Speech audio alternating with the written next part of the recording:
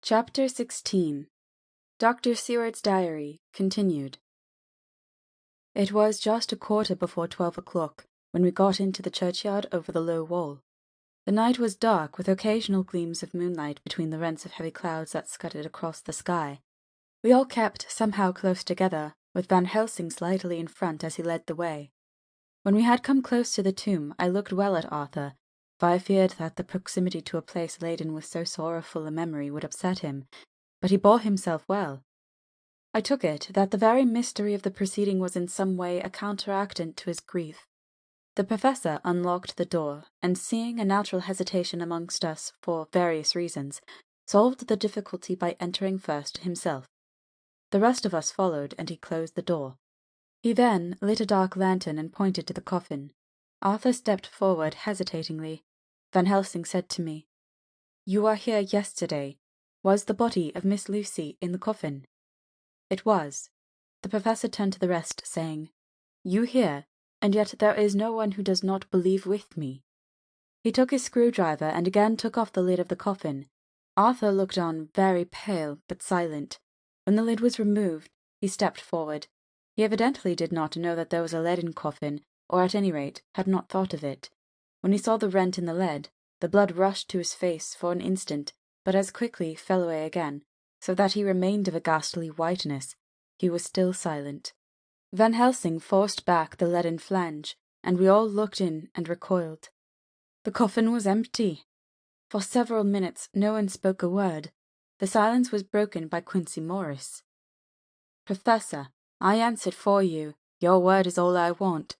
I wouldn't ask such a thing ordinarily. I wouldn't so dishonor you as to imply a doubt.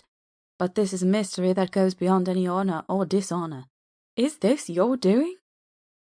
"I swear to you by all that I hold sacred that I have not removed nor touched her. What happened was this. 2 nights ago, my friend Seward and I came here, with good purpose, believe me. I opened that coffin, which was then sealed up, and we found it, as now, empty. We then waited, and saw something white come through the trees.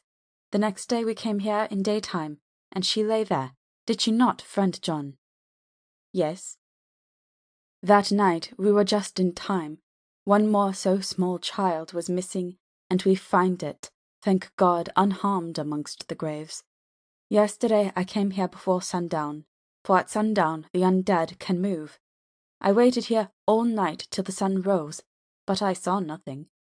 It was most probable that it was because I had laid over the clumps of those doors garlic, which the undead cannot bear, and other things which they shun. Last night there was no exodus, so tonight, before the sundown, I took away my garlic and other things, and so it is we find this coffin empty. But bear with me. So far there is much that is strange. Wait you with me outside, unseen and unheard, and things much stranger are yet to be. So," here he shut the dark slide of his lantern, "now to the outside." He opened the door and we filed out, he coming last and locking the door behind him. Oh, but it seemed fresh and pure in the night air after the terror of the vault. How sweet it was to see the clouds race by, and the passing gleams of the moonlight between the scudding clouds crossing and passing, like the gladness and sorrow of a man's life. How sweet it was to breathe the fresh air, that had no taint of death and decay. How humanizing to see the red lighting of the sky beyond the hill, and to hear far away the muffled roar that marks the life of a great city. Each in his own way was solemn and overcome. Arthur was silent, and was, I could see, striving to grasp the purpose and the inner meaning of the mystery. I was myself tolerably patient, and half inclined again to throw aside doubt and to accept Van Helsing's conclusions. Quincey Morris was phlegmatic in the way of a man who accepts all things, and accepts them in the spirit of cool bravery, with hazard of all he has to stake. Not being able to smoke, he cut himself a good-sized plug of tobacco, and began to chew. As to Van Helsing, he was employed in a definite way. First he took from his bag a mass of what looked like thin, wafer-like biscuit, which was carefully rolled up in a white napkin. Next he took out a double handful of some whitish stuff like dough or putty. He crumbled the wafer up fine and worked it into the mass between his hands.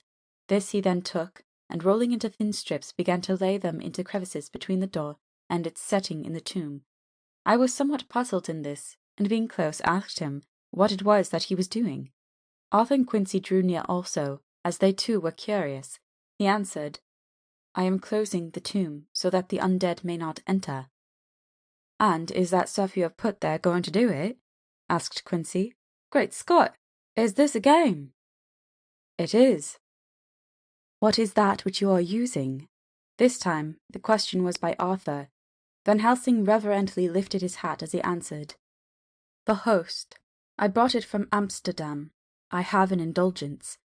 It was an answer that appalled the most sceptical of us, and we felt individually that the presence of such earnest purpose as the Professor's, a purpose which could thus use to him most sacred of things, was impossible to distrust. In respectful silence we took the places assigned to us close round the tomb, but hidden from the sight of any one approaching. I pitied the others, especially Arthur. I had myself been apprenticed by my former visits to this watching horror, and yet I, who had up to an hour ago repudiated the proofs, felt my heart sink within me. Never did tombs look so ghastly white, never did cypress or yew or juniper so seem the embodiment of funereal gloom. Never did tree or grass wave or rustle so ominously, never did bough creak so mysteriously, and never did the far-away howling of dogs send such a woeful presage through the night. There was a long spell of silence, a big aching void, and then from the Professor a keen "Sss."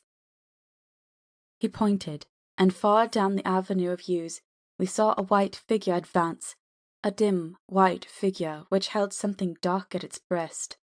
The figure stopped, and at the moment a ray of moonlight fell upon the masses of driving clouds and showed in startling prominence a dark-haired woman, dressed in the cerements of the grave.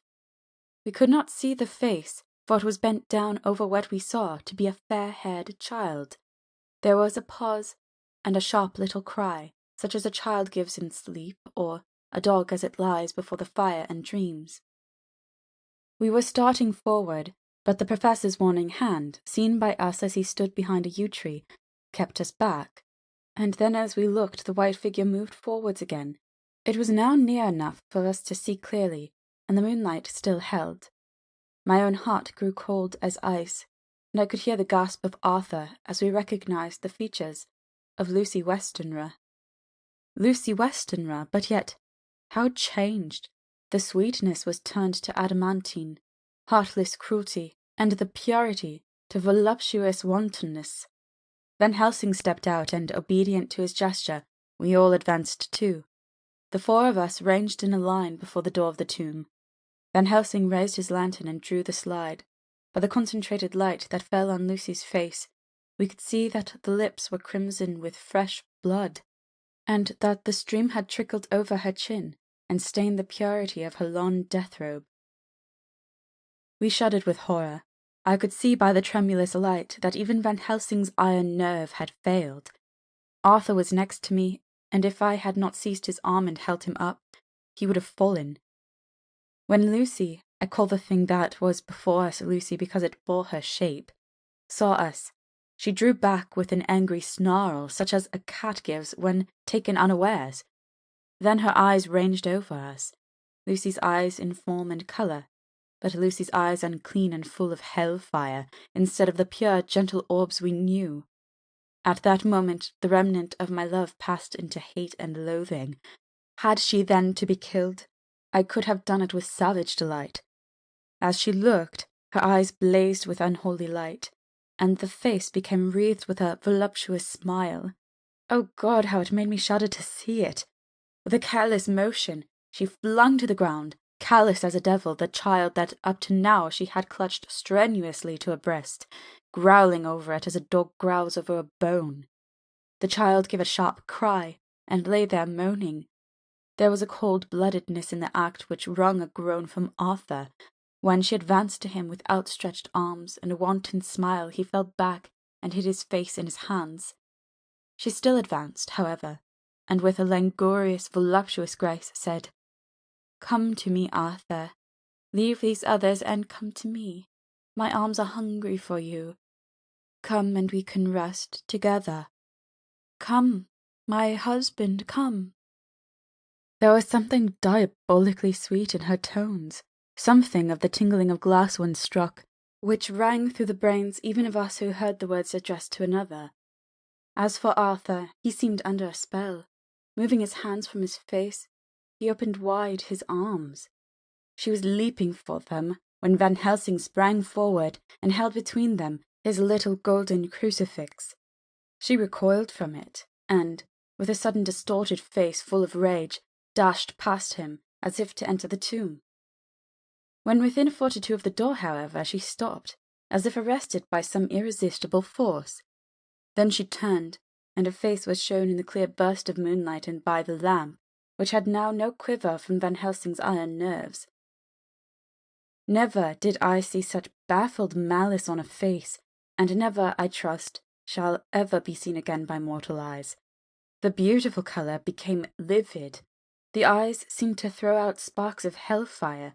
The brows were wrinkled as though the folds of the flesh were the coils of Medusa's snakes, and the lovely blood-stained mouth grew to an open square, as in the passion masks of the Greeks and Japanese. If ever a face meant death, if looks could kill, we saw it at that moment. And so, for full half a minute, which seemed an eternity, she remained between the lifted crucifix and the sacred closing of her means of entry. Van Helsing broke the silence by asking Arthur, "Answer me, O my friend, am I to proceed in my work?" Arthur threw himself on his knees and hid his face in his hands as he answered, "Do as you will, friend, do as you will. There can be no horror like this ever any more." And he groaned in spirit. Quincey and I simultaneously moved towards him and took his arms. We could hear the click of the closing lantern as Van Helsing held it down.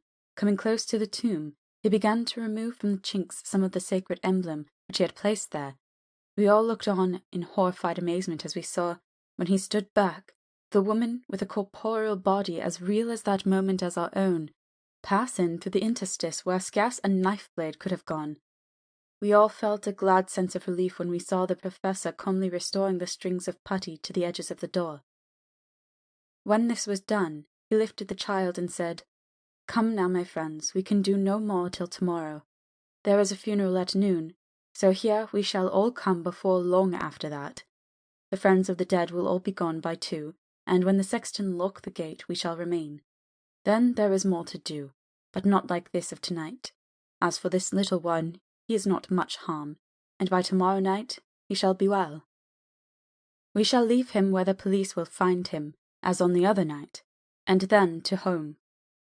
Coming close to Arthur, he said, "My friend Arthur, you have had a sore trial, but after, when you look back, you will see how it was necessary.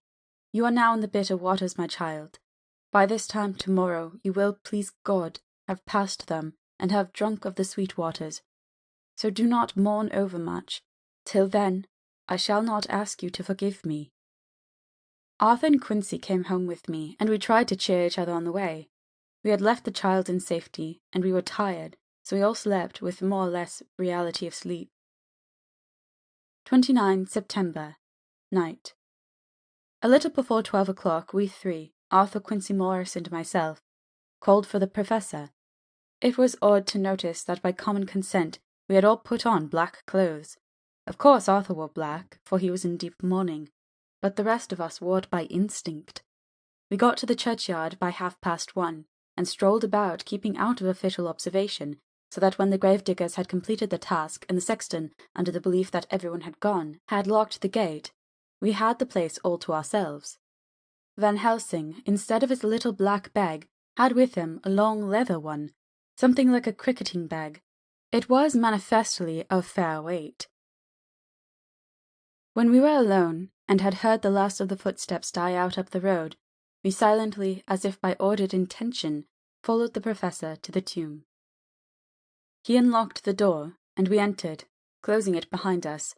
Then he took from his bag the lantern, which he lit, and also 2 wax candles, which, when lighted, he stuck by melting their own ends on other coffins, so that they might give light sufficient to work by. When he again lifted the lid off Lucy's coffin, we all looked, Arthur trembling like an aspen, and saw that the body lay there in all its death beauty. But there was no love in my own heart, nothing but a loathing for the foul thing which had taken Lucy's shape without her soul. I could see even Arthur's face grow hard as he looked. Presently he said to Van Helsing, "Is this really Lucy's body, or only a demon in her shape?" "It is her body, and yet not it. But wait a while, and you will see her as she was, and is." She seemed like a nightmare of Lucy as she lay there, the pointed teeth, the blood-stained voluptuous mouth, which made one shudder to see, the whole carnal and unspiritual appearance seeming like a devilish mockery of Lucy's sweet purity. Van Helsing, with his usual methodicalness, began taking the various contents from his bag and placing them ready for use. First he took out a soldering iron and some plumbing solder, and then a small oil lamp, which gave out, when lit in a corner of the tomb, gas which burned at a fierce heat with a blue flame. Then his operating knives, which he placed to hand, and last a round wooden stake, some 2½ or 3 inches thick and about 3 feet long. One end of it was hardened by charring in the fire, and was sharpened to a fine point. With this stake came a heavy hammer, such as in households is used in the coal cellar for breaking the lumps. To me, a doctor's preparations for work of any kind are stimulating and bracing, but the effect of these things on both Arthur and Quincey was to cause them a sort of consternation. They both, however, kept their courage, and remained silent and quiet. When all was ready, Van Helsing said, "Before we do anything, let me tell you this. It is out of the law and experience of the ancients and all those who have studied the powers of the undead. When they become such, there comes with the change the curse of immortality. They cannot die, but must go on age after age, adding new victims and multiplying the evils of the world. For all that die from the preying of the undead becomes themselves undead, and prey on their kind. And so the circle goes on ever widening, like as the ripples from a stone thrown in the water. Friend Arthur, if you had met that kiss which you know of before poor Lucy died, or again last night when you opened your arms to her, you would in time, when you had died, have become Nosferatu, as they call it in Eastern Europe, and would all the time make more of those undeads that so have filled us with horror. The career of this so unhappy dear lady is but just begun. Those children whose blood she suck are not as yet so much the worse, but if she live on, undead, more and more they lose their blood, and by her power over them they come to her, and so she draw their blood with that so wicked mouth. But if she die in truth, then all cease. The tiny wounds of the throats disappear, and they go back to their place, unknowing ever of what has been. But if the most blessed of all, when this now undead be made to rest as true dead, then the soul of the poor lady whom we love shall again be free, instead of working wickedness by night and growing more debased in the assimilating of it by day. She shall take her place with the other angels. So that, my friend, it will be a blessed hand for her that shall strike down the blow that sets her free. To this I am willing, but is there none amongst us who has a better right? Will it be no joy to think of hereafter in the silence of the night, when sleep is not? It was my hand that sent her to the stars. It was the hand of him that loved her best, the hand that, of all she would herself have chosen, had it been to her to choose. Tell me if there be such a one amongst us." We all looked at Arthur. He saw, too, what we all did, the infinite kindness which suggested that his should be the hand which would restore Lucy to us as a holy and not an unholy memory. He stepped forward and said bravely, though his hand trembled and his face was as pale as snow, "My true friend, from the bottom of my broken heart, I thank you. Tell me what I am to do, and I shall not falter." Van Helsing laid a hand on his shoulder and said, "Brave lad, a moment's courage and it is done. This stake must be driven through her. It will be a fearful ordeal, be not deceived in that. But it will be only a short time, and you will then rejoice more than your pain was great, From this grim tomb you will emerge as though you tread on air, but you must not falter when once you have begun. Only think that we, your true friends, are round you, and that we pray for you all the time." "Go on," said Arthur hoarsely. "Tell me what I am to do." "Take this stake in your left hand, ready to place the point over the heart, and the hammer in your right. Then when we begin our prayer for the dead, I shall read him I have here in the book, and the others shall follow. Strike in God's name, that so all may be well with the dead that we love, and that the undead pass away." Arthur took the stake and the hammer, and when once his mind was set on action, his hands never trembled nor even quivered. Van Helsing opened his missal and began to read, and Quincey and I followed as well as we could. Arthur placed the point over the heart, and as I looked, I could see its dint in the white flesh. Then he struck with all his might. The thing in the coffin writhed, and a hideous blood-curdling screech came from the opened red lips. The body shook and quivered and twisted in wild contortions. The sharp white teeth champed together till the lip were cut, and the mouth was smeared with crimson foam. But Arthur never faltered. He looked like a figure of Thor as his untrembling arm rose and fell, driving deeper and deeper the mercy-bearing stake, whilst the blood from the pierced heart welled and spurted up all around it. His face was set, and high duty seemed to shine through it. The sight of it gave us courage so that our voices seemed to ring through the little vault. And then the writhing and quivering of the body became less, and the teeth seemed to champ and the face to quiver. Finally it lay still. The terrible task was over. The hammer fell from Arthur's hand. He reeled and would have fallen had we not caught him. The great drops of sweat sprang from his forehead, and his breath came in broken gasps. It had indeed been an awful strain on him, and had he not been forced to his task by more than human considerations, he could never have gone through with it. For a few minutes we were so taken up with him that we did not look towards the coffin. When we did, however, a murmur of startled surprise ran from one to the other of us. We gazed so eagerly that Arthur rose, for he had been seated on the ground, and came and looked too. And then a glad, strange light broke over his face and dispelled altogether the gloom of horror that lay upon it. There, in the coffin, lay no longer the foul thing that we had so dreaded and grown to hate, that the work of her destruction was yielded as a privilege to the one best entitled to it, but Lucy, as we had seen her in her life, with her face unequalled sweetness and purity.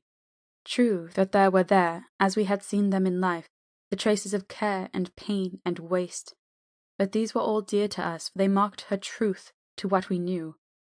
One and all we felt that the holy calm that lay like sunshine over the wasted face and form was only an earthly token, and a symbol of the calm that was to reign forever.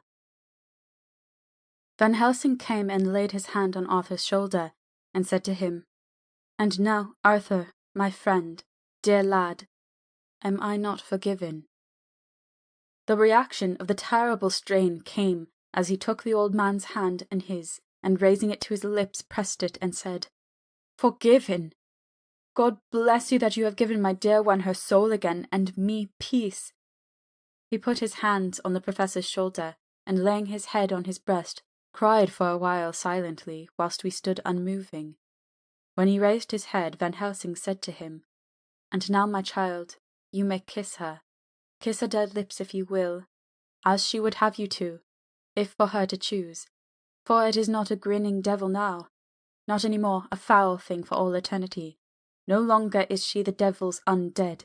She is God's true dead, whose soul is with him." Arthur bent and kissed her, and then we sent him and Quincey out of the tomb, and the professor and I sawed off the top of the stake, leaving the point of it in the body. Then we cut off the head and filled the mouth with garlic. We soldered up the leaden coffin, screwed on the coffin lid, and gathering up our belongings, came away. When the professor locked the door, he gave the key to Arthur. Outside, the air was sweet, the sun shone, and the birds sang, and it seemed as if all nature were tuned to a different pitch. There was a gladness and mirth and peace everywhere, for we were at rest ourselves on one account, and we were glad, though it was with a tempered joy. Before we moved away, Van Helsing said, "Now, my friends, one step of our work is done, one the most harrowing to ourselves, but there remains a greater task. To find out the author of all this our sorrow, and to stamp him out. I have clues which we can follow, but it is a long task and a difficult, and there is danger in it, and pain. Shall you not all help me? We have learned to believe, all of us, is it not so? And since so, do we not see our duty? Yes, and do we not promise to go on to the bitter end?" Each in turn we took his hand, and the promise was made. Then said the professor as we moved off, "2 nights hence you shall meet with me and dine together at 7 of the clock with friend John. I shall entreat 2 others, 2 that you know not as yet, and I shall be ready to all our work show and our plans unfold. Friend John, you come with me home, for I have much to consult about, and you can help me. Tonight I leave for Amsterdam, but shall return tomorrow night, and then begins our great quest. But first I shall have much to say, so that you may know what is to do and to dread. Then our promise shall be made to each other anew, for there is a terrible task before us, and once our feet are on the ploughshare, we must not draw back." End of chapter 16. Chapter 17. Dr. Seward's Diary continued.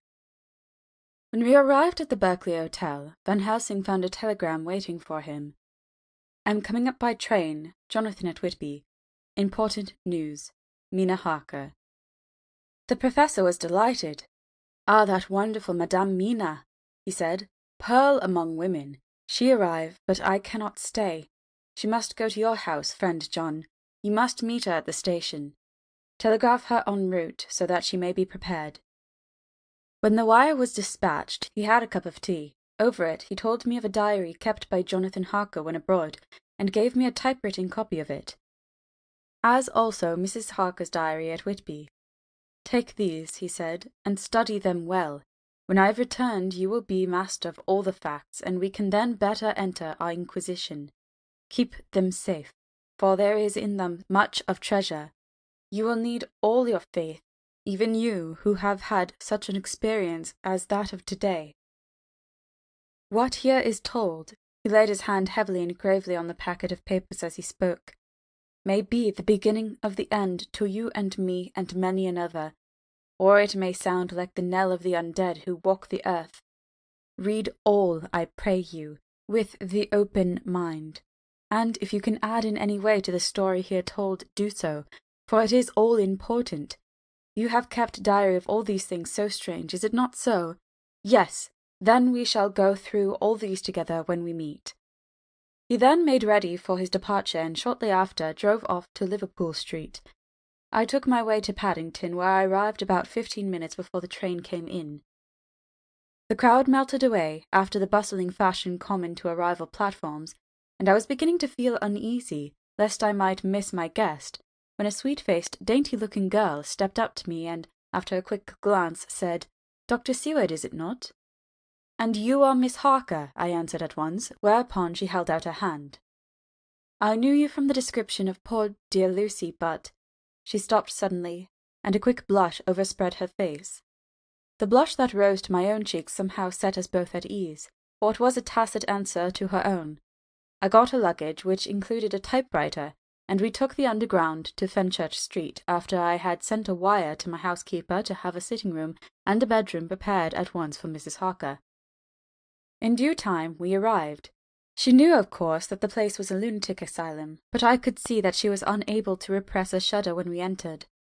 She told me that, if she might, she would come presently to my study, as she had much to say. So here I am, finishing my entry in my phonograph diary whilst I await her. As yet I have not had the chance of looking at the papers which Van Helsing left with me, though they lie open before me. I must get her interested in something, so I may have an opportunity of reading them. She does not know how precious time is, or what a task we have in hand. I must be careful not to frighten her. Here she is. Mina Harker's Journal. 29 September. After I had tidied myself, I went down to Dr. Seward's study. At the door, I paused a moment, for I thought I heard him talking with someone. As, however, he had pressed me to be quick, I knocked at the door, and on his calling out, "Come in," I entered. To my intense surprise, there was no one with him. He was quite alone, and on the table opposite him was what I knew at once from the description to be a phonograph. I had never seen one, and was much interested. "I hope I did not keep you waiting," I said, "but I stayed at the door as I heard you talking and thought there was someone with you." "Oh," he replied with a smile, "I was only entering my diary." "Your diary?" I asked him in surprise. "Yes," he answered, "I keep it in this." As he spoke, he laid a hand on the phonograph. I felt quite excited over it and blurted out, "Why, this beats even shorthand. May I hear it say something?" "Certainly," he replied with alacrity, and stood up to put it in train for speaking. Then he paused, and a troubled look overspread his face.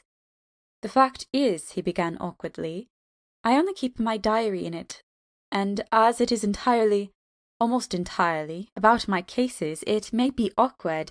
That is, I mean—" He stopped, and I tried to help him out of his embarrassment. "You helped to attend dear Lucy at the end. Let me hear how she died. For all that I know of her, I shall be very grateful. She was very, very dear to me." To my surprise, he answered, with a horror-struck look on his face, "Tell you of her death? Not for the wide world!" "Why not?" I asked, for some grave terrible feeling was coming over me. Again he paused, and I could see that he was trying to invent an excuse. At length he stammered out, "You see, I do not know how to pick out any particular part of the diary." Even while he was speaking, an idea dawned upon him, and he said with unconscious simplicity, in a different voice, and with the naivety of a child, "That's quite true upon my honour, honest Indian." I could not but smile, at which he grimaced. "I gave myself away that time," he said. "But do you know that, although I have kept the diary for months past, it never once struck me how I was going to find any particular part of it in case I wanted to look it up?" By this time my mind was made up that the diary of a doctor who attended Lucy might have something to add to the sum of our knowledge about that terrible being, and I said boldly, "Then, Dr. Seward, you had better let me copy it out for you on my typewriter." He grew to a positively deathly pallor as he said, "No, no, no! Not for all the world. I wouldn't let you know that terrible story." Then it was terrible. My intuition was right. For a moment I thought, and as my eyes ranged the room unconsciously looking for something or some opportunity to aid me, they lit on a great batch of typewriting on the table. His eyes caught the look in mine, and, without his thinking, followed their direction.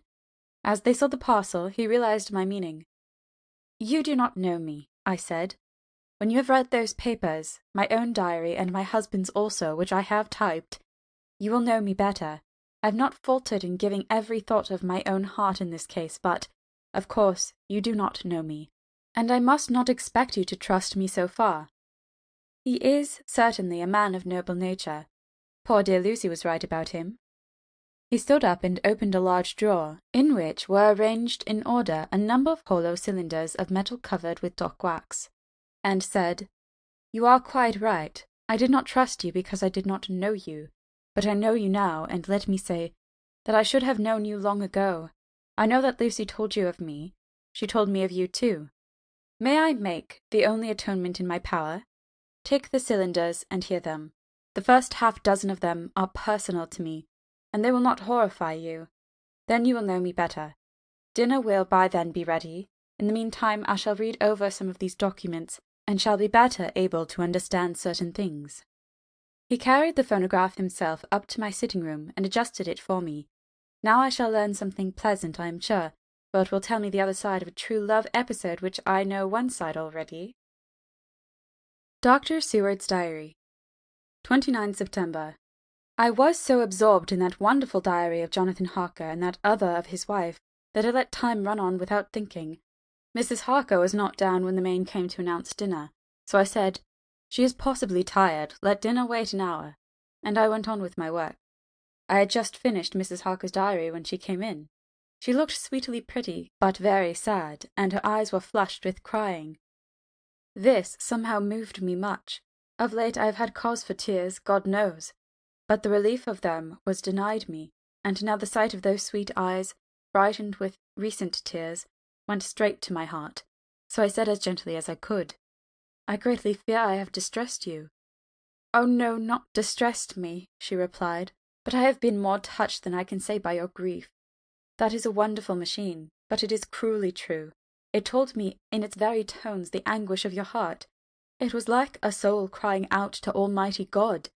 No one must hear them spoken ever again. See, I have tried to be useful. I have copied out the words on my typewriter, and none other need now hear your heart beat as I did." "No one need ever know, shall ever know," I said in a low voice. She laid her hand on mine and said very gravely, "Ah, but they must." "Must? But why?" I asked. "Because it is a part of the terrible story. A part of poor dear Lucy's death and all that led to it. Because in the struggle which we have before us to rid the earth of this terrible monster, we must have all the knowledge and all the help which we can get. I think that the cylinders which you gave me contained more than you intended me to know, but I can see that there are in your record many lights to this dark mystery. You will let me help, will you not? I know all up to a certain point, and I see already, though your diary only took me to 7 September, how poor Lucy was beset, and how her terrible doom was being wrought out. Jonathan and I have been working day and night since Professor Van Helsing saw us. He has gone to Whitby to get more information, and he will be here tomorrow to help us. We need have no secrets amongst us. Working together and with absolute trust, we can surely be stronger than if some of us were in the dark." She looked at me so appealingly, and at the same time manifested such courage and resolution in her bearing, that I gave in at once to her wishes. "You shall," I said, "do as you like in the matter. God forgive me if I do wrong. There are terrible things yet to learn of. But if you have so far travelled on the road to poor Lucy's death, you will not be content, I know, to remain in the dark. Nay, the end, the very end, may give you a gleam of peace.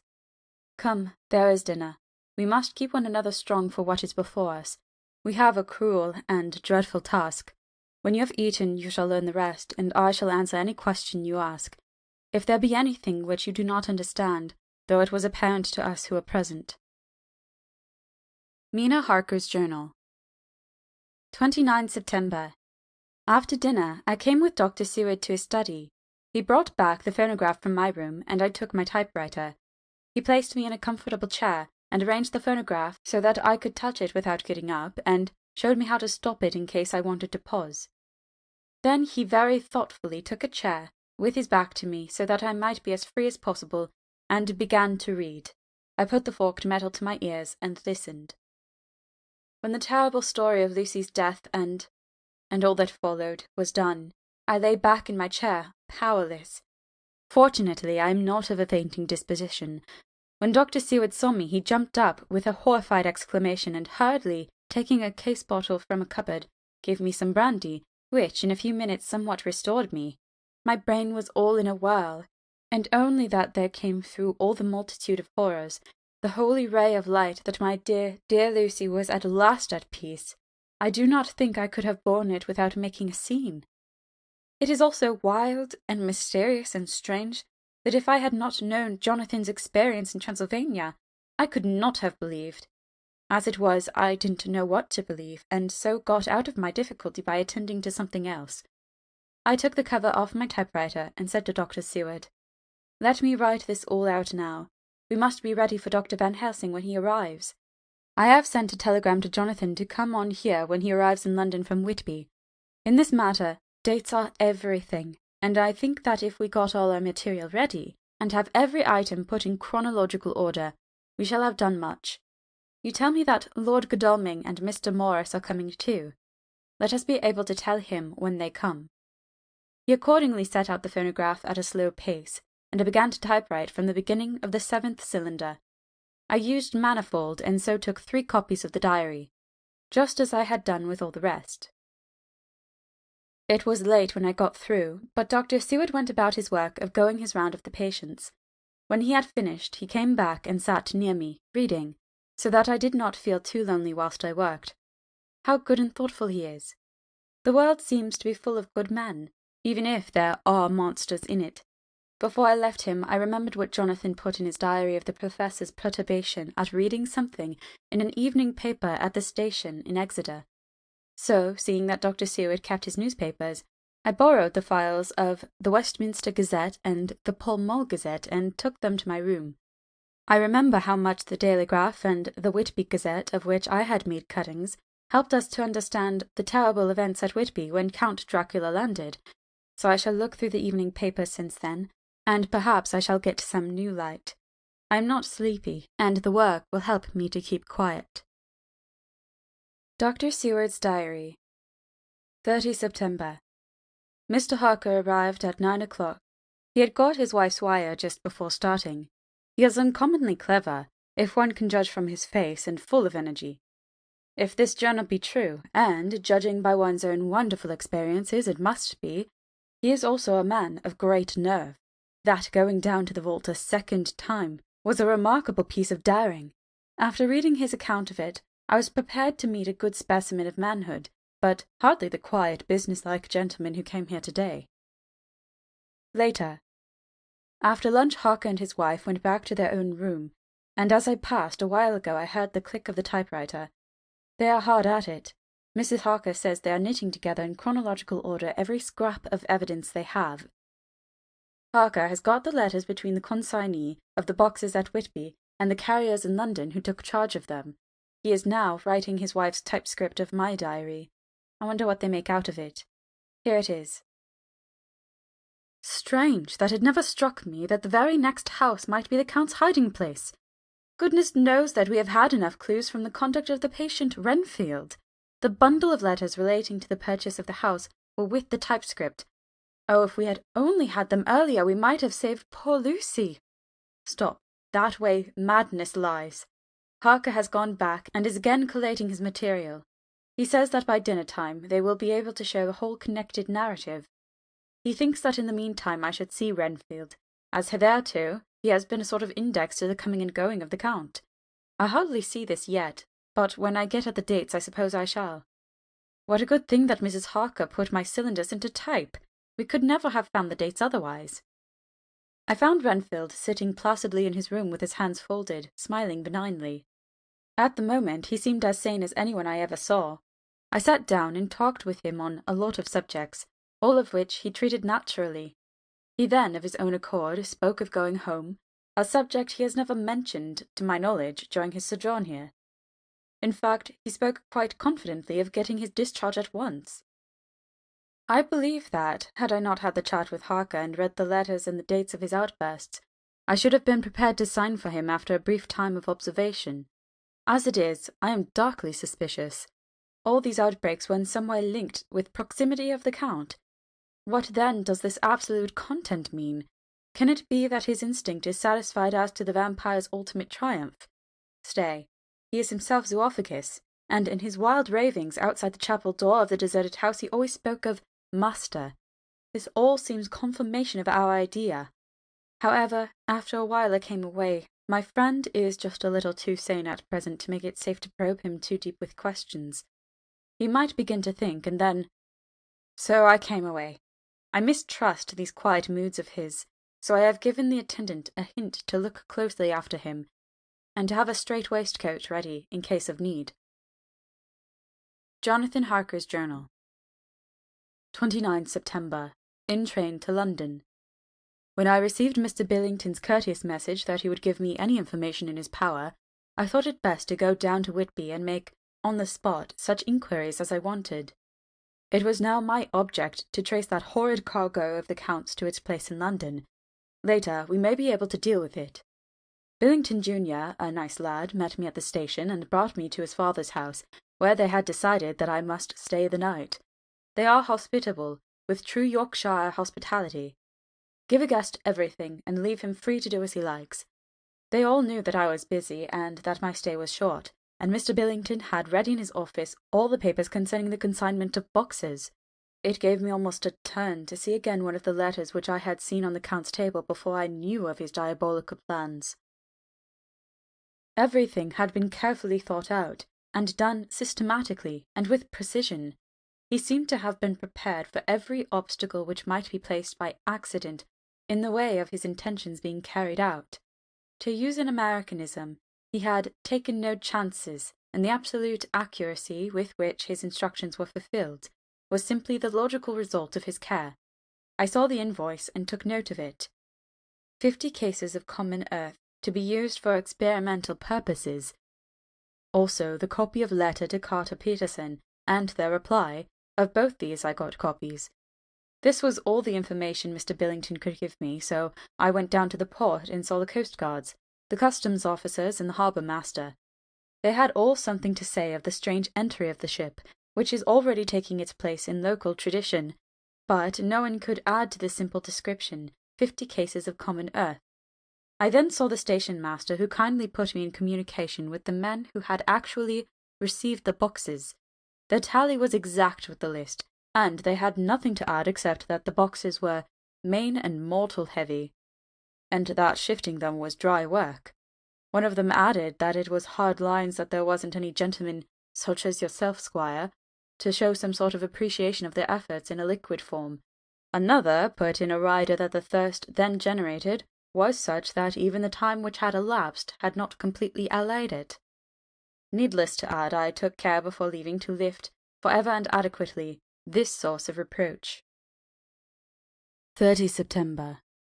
The station-master was good enough to give me a line to his old companion, the station-master at King's Cross, so that, when I arrived there in the morning, I was able to ask him about the arrival of the boxes. He, too, put me at once in communication with the proper officials, and I saw that the tally was correct with the original invoice. The opportunities of acquiring an abnormal thirst had here been limited. A noble use of them had, however, been made, and again I was compelled to deal with the result in an ex post facto manner. From thence I went on to Carter Patterson's central office, where I met with the utmost courtesy. They looked up the transaction in the day-book and letter-book, and at once telephoned to their King's Cross office for more details. By good fortune, the men who did the teaming were waiting for work, and the official at once sent them over, sending also by one of them the way-bill and all the papers connected with the delivery of the boxes at Carfax. Here again I found the tally agreeing exactly. The carrier's men were able to supplement the paucity of the written words with few details. These were, I shortly found, connected almost solely with the dusty nature of the job, and of the consequent thirst engendered in the operators. On my affording an opportunity, through the medium of the currency of the realm, of the allaying, at a later period, this beneficial evil, one of the men remarked, "That 'ere house, governor, is the roomiest I ever was in. Blime me, but it ain't been touched since 100 years. There was just that thick in the place that you might have slept on it without hurting out your bones, and the place was that neglected that you might have smelled old Jerusalem in it. But the old chapel, that took the cake, that did. Me and my mate, we thought we wouldn't never get out quick enough, Lord. I wouldn't take less nor quit a moment to stay there arter dark." Having been in the house, I could well believe him, but if he knew what I know, he would, I think, have raised his terms. Of one thing I am now satisfied, that all the boxes which arrived at Whitby from Varna in the Demeter were safely deposited in the old chapel at Carfax. There should be 50 of them there, unless any have since been removed, as from Dr. Seward's diary, I fear. I shall try to see the carter who took away the boxes from Carfax when Renfield attacked them. By following up this clue, we may learn a good deal. Later. Mina and I have worked all day, and we have put all the papers into order. Mina Harker's Journal. 30 September. I am so glad that I hardly know how to contain myself. It is, I suppose, the reaction from the haunting fear which I've had, that this terrible affair and the reopening of his old wounds might act detrimentally on Jonathan. I saw him leave for Whitby with as brave a face as I could, but I was sick with apprehension. The effort has, however, done him good. He was never so resolute, never so strong, never so full of volcanic energy as at present. It is just as that dear, good Professor Van Helsing said. He is true grit, and he improves under strain that would kill a weaker nature. He came back full of life and hope and determination. We have got everything in order for tonight. I feel myself quite wild with excitement. I suppose one ought to pity anything so hunted as the Count. That is just it. This thing is not human, not even beast. To read Dr. Seward's account of poor Lucy's death, and what followed, is enough to dry up the springs of pity in one's heart. Later. Lord Godalming and Mr. Morris arrived earlier than we expected. Dr. Seward was out on business, and had taken Jonathan with him, so I had to see them. It was to me a painful meeting, for it brought back all poor dear Lucy's hopes of only a few months ago. Of course they had heard Lucy speak of me, and it seemed that Dr. Van Helsing too has been quite blowing my trumpet, as Mr. Morris expressed it. Poor fellows, neither of them is aware that I know all about the proposals they made to Lucy. They did not quite know what to say or do, as they were ignorant of the amount of my knowledge, so they had to keep on neutral subjects. However, I thought the matter over, and came to the conclusion that the best thing I could do would be to post them in affairs right up to date. I knew from Dr. Seward's diary that they had been at Lucy's death, her real death, and that I need not fear to betray any secret before the time. So I told them, as well as I could, that I had read all the papers and diaries, and that my husband and I, having typewritten them, had just finished putting them in order. I gave them each a copy to read in the library. When Lord Godalming got his and turned it over, "It does make a pretty good pile," he said. "Did you write all this, Mrs. Harker?" I nodded, and he went on. "I don't quite see the drift of it, but you people are all so good and kind, and have been working so earnestly and so energetically that all I can do is to accept your ideas blindfold and try to help you. I have had one lesson already in accepting facts that should make a man humble to the last hour of his life. Besides, I know you loved my poor Lucy." Here he turned away and covered his face with his hands. I could hear the tears in his voice. Mr. Morris, with instinctive delicacy, just laid a hand for a moment on his shoulder, and then walked quietly out of the room. I suppose there is something in woman's nature that makes a man free to break down before her and express his feelings on the tender or emotional side without feeling it derogatory to his manhood. For when Lord Godalming found himself alone with me, he sat down on the sofa and gave way utterly and openly. I sat down beside him and took his hand. I hope he didn't think it forward of me, and that if he ever thinks of it afterwards he will never have such a thought. There I wrong him. I know he never will. He is too true a gentleman. I said to him, for I could see that his heart was breaking, "I loved dear Lucy, and I know what she was to you, and what you were to her. She and I were like sisters, and now she is gone. Will you not let me be like a sister to you in your trouble? I know what sorrows you have had, though I cannot measure the depth of them. If sympathy and pity can help in your affliction, won't you let me be of some little service, for Lucy's sake?" In an instant the poor dear fellow was overwhelmed with grief. It seemed to me that all that he had of late been suffering in silence found a vent at once. He grew quite hysterical, and raising his open hands, beat his palms together in a perfect agony of grief. He stood up and then sat down again, and the tears rained down his cheeks. I felt an infinite pity for him, and opened my arms unthinkingly.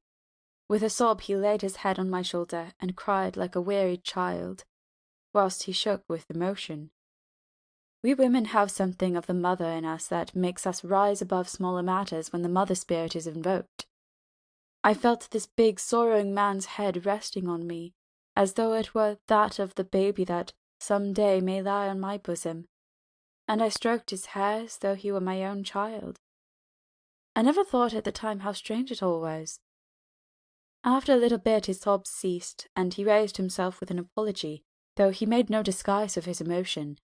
He told me that for days and nights past, weary days and sleepless nights, he had been unable to speak with anyone, as a man must speak in his time of sorrow.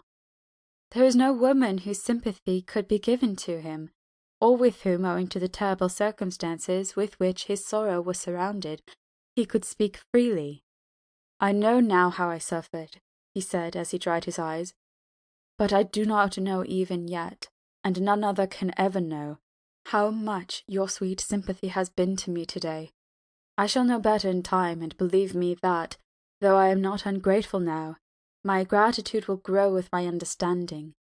You will let me be like a brother, will you not, for all our lives, for dear Lucy's sake?" "For dear Lucy's sake," I said as we clasped hands. "Aye, and for your own sake," he added. "For if a man's esteem and gratitude are ever worth the winning, you have won mine today. If ever the future shall bring to you a time when you need a man's help, believe me, you will not call in vain. God grant that no such time may ever come to you to break the sunshine of your life, but if it should ever come, promise me that you will let me know." He was so earnest, and his sorrow was so fresh that I felt it would comfort him, so I said, "I promise." As I came along the corridor, I saw Mr. Morris looking out of a window. He turned as he heard my footsteps. "How's Art?" he said.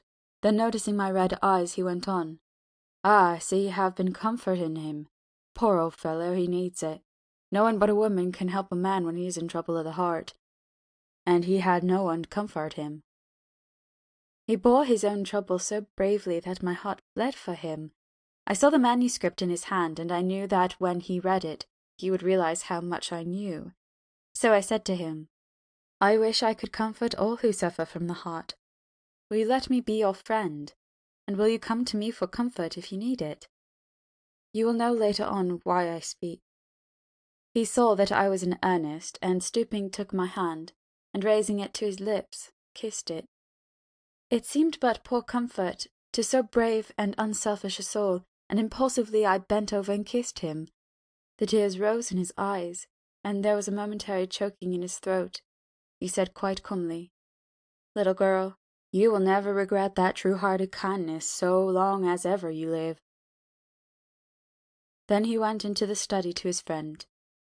"Little girl," the very words he had used to Lucy, and oh, but he proved himself a friend. End of chapter 17. Chapter 18. Dr. Seward's Diary. 30 September. I got home at 5 o'clock and found that Godalming and Morris had not only arrived, but had already studied the transcripts of the various diaries and letters which Harker and his wonderful wife had made and arranged. Harker had not yet returned from his visit to the carrier's men, of whom Dr. Hennessy had written to me. Mrs. Harker gave us a cup of tea, and I can honestly say that, for the first time since I have lived in it, this old house seemed like home. When we had finished, Mrs. Harker said, "Dr. Seward, may I ask a favour? I want to see a patient, Mr. Renfield. Do let me see him. What you have said of him in your diary interests me so much." She looked so appealing and so pretty that I could not refuse her, and there was no possible reason why I should, so I took her with me. When I went into the room, I told the man that a lady would like to see him, to which he simply answered, "Why?" "She is going through the house and wants to see everyone in it," I answered. "Oh, very well," he said. "Let her come in, by all means, but just wait a minute till I tidy up the place." His method of tidying was peculiar. He simply swallowed all the flies and spiders in the boxes before I could stop him. It was quite evident that he feared, or was jealous of, some interference. When he had got through his disgusting task, he said cheerfully, "Let the lady come in," and sat down on the edge of his bed with his head down, but with his eyelids raised so that he could see her as she entered. For a moment I thought that he might have some homicidal intent. I remembered how quiet he had been just before he attacked me in my own study, and I took care to stand where I could seize him at once if he attempted to make a spring at her.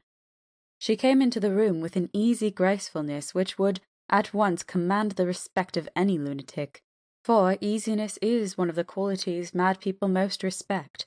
She walked over to him, smiling pleasantly, and held out her hand. "Good evening, Mr. Renfield," said she. "You see, I know you, for Dr. Seward has told me of you." He made no immediate reply, but eyed her all over intently with a set frown on his face. This look gave way to one of wonder, which merged into doubt. Then, to my intense astonishment, he said, "You're not the girl the doctor wanted to marry, are you? You can't be, you know, for she's dead." Mrs. Harker smiled sweetly as she replied, "Oh, no, I have a husband of my own to whom I was married before I ever saw Dr. Seward, or he me. I am Mrs. Harker." "And what are you doing here?" "My husband and I are staying on a visit with Dr. Seward." Then don't stay." "But why not?" I thought that this style of conversation might not be pleasant to Mrs. Harker any more than it was to me, so I joined in.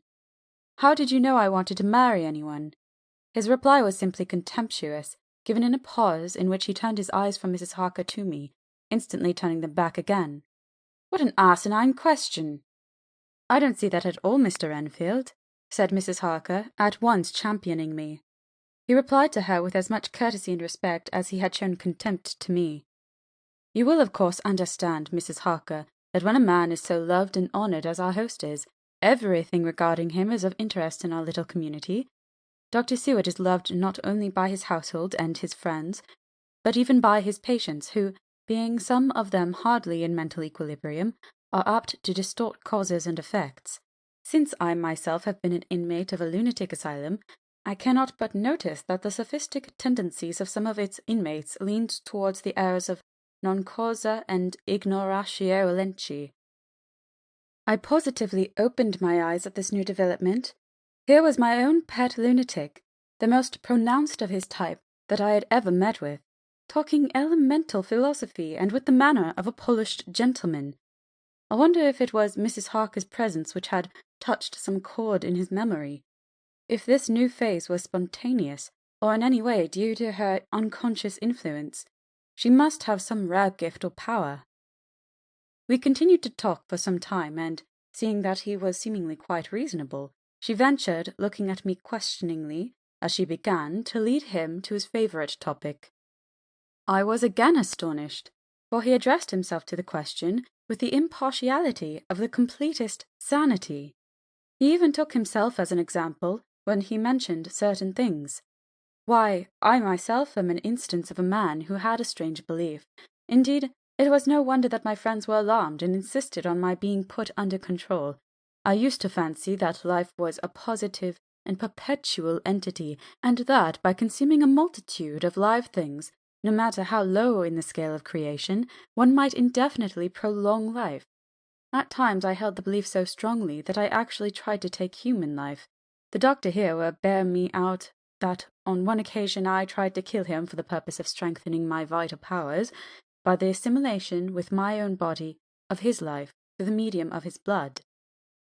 By the assimilation with my own body of his life through the medium of his blood, relying, of course, upon the scriptural phrase, "For the blood is the life," though indeed the vendor of a certain nostrum has vulgarized the truism to the very point of contempt.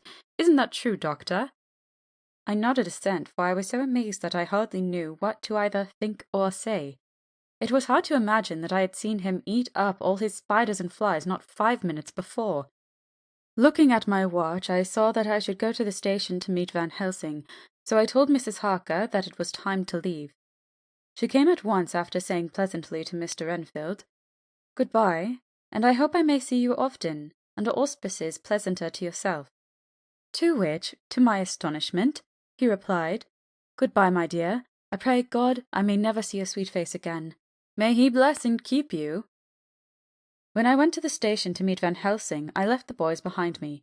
Poor Art seemed more cheerful than he has been since Lucy first took ill, and Quincey is more like his own bright self than he has been for many a long day. Van Helsing stepped from the carriage with the eager nimbleness of a boy. He saw me at once and rushed up to me, saying, "Ah, friend John, how goes all? Well? So, I have been busy, for I come here to stay if need be. All affairs are settled with me, and I have much to tell. Madam Mina is with you? Yes, and her so fine husband? And Arthur and my friend Quincey, they are with you too? Good." As I drove to the house, I told him of what had passed, and of how my own diary had come to be of some use through Mrs. Harker's suggestion, at which the professor interrupted me. "Ah, that wonderful Madame Mina! She has a man's brain, a brain that a man should have were he much gifted, and a woman's heart. The good God fashioned her for a purpose, believe me, when he made that so good combination. Friend John, up to now, fortune has made that woman of help to us. After tonight she must not have to do with this so terrible affair. It is not good that she run a risk so great. We men are determined, nay, are we not pledged, to destroy this monster, but it is no part for a woman.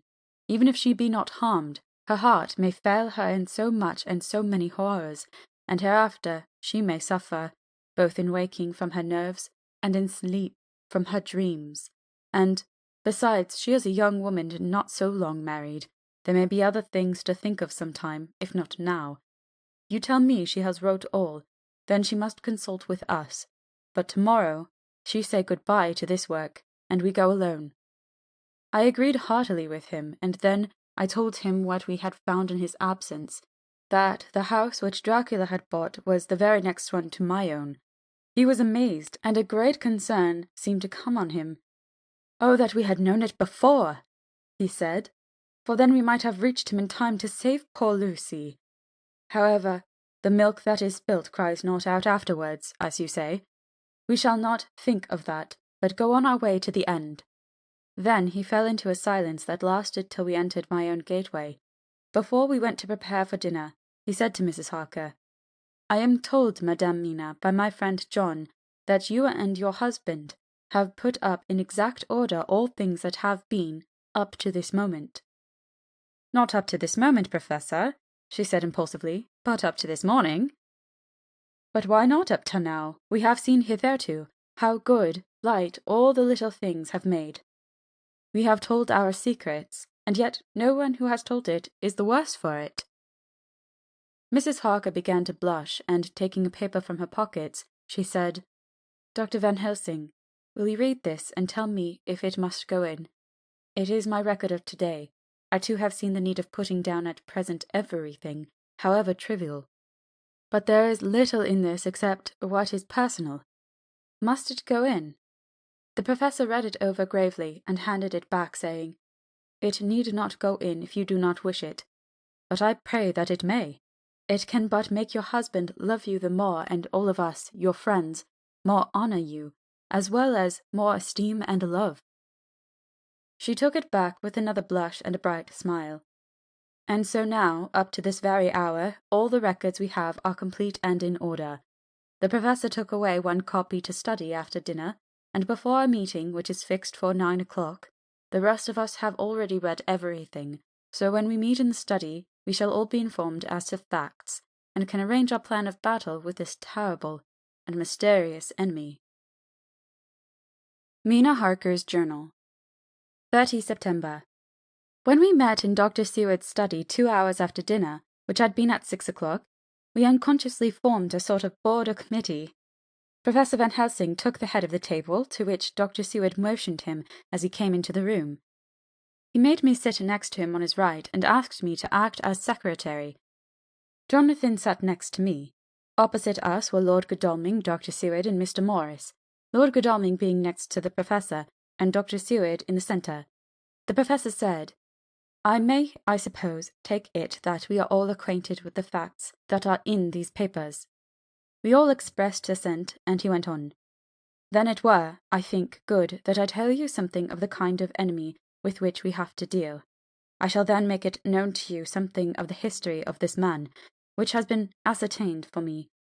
So we may then discuss how we shall act, and can take our measure accordingly. There are such beings as vampires.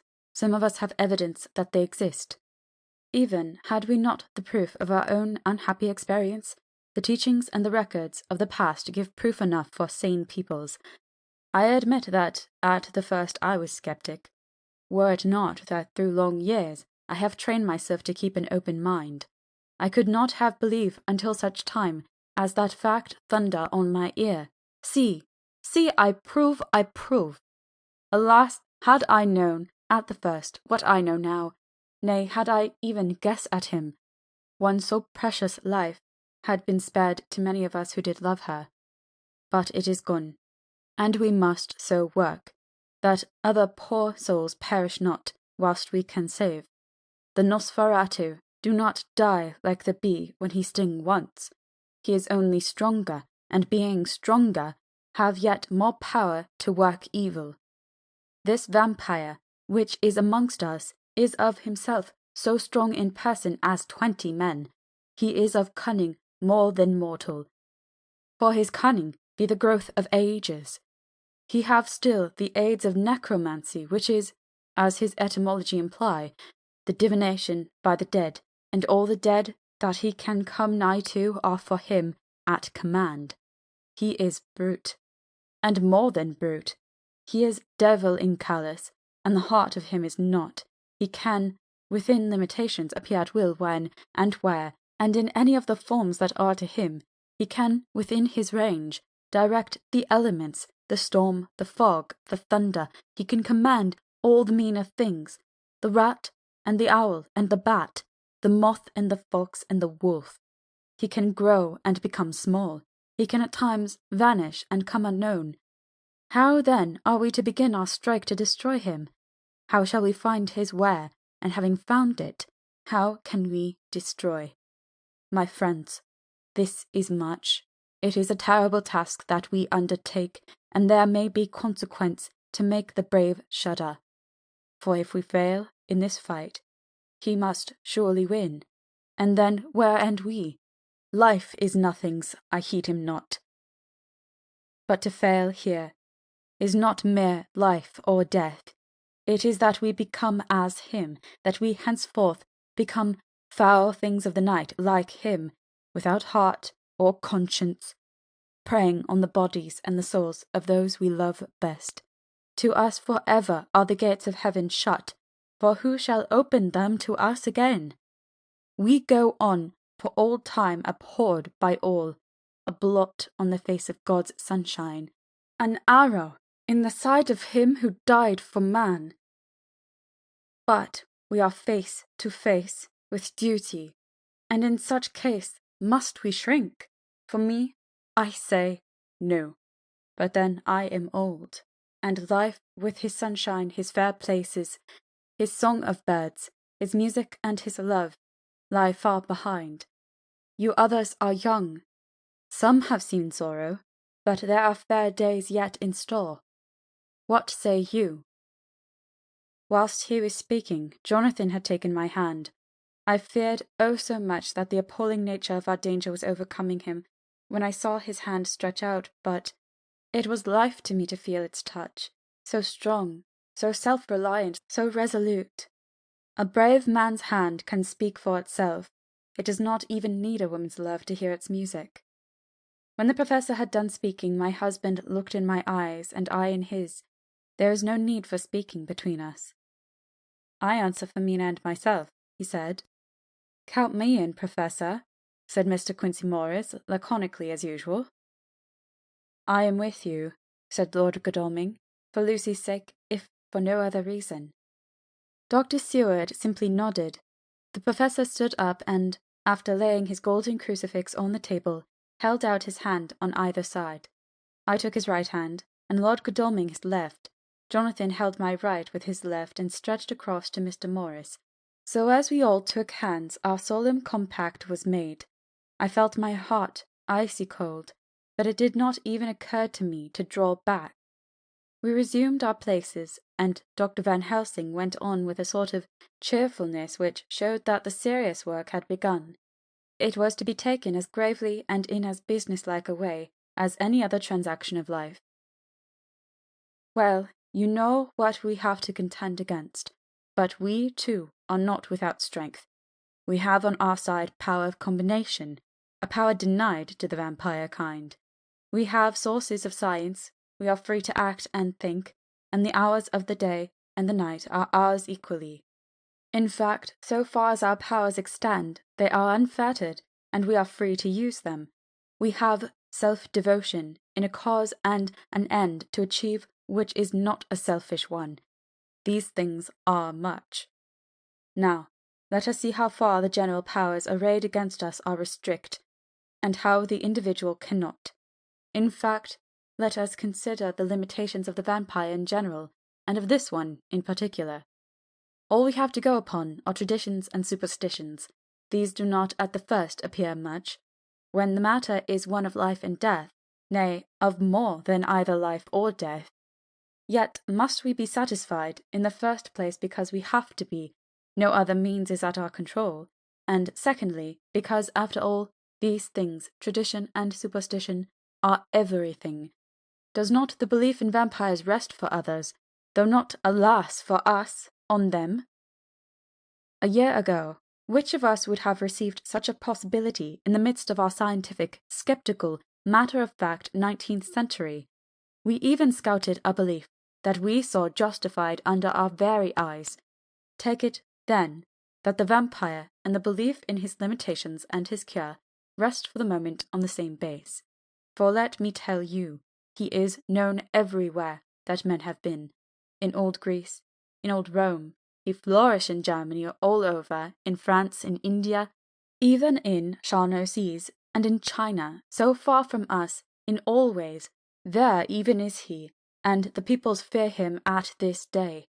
We have followed the wake of the berserker Icelander, the devil-begotten Hun, the Slav, the Saxon, the Magyar. So far, then, we have all we may act upon, and let me tell you that very much of the beliefs are justified by what we have seen in our own so unhappy experience. The vampire live on, and cannot die by mere passing of the time. He can flourish, when that he can fatten on the blood of the living.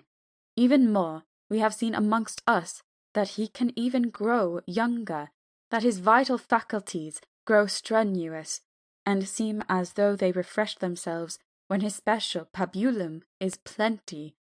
But he cannot flourish without this diet. He eat not as others. Even friend Jonathan, who lived with him for weeks, did never see him to eat, never. He throws no shadow, he make in the mirror no reflect, as again Jonathan observe. He has the strength of many on his hand. Witness again Jonathan when he shut the door against the wolves, and when he help him from the diligence too. He can transform himself to wolf, as we gather from the ship arrival in Whitby. When he tear open the dog, he can be as bat, as Madame Mina saw him on the window at Whitby, and as friend John saw him fly from this so near house, and as my friend Quincey saw him at the window of Miss Lucy. He can come in mist which he create. That noble ship's captain proved him of this, but, from what we know, the distance he can make of this mist is limited, and can only be round himself. He come on moonlight rays as elemental dust, as again Jonathan saw those sisters in the castle of Dracula. He become so small. We ourselves saw Miss Lucy, ere she was at peace, slip through a hairbreadth space at the tomb door. He can, when once he find his way, come out from anything or into anything, no matter how close it be bound or even fussed up with fire, solder you call it. He can see in the dark, no small power this, in a world which is one half shut from the light. Ah, but hear me though. He can do all these things, yet he is not free. Nay, he is even more prisoner than the slave of the galley, than the madman in his cell. He cannot go where he lists. He who is not of nature has yet to obey some of nature's laws. Why, we know not. He may not enter anywhere at the first, unless there be some one of the household who bid him to come, though afterwards he can come as he please. His power ceases, as does that of all evil things at the coming of the day. Only at certain times can he have limited freedom. If he be not at the place whither he is bound, he can only change himself at noon, or at exact sunrise or sunset. These things we are told, and in this record of ours we have proof by inference. Thus, whereas he can do as he will within his limit, when he have his earth home, his coffin home, his hell home, the place unhallowed as we saw when we went to the grave of the suicide at Whitby, still, at other time, he can only change when the time come. It is said, too, that he can only pass running water at the slack or the flood of the tide. Then there are things which so afflict him that he has no power, as the garlic that we know of, and as for things sacred, as this symbol, my crucifix, that was amongst us even now when we resolve, to them he is nothing. But in their presence he takes his place far off and silent with respect. There are others too, which I shall tell you of, lest in our speaking we may need them.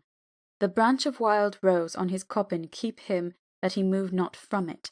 A sacred bullet fired into the coffin kill him, so that he be true dead. And as for the stake through him, we know already of its peace, of the cut-off head that giveth rest. We have seen it with our own eyes. Thus, when we find the habitation of this man that was, we can confine him to his coffin and destroy him, if we obey what we know. But he is clever. I have asked my friend Arminius of Budapest University to make his record, and from all the means that are, he tell me of what he has been. He must indeed have been that voivode Dracula who won his name against the Turk over the great river on the very frontier of Turkeyland. If it be so, then he was no common man, for in that time, and for centuries after, he was spoken of as the cleverest and the most cunning, as well as the bravest of the sons of the land beyond the forest. That mighty brain and that iron resolution went with him to his grave, and are even now arrayed against us. The Draculas were, says Arminius, a great and noble race, though now and again were scions, who were held by their covils to have had dealings with the evil one. They learned his secrets in the Scholomance, amongst the mountains over Lake Hermanstadt, where the devil claims the 10th scholar as his due. In the records are such words as stregoica, witch, ordog, and pokul, Satan and hell, and in one manuscript this very Dracula is spoken of as vampire, which we all understand too well.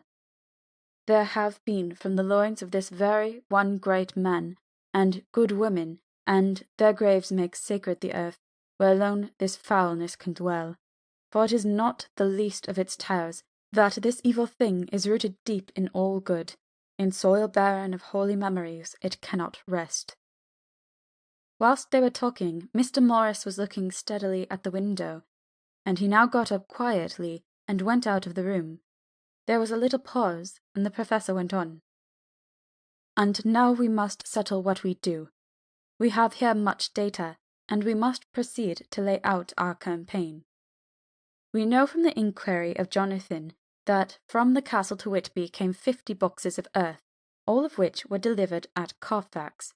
We also know that at least some of these boxes have been removed. It seems to me that our first step should be to ascertain whether all the rest remain in the house beyond that wall where we look today, or whether any more have been removed. If the latter, we must trace. Here we were interrupted in a very startling way. Outside the house came the sound of a pistol shot. The glass of the window was shattered with a bullet which, ricocheting from the top of the embrasure, struck the far wall of the room. I am afraid I am at heart a coward, for I shrieked out. The men all jumped to their feet. Lord Godalming flew over to the window and threw up the sash. As he did, we heard Mr. Morris's voice without. "Sorry, I fear I've alarmed you. I shall come in and tell you about it." A minute later he came in and said, "It was an idiotic thing for me to do, and I ask your pardon. Mrs. Harker, most sincerely. I fear I must have frightened you terribly, but the fact is that whilst the professor was talking there came a big bat and sat on the window-sill. I've got such a horror of the damned brutes from recent events that I cannot stand them, and I went out to have a shot, as I have been doing of late evenings whenever I have seen one. You used to laugh at me for it then, Art." "Did you hit it?" asked Dr. Van Helsing. "I don't know, I fancy not, for it flew away into the wood." Without saying any more, he took his seat, and the professor began to resume his statement. "We must trace each of these boxes, and when we are ready, we must either capture or kill this monster in his lair, or we must, so to speak, sterilize the earth, so that no more he can seek safety in it. Thus, in the end, we may find him in his form of man between the hours of noon and sunset, and so engage with him when he is at his most weak. And now for you, Madame Mina, this night is the end until all be well. You are too precious to us to have such risk. When we part tonight, you no more must question. We shall tell you all in good time. We are men and are able to bear, but you must be our star and our hope, and we shall act all the more free that you are not in the danger such as we are." All the men, even Jonathan, seemed relieved, but it did not seem to me that they should brave danger and perhaps lessen their safety, strength being the best safety, through care of me.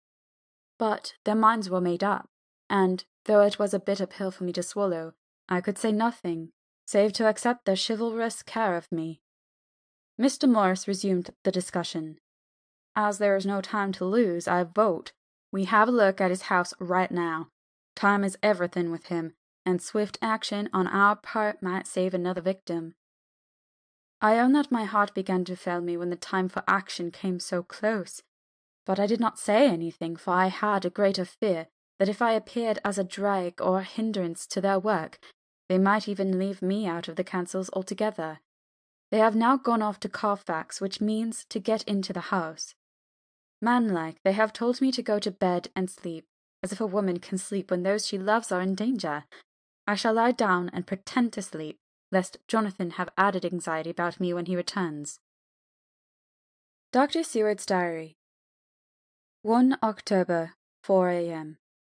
Just as we were about to leave the house, an urgent message was brought to me from Renfield to know if I would see him at once, as he had something of the utmost importance to say to me. I told the messenger to say that I would attend to his wishes in the morning. I was busy just at the moment. The attendant added, "He seems very importunate, sir. I have never seen him so eager. I don't know but what, if you don't see him soon, he will have one of his violent fits." I knew the man would not have said this without some cause, so I said, "All right, I'll go now," and I asked the others to wait a few minutes for me, as I had to go and see my patient. "Take me with you, friend John," said the professor. "His case in your diary interests me much, and it had bearing, too, now and again, on our case. I should much like to see him, and especially when his mind is disturbed." "May I come also?" asked Lord Godalming. "Me too," said Quincey Morris. "May I come?" said Harker. I nodded, and we all went down the passage together. We found him in a state of considerable excitement, but far more rational in his speech and manner than I had ever seen him. There was an unusual understanding of himself, which was unlike anything I had ever met in a lunatic, and he took it for granted that his reasons would prevail with others entirely sane. We all four went into the room, but none of the others at first said anything. His request was that I would at once release him from the asylum and send him home. This he backed up with arguments regarding his complete recovery, and adduced to his own existing sanity. "I appeal to your friends," he said. "They will, perhaps, not mind sitting in judgment on my case. By the way, you have not introduced me." I was so much astonished that the oddness of introducing a madman in an asylum did not strike me at the moment, and, besides, there was a certain dignity in the man's manner, so much of the habit of equality, that I at once made the introduction. Lord Godalming, Professor Van Helsing, Mr. Quincey Morris of Texas, Mr. Renfield. He shook hands with each of them, saying in turn, "Lord Godalming, I had the honour of seconding your father at Wyndham. I grieve to know by your holding the title that he is no more. He was a man loved and honoured by all who knew him, and in his youth was, I have heard, the inventor of a burnt rum punch, much patronised on Derby night. Mr. Morris, you should be proud of your great state. Its reception into the Union was a precedent which many have far-reaching effects hereafter, when the Pole and the Tropics may hold alliance to the Stars and Stripes. The power of treaty may yet prove a vast engine of enlargement. When the Monroe Doctrine takes its true place as a political fable, what shall any man say of his pleasure at meeting Van Helsing? Sir, I make no apology for dropping all forms of conventional prefix. When an individual has revolutionized therapeutics by his discovery of the continuous evolution of brain matter, conventional forms are unfitting, since they would seem to limit him to one of a class. You, gentlemen, who by nationality, by heredity, or by the possession of natural gifts, are fitted to hold your respective places in the moving world. I take to witness that I am as sane as at least the majority of men who are in full possession of their liberties. And I am sure that you, Dr. Seward, humanitarian and medico-jurist as well as scientist, will deem it a moral duty to deal with me as one to be considered as under exceptional circumstances. He made this last appeal with a courtly air of conviction which was not without its own charm. I think we were all staggered. For my own part, I was under the conviction, despite my knowledge of the man's character and history, that his reason had been restored, and I felt under a strong impulse to tell him that I was satisfied as to his sanity, and would see about the necessary formalities for his release in the morning. I thought it better to wait, however, before making so grave a statement, for of old I knew the sudden changes to which this particular patient was liable. So I contented myself with making a general statement that he appeared to be improving very rapidly, that I would have a longer chat with him in the morning, and would then see what I could do in the direction of meeting his wishes. This did not at all satisfy him, for he said quickly, "But I fear, Dr. Seward, that you hardly apprehend my wish. I desire to go at once, here, now, this very hour, this very moment, if I may. Time presses, and in our implied agreement with the old scytheman it is of the essence of the contract. I am sure it is only necessary to put before so admirable a practitioner as Dr. Seward so simple yet so momentous a wish to ensure its fulfilment."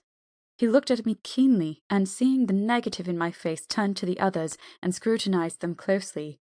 Not meeting any sufficient response, he went on. "Is it possible that I have erred in my supposition?" "You have," I said frankly, but at the same time, as I felt, brutally. There was a considerable pause, and then he said slowly, "Then I suppose I must only shift my ground of request. Let me ask for this concession, boon, privilege, what you will. I am content to implore in such a case, not on personal grounds, but for the sake of others. I'm not at liberty to give you the whole of my reasons, but you may, I assure you, take it from me that they are good ones, sound and unselfish, and spring from the highest sense of duty. Could you look, sir, into my heart, you would approve to the full the sentiments which animate me. Nay, more, you would count me amongst the best and truest of your friends." Again he looked at us all keenly. I had a growing conviction that this sudden change of his entire intellectual method was but yet another form or phase of his madness, and so determined to let him go on a little longer, knowing from experience that he would, like all lunatics, give himself away in the end. Van Helsing was gazing at him with a look of utmost intensity, his bushy eyebrows almost meeting with the fixed concentration of his look. He said to Renfield, in a tone which did not surprise me at the time, but only when I thought of it afterwards, for it was as of one addressing an equal, "Can you not tell frankly your real reason for wishing to be free tonight?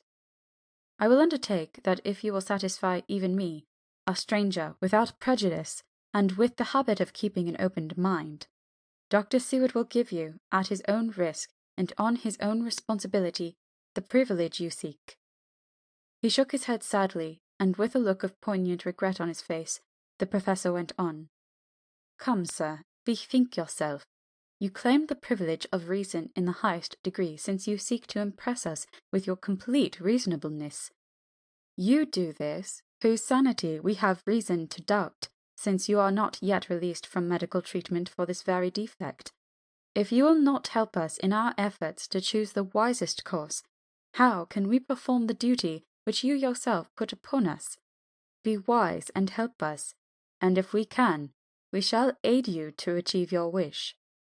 He still shook his head as he said, "Dr. Van Helsing, I have nothing to say. Your argument is complete, and if I were free to speak, I should not hesitate a moment. But I am not my own master in the matter. I can only ask you to trust me. If I am refused, the responsibility does not rest with me." I thought it was now time to end the scene, which was becoming too comically grave, so I went towards the door, simply saying, "Come, my friends, we have work to do. Good night." As, however, I got near the door, a new change came over the patient. He moved towards me so quickly that for the moment I feared that he was about to make another homicidal attack. My fears, however, were groundless, for he held up his 2 hands imploringly, and made his petition in a moving manner. As he saw that the very excess of his emotion was militating against him, by restoring us more to our old relations, he became still more demonstrative. I glanced at Van Helsing and saw my conviction reflected in his eyes, so I became a little more fixed in my manner, if not more stern, and motioned to him that his efforts were unavailing. I had previously seen something of the same constantly growing excitement in him when he had to make some request of which at the time he had thought much, such, for instance, as when he wanted a cat, and I was prepared to see the collapse into the same sullen acquiescence on this occasion. My expectation was not realized, for, when he found that his appeal would not be successful, he got into quite a frantic condition. He threw himself on his knees and held up his hands, wringing them in plaintive supplication, and poured forth a torrent of entreaty, with the tears rolling down his cheeks and his whole face and form expressive of the deepest emotion. "Let me entreat you, Dr. Seward, oh, let me implore you, to let me out of this house at once. Send me away how you will, and where you will. Send keepers with me with whips and chains. Let them take me in a strait waistcoat, manacled and leg ironed, even to a jail. But let me go out of this. You don't know what you do by keeping me here. I am speaking from the depths of my heart, of my very soul. You do not know whom you wrong or how, and I may not tell. Woe is me, I may not tell. By all you hold sacred, by all you hold dear, by your love that is lost, by your hope that lives, for the sake of the Almighty, take me out of this and save my soul from guilt. Can't you hear me, man? Can't you understand? Will you never learn? Don't you know that I am sane and earnest now, that I am no lunatic in a mad fit, but the sane man fighting for his soul? Oh, hear me! Hear me! Let me go! Let me go! Let me go! I thought that the longer this went on, the wilder he would get, and so would bring on a fit, so I took him by the hand and raised him up. "Come," I said sternly, "no more of this. We have had quite enough already. Get to your bed and try to behave more discreetly." He suddenly stopped and looked at me intently for several moments. Then, without a word, he rose and, moving over, sat down on the side of the bed. The collapse had come, as on former occasion, just as I had expected. When I was leaving the room, last of our party, he said to me in a quiet, well-bred voice, "You will, I trust, Dr. Seward, do me the justice to bear in mind, later on, that I did what I could to convince you tonight." End of Chapter 18. Chapter 19. Jonathan Harker's Journal. 1 October, 5 a.m. I went with the party to the search with an easy mind, for I think I never saw Mina so absolutely strong and well. I am so glad that she consented to hold back and let us men do the work. However, it was a dread to me that she was in this fearful business at all, but now that her work is done, and that it is due to her energy and brains and foresight that the whole story is put together in such a way that every point tells, she may well feel that her part is finished, and that she can henceforth leave the rest to us. We were, I think, all a little upset by the scene with Mr. Renfield. When we came away from his room, we were silent till we got back to the study. Then Mr. Morris said to Dr. Seward, "Say, Jack, if that man wasn't attempting a bluff, he is about the sanest lunatic I ever saw. I am not sure, but I believe that he had some serious purpose, and if he had, it was pretty rough on him not to get a chance." Lord Godalming and I were silent, but Dr. Van Helsing added, "Friend John, you know more of lunatics than I do, and I'm glad of it, for I fear that if it had been to me to decide, I would before that last hysterical outburst have given him free. But we live and learn, and in our present task we must take no chance. As my friend Quincey would say, all is best as they are." Dr. Seward seemed to answer them both in a dreamy kind of way. "I don't know but that I agree with you. If that man had been an ordinary lunatic, I would have taken my chance of trusting him. But he seems so mixed up with the Count in an indexy kind of way that I am afraid of doing anything wrong by helping his fads. I can't forget how he prayed with almost equal fervour for a cat, and then tried to tear my throat out with his teeth. Besides, he called the Count Lord and Master, and he may want to get out to help him in some diabolical way. That horrid thing has the wolves and the rats and his own kind to help him, so I suppose he isn't above trying to use a respectable lunatic. He certainly did seem earnest, though. I only hope we have done what is best.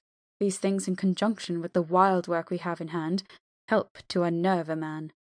The professor stepped over and, laying his hand on his shoulder, said in his grave, kindly way, "Friend John, have no fear. We are trying to do our duty in a very sad and terrible case. We can only do as we deem best. What else have we to hope for except the pity of the good God?" Lord Godalming had slipped away for a few minutes, but now he returned. He held up a little silver whistle as he remarked, "That old place may be full of rats, and if so, I've got an antidote on call." Having passed the wall, we took our way to the house, taking care to keep in the shadows of the trees on the lawn when the moonlight shone out. When we got to the porch, the professor opened his bag and took out a lot of things, which he had laid on the step, sorting them into 4 little groups, evidently one for each. Then he spoke. "My friends, we are going into a terrible danger, and we need arms of many kinds.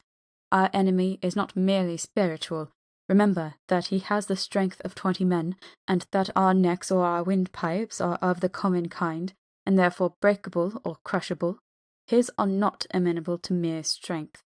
A stronger man, or a body of men more strong in all than him, can at certain times hold him, but they cannot hurt him as we can be hurt by him. We must, therefore, guard ourselves from his touch. Keep this near your heart." As he spoke, he lifted a little silver crucifix and held it out to me, I being nearest to him. "Put these flowers round your neck." Here he handed to me a wreath of withered garlic blossoms. "For other enemies more mundane, this revolver and this knife.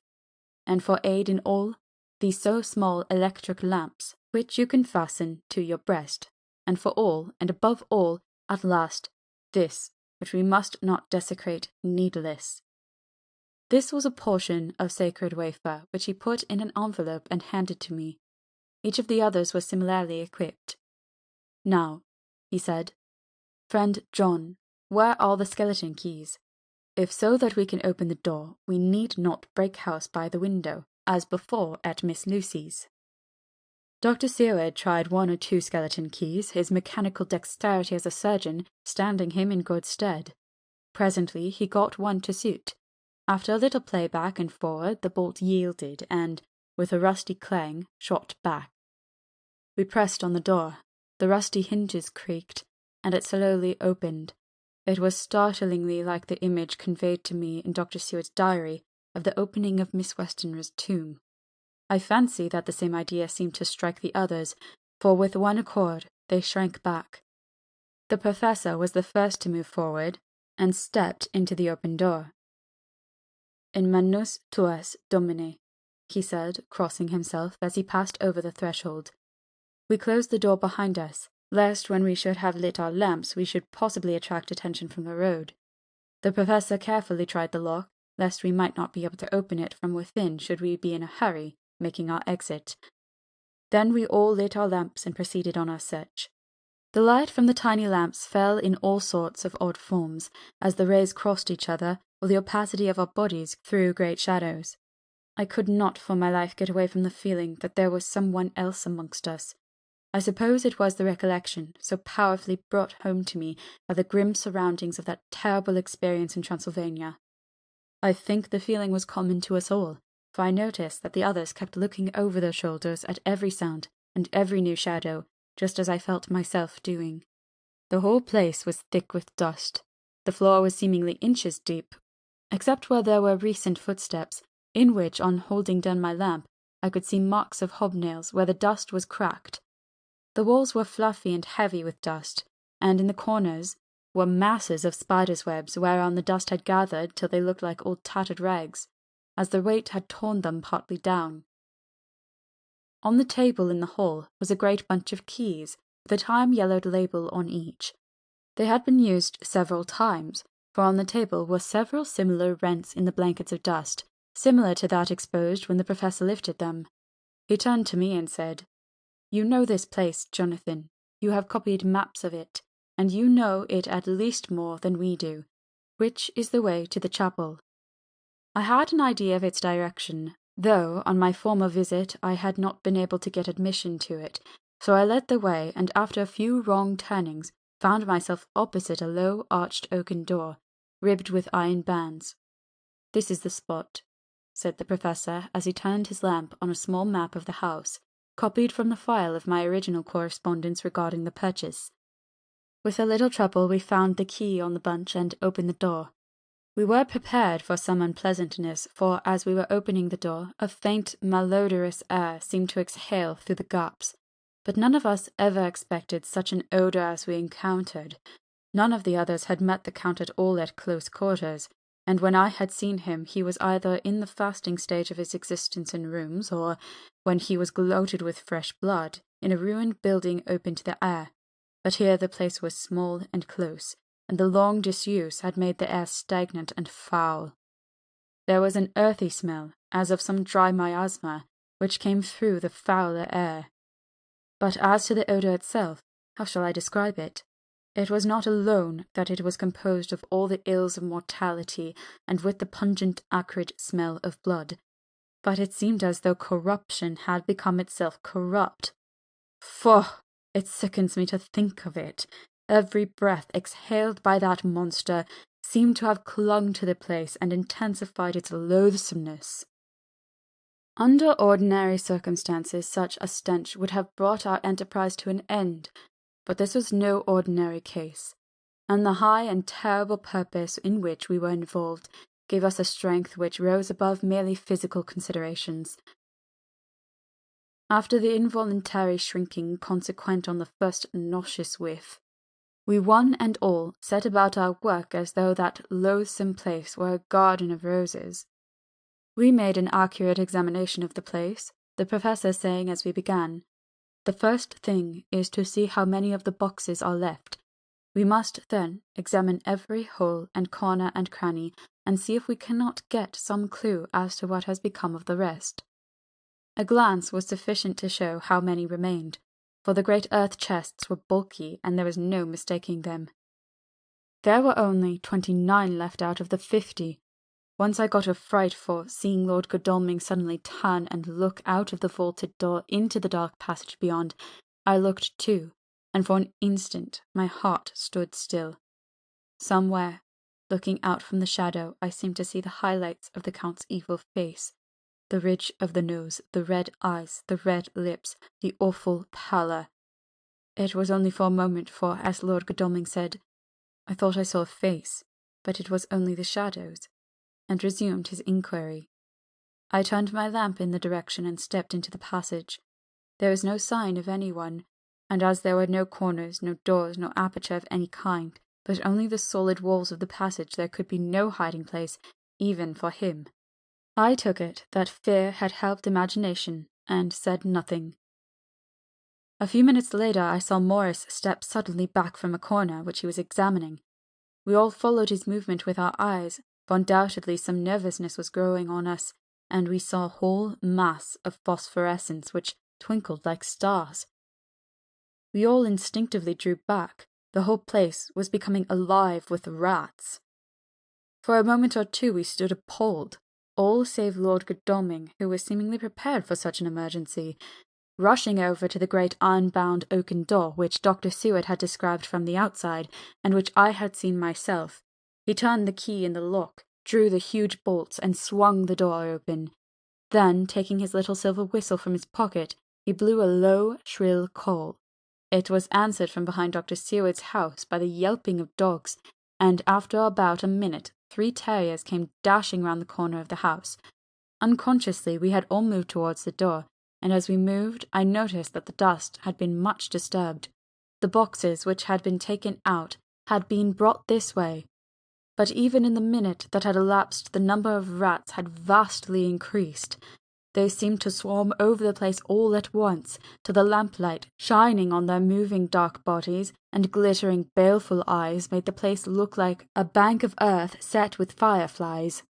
The dogs dashed on, but at the threshold suddenly stopped and snarled, and then, simultaneously lifting their noses, began to howl in a most lugubrious fashion.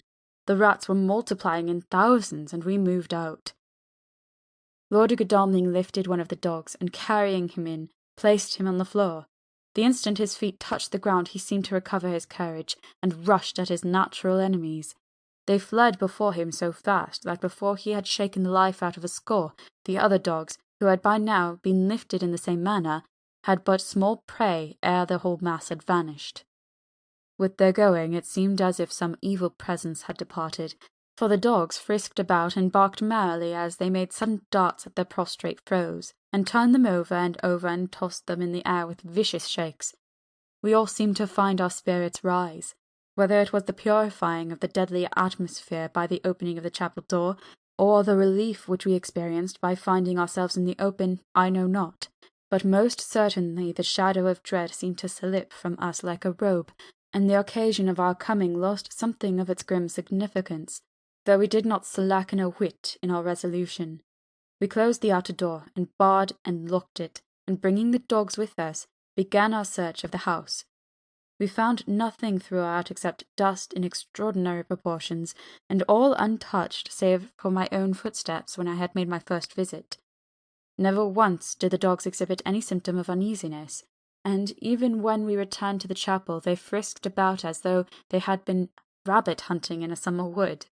The morning was quickening in the east when we emerged from the front. Dr. Van Helsing had taken the key of the hall door from the bunch and locked the door in orthodox fashion, putting the key into his pocket when he had done. "So far," he said, "our night has been eminently successful. No harm has come to us such as I feared might be, and yet we have ascertained how many boxes are missing. More than all do I rejoice that this, our first and perhaps our most difficult and dangerous step has been accomplished without the bringing thereinto our most sweet Madame Mina, or troubling her waking or sleeping thoughts with sights and sounds and smells of horror which she might never forget. One lesson, too, we have learned, if it be allowable to argue a particulari, that the brute beasts which are to the Count's command are yet themselves not amenable to his spiritual power. For look, these rats that would come to his call, just as from his castle top he summoned the wolves to your going, and to that poor mother's cry, though they come to him, they run pell-mell from the so little dogs of my friend Arthur. We have other matters before us, other dangers, other fears, and that monster, he has not used his power over the brute world for the only or the last time. He has not used his power over the brute world for the only or the last time tonight. So be it that he has gone elsewhere. Good. It has given us opportunity to cry check in some ways in this chess game, which we play for the stake of human souls. And now let us go home. The dawn is close at hand, and we have reason to be content with our first night's work. It may be ordained that we have many nights and days to follow, if full of peril, but we must go on, and from no danger shall we shrink. The house was silent when we got back, save for some poor creature who was screaming away in one of the distant wards, and a low, moaning sound from Renfield's room. The poor wretch was doubtless torturing himself after the manner of the insane, with needless thoughts of pain. I came tiptoe into our own room, and found Mina asleep, breathing so softly that I had to put my ear down to hear it. She looks paler than usual. I hope the meeting tonight has not upset her. I am truly thankful that she is to be left out of our future work, and even of our deliberations. It is too great a strain for a woman to bear. I did not think so at first, but I know better now. Therefore I am glad that it is settled. There may be things which would frighten her to hear, and yet to conceal them from her might be worse than to tell her if once she suspected that there was any concealment. Henceforth our work is to be a sealed book to her, till at least such time we can tell her that all is finished, and the earth free from a monster of the netherworld. I dare say it will be difficult to begin to keep silence after such confidence as ours. But I must be resolute, and tomorrow I shall keep dark over tonight's doings, and shall refuse to speak of anything that has happened. I rest on the sofa so as not to disturb her. 1st October. Later.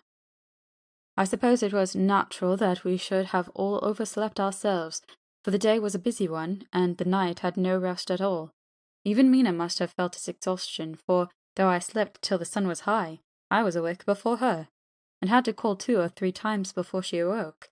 Indeed, she was so sound asleep that for a few seconds she did not recognize me, but looked at me with a sort of blank terror as one who has been waked out of a bad dream. She complained a little of being tired, and I let her rest till later in the day. We now know of 21 boxes having been removed, and if it be that several were taken in any of those removals, we may be able to trace them all. Such will, of course, immensely simplify our labour, and the sooner the matter is attended to, the better. I shall look up Thomas Snelling today. Dr. Seward's Diary. 1st October. It was towards noon when I was awakened by the Professor walking into my room. He was more jolly and cheerful than usual, and it is quite evident that last night's work has helped to take some of the brooding weight off his mind. After going over the adventure of the night, he suddenly said, "Your patient interests me much. May it be that with you I visit him this morning? Or, if that you are too occupied, I can go alone if it may be. It is a new experience to me to find a lunatic who talk philosophy and reason so sound." I had some work to do which pressed, so I told him that if he would go alone, I would be glad, as then I should not have to keep him waiting.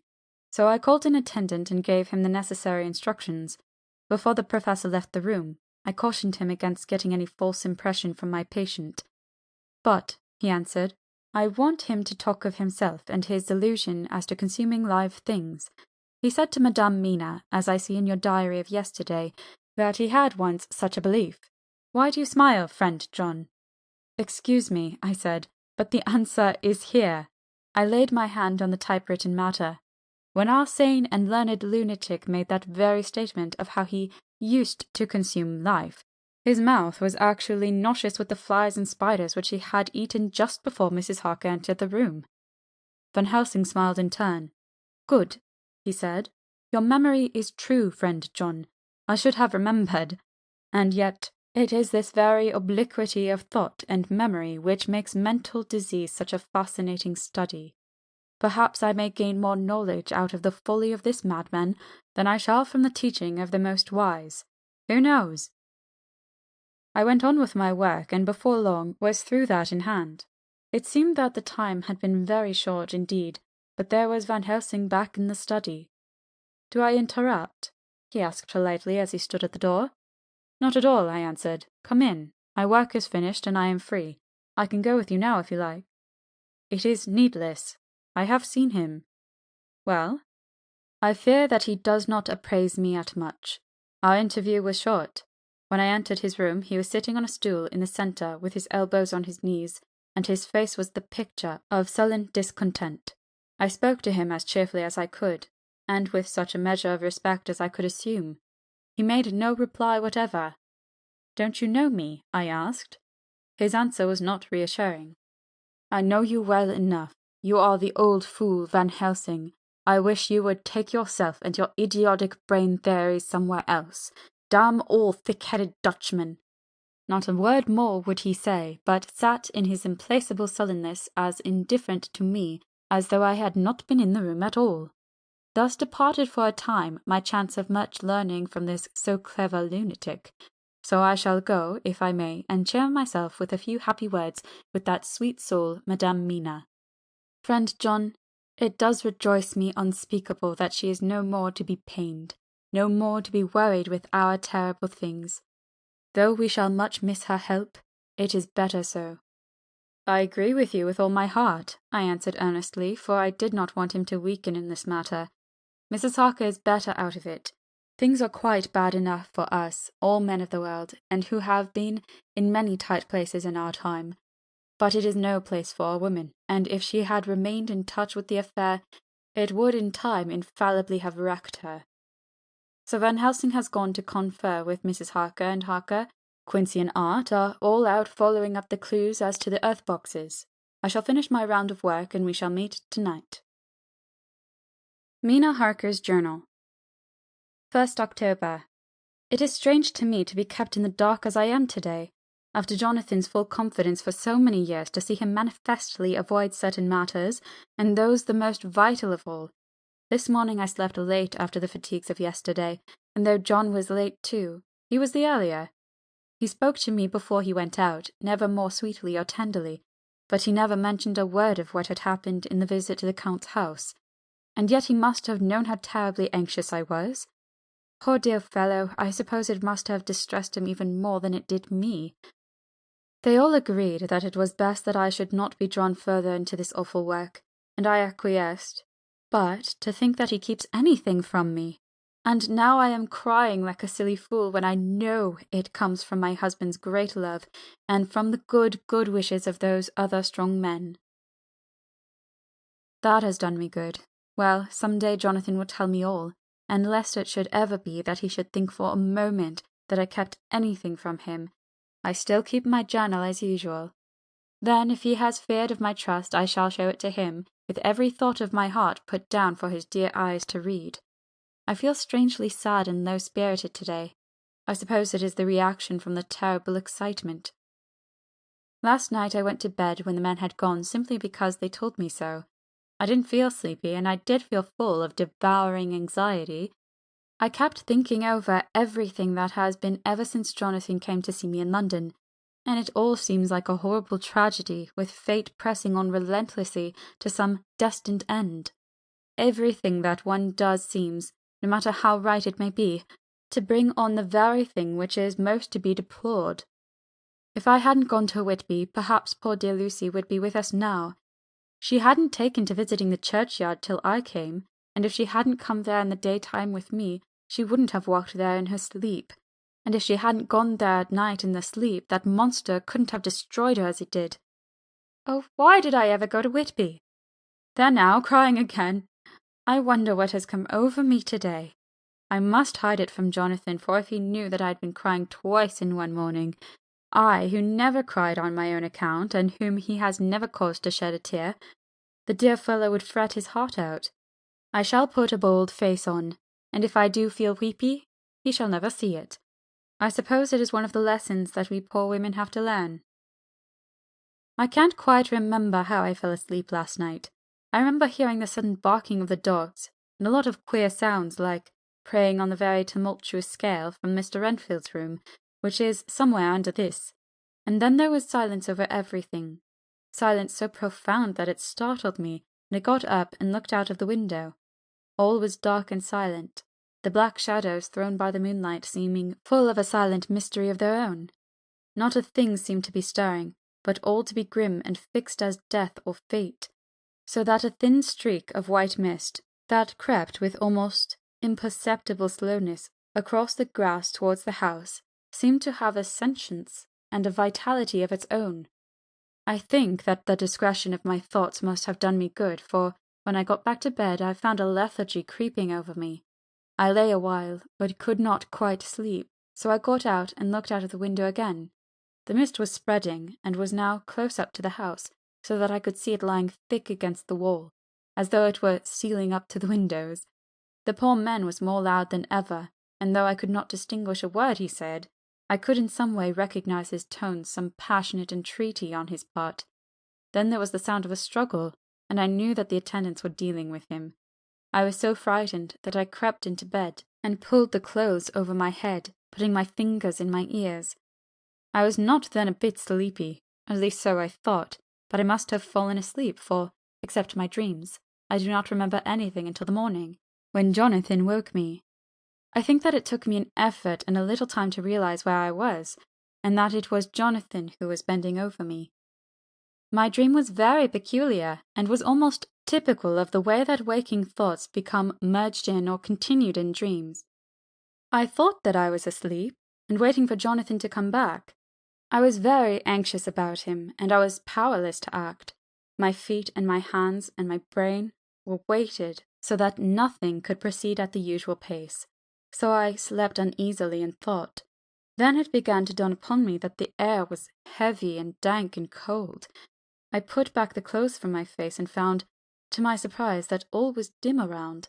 The gaslight which I had left lit for Jonathan, but turned down, came only like a tiny red spark through the fog, which had evidently grown thicker and poured into the room.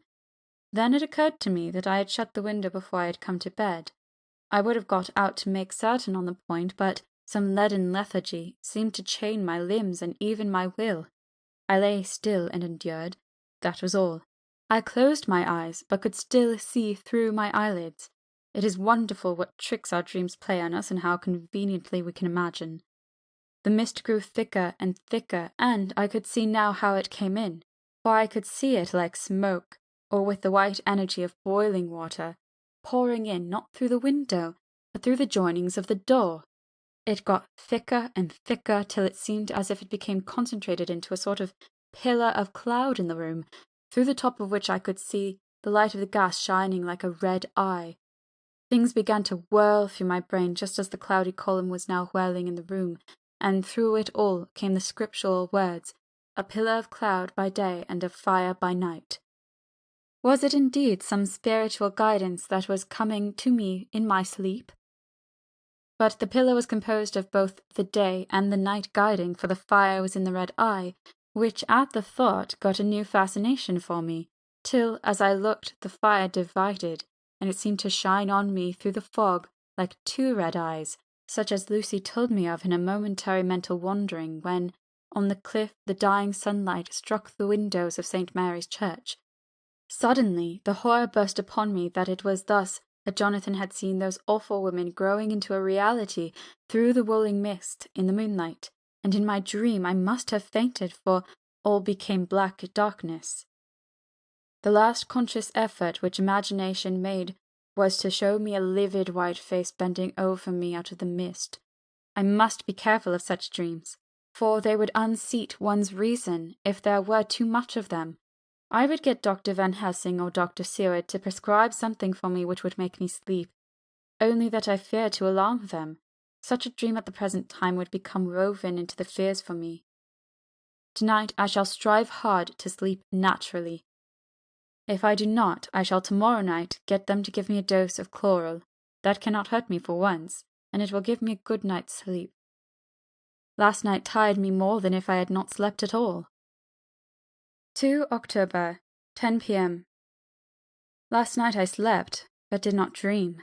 I must have slept soundly, for I was not waked by Jonathan coming to bed, but the sleep has not refreshed me, for today I feel terribly weak and spiritless. I spent all yesterday trying to read or lying down dozing. In the afternoon Mr. Renfield asked if he might see me. Poor man, he was very gentle, and when I came away he kissed my hand and bade God bless me. Some way it affected me much. I am crying when I think of him. This is a new weakness, of which I must be careful. Jonathan would be miserable if he knew I had been crying. He and the others were out till dinner time, and they all came in tired. I did what I could to brighten them up, and I suppose that the effort did me good, for I forgot how tired I was. After dinner they sent me to bed, and all went off to smoke together, as they said, but I knew that they wanted to tell each other of what had occurred to each during the day.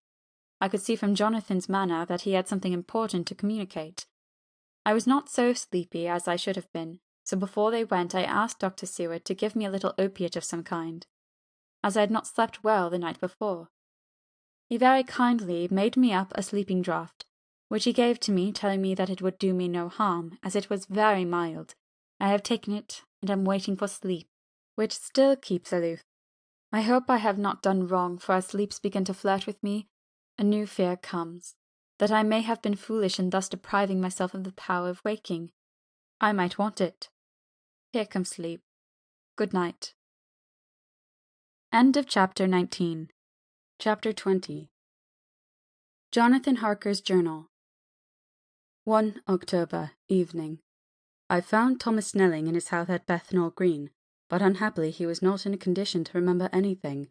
The very prospect of beer, which my expected coming had opened to him, had proved too much, and he had begun too early on his expected debauch. I learned, however, from his wife, who seemed a decent poor soul, that he was only the assistant to Smollett, who, of the two mates, was the responsible person.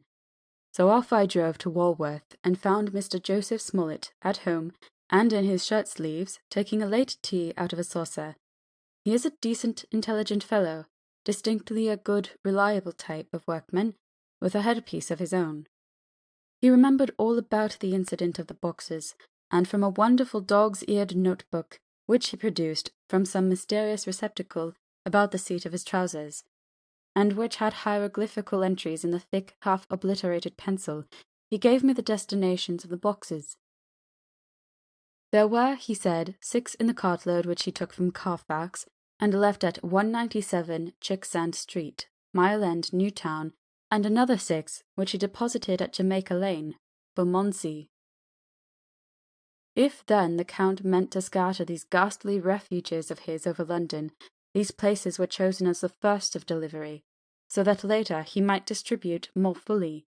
The systematic manner in which this was done made me think that he could not mean to confine himself to 2 sides of London. He was now fixed on the far east of the northern shore, on the east of the southern shore, and on the south. The north and west were surely never meant to be left out of his diabolical scheme, let alone the city itself and the very heart of fashionable London in the south-west and west. I went back to Smollett and asked him if he could tell us if any other boxes had been taken from Carfax. He replied, "Well, governor, you've treated me very handsome. I had given him half a sovereign, and I tell yer all I know. I heard a man by the name of Bloxham say 4 nights ago, in the Hare and Hounds in Pincher's Alley, as how he and his mate had a rare dusty job in an old house in Perfect. There ain't a many of such jobs as this here, and I'm thinking that maybe Sam Bloxham could tell you summat." I asked if he could tell me where to find him. I told him that if he could get me the address it would be worth another half-sovereign to him. So he gulped down the rest of his tea and stood up, saying that he was going to begin the search then and there. At the door he stopped and said, "Look here, governor, there ain't no sense in me keeping you here. I may find Sam soon or I mayn't, but anyhow he ain't like to be in a way to tell ye much tonight. Sam is a rare one when he starts on the booze. If you can give me an envelope with a stamp on it and put your address on it, I'll find out where Sam is to be found and post it to you tonight. But you'd better be up arter soon in the morning, or maybe you won't catch him, for Sam gets off main early. Never mind the booze the night afore." This was all practical, so one of the children went off with a penny to buy an envelope and a sheet of paper, and to keep the change. When she came back, I addressed the envelope and stamped it, and when Smollett had again faithfully promised to post the address when found, I took my way home. We're on the track anyhow. I am tired tonight, and want to sleep. Mina is fast asleep and looks a little too pale. Her eyes look as though she had been crying. Poor dear, I've no doubt it frets her to be kept in the dark, and it may make her doubly anxious about me and the others. But it is best as it is. It is better to be disappointed and worried in such a way than to have her nerve broken. The doctors were quite right to insist on her being kept out of this dreadful business. I must be firm, for on me this particular burden of silence must rest. I shall not ever enter on the subject with her under any circumstances. Indeed, it may not be a hard task after all, for she herself has become reticent on the subject, and has not spoken of the Count or his doing ever since we told of our decision. 2 October, evening. A long and trying and exciting day. By the first post I got my directed envelope with a dirty scrap of paper enclosed, on which was written with a carpenter's pencil in a sprawling hand, Sam Bloxham, Cochrane's, 4 Potter's Court, Bartle Street, Walworth. Ask for the Depite. I got the letter in bed, and rose without waking Mina. She looked heavy and sleepy and pale, and far from well. I determined not to wake her, but that, when I should return from this new search, I would arrange for her going back to Exeter. I think she would be happier in her own home, with her daily tasks to interest her, than being here amongst us and in ignorance. I only saw Dr. Seward for a moment, and told him where I was off to, promising to come back and tell the rest so soon as I should have found out anything. I drove to Walworth, and found with some difficulty Potter's Court. Mr. Smollett's spelling misled me, as I asked for Potter's Court instead of Potter's Court. However, when I had found the court, I had no difficulty in discovering Corcoran's lodging-house. When I asked the man who came to the door for the Depite, he shook his head and said, "I'd know him. There ain't no such a person here. I never heard of him in all my bloomin' days. Don't believe there ain't nobody of that kind living here or anywheres." I took out Smollett's letter, and as I read it, seemed to me that the lesson of the spelling of the name of the court might guide me. "What are you?" I asked. "I'm the deputy," he answered. I saw at once that I was on the right track. Phonetic spelling had again misled me. A half-crown tip put the deputy's knowledge at my disposal, and I learned that Mr. Bloxam, who had slept off the remains of his beer on the previous night at Corcoran's, had left for his work at Poplar at 5 o'clock that morning. He could not tell me where the place of work was situated, but he had a vague idea that it was some kind of a new-fangled warehouse, and with this slender clue I had to start for Poplar. It was 12 o'clock before I got any satisfactory hint of such a building, and this I got at a coffee shop where some workmen were having their dinner. One of these suggested that there was being erected at Cross Angel Street a new cold storage building, and as this suited the condition of a new-fangled warehouse, I at once drove to it. An interview with a surly gatekeeper and a surlier foreman, both of whom were appeased with the coin of the realm, put me on the track of Bloxam. He was sent for on my suggesting that I was willing to pay his day's wages to his foreman for the privilege of asking him a few questions on a private matter. He was a smart enough fellow, though rough of speech and bearing. When I had promised to pay for his information and given him an earnest, he told me that he had made 2 journeys between Carfax and a house in Piccadilly, and had taken from his house to the latter 9 great boxes, main heavy ones, with a horse and cart hired by him for this purpose. I asked him if he could tell me the number of the house in Piccadilly, to which he replied, "Well, governor, I forgets the number, but it was only a few doors from a big white church or something of the kind, but it was only a few doors down from a big white church or something of the kind, not long built. It was a dusty old house too, though nothing to the dustiness of the house we took the bloomin' boxes from."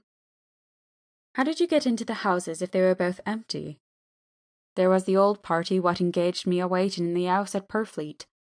He helped me to lift the boxes and put them in the dray. Curse me, but he was the strongest chap I ever struck, and him an old feller, with a white moustache, one that thin you think he couldn't throw a shatter." How this phrase thrilled through me. "Why, he took up his end of the boxes like they was pounds of tea, and me a puffin' and a blowin' afore I could up-bend mine anyhow, and I'm no chicken neither." "How did you get into the house in Piccadilly?" I asked. "He was there too. He must have started off and got there afore me, for when I rung of the bell he came and opened the door hisself and helped me to carry the boxes into the hall." "The whole 9?" I asked. "Yus. There was 5 in the first load and 4 in the second. It was main dry work, and I don't so well remember how I got home." I interrupted him. "Were the boxes left in the hall?" "Yus. It was a big hole, and there was nothing else in it." I made one more attempt to further matters. "You didn't have any key?" "Never used no key nor nothink. The old gent he opened the door hisself and shut it again when I drove off. Don't remember the last time, but that was the beer." "And you can't remember the number of the house?" "No, sir, but you needn't have no difficulty about that. It's an iron with a stone front with a bow on it, and high steps up to the door. I know them steps having had to carry the boxes up with 3 loafers what come round to earn a copper. The old gent give them shillings, and they seeing they got so much they wanted more, but he took one of them by the shoulder and was like to throw him down the steps till the lot of them went away cussing." I thought that with this description I could find the house, so, having paid my friend for his information, I started off for Piccadilly. I had gained a new painful experience. The Count could, it was evident, handle the earth boxes himself. If so, time was precious, for, now that he had achieved a certain amount of distribution, he could, by choosing his own time, complete the task unobserved. At Piccadilly Circus I discharged my cab and walked westward. Beyond the Junior Constitutional I came across the house described, and was satisfied that this was the next of the layers arranged by Dracula. The house looked as though it had been long untenanted. The windows were encrusted with dust, and the shutters were up. All the framework was black with time, and from the iron the paint had mostly scaled away. It was evident that, up to lately, there had been a large notice board in front of the balcony. It had, however, been roughly torn away, the uprights which had supported it still remaining. Behind the rails of the balcony I saw that there were some loose boards, whose raw edges looked white. I would have given a good deal to have been able to see the notice board intact, as it would perhaps have given some clue to the ownership of the house. I remembered my experience of the investigation and purchase of Carfax, and I could not but feel that if I could find the former owner, there might be some means discovered of gaining access to the house. There was at present nothing to be learned from the Piccadilly side, and nothing could be done, so I went round to the back to see if anything could be gathered from this quarter. The mews were active, the Piccadilly houses being mostly in occupation. I asked one or two of the grooms and helpers whom I saw around if they could tell me anything about the empty house. One of them said that he heard it had lately been taken, but he couldn't say from whom. He told me, however, that up to very lately there had been a notice board of "For Sale up," and that perhaps Mitchell, Sons and Candy, the house agents, could tell me something, as he thought he remembered seeing the name of that firm on the board. I did not wish to seem too eager, or to let my informant know or guess too much, so thanking him in the usual manner, I strolled away. It was now growing dusk, and the autumn night was closing in, so I did not lose any time. Having learned the address of Mitchell, Sons and Candy from a directory at the Berkeley, I was soon at their office in Sackville Street. The gentleman who saw me was particularly suave in manner, but uncommunicative in equal proportion. Having once told me that the Piccadilly house, which throughout our interview he called a mansion, was sold, he considered my business as concluded. When I asked who had purchased it, he opened his eyes a thought wider, and paused for a few seconds before replying. "It is sold, sir." "Pardon me," I said with equal politeness, "but I have a special reason for wishing to know who purchased it." Again he paused longer, and raised his eyebrows still more. "It is sold, sir," was again his laconic reply. "Surely," I said, "you do not mind letting me know so much?" "But I do mind," he answered. "The affairs of their clients are absolutely safe in the hands of Mitchell, Sons and Candy." This was manifestly a prig of the first water, and there was no use arguing with him. I thought I had best meet him on his own ground, so I said, "Your clients, sir, are happy in having so resolute a guardian of their confidence. I am myself a professional man." Here I handed him my card.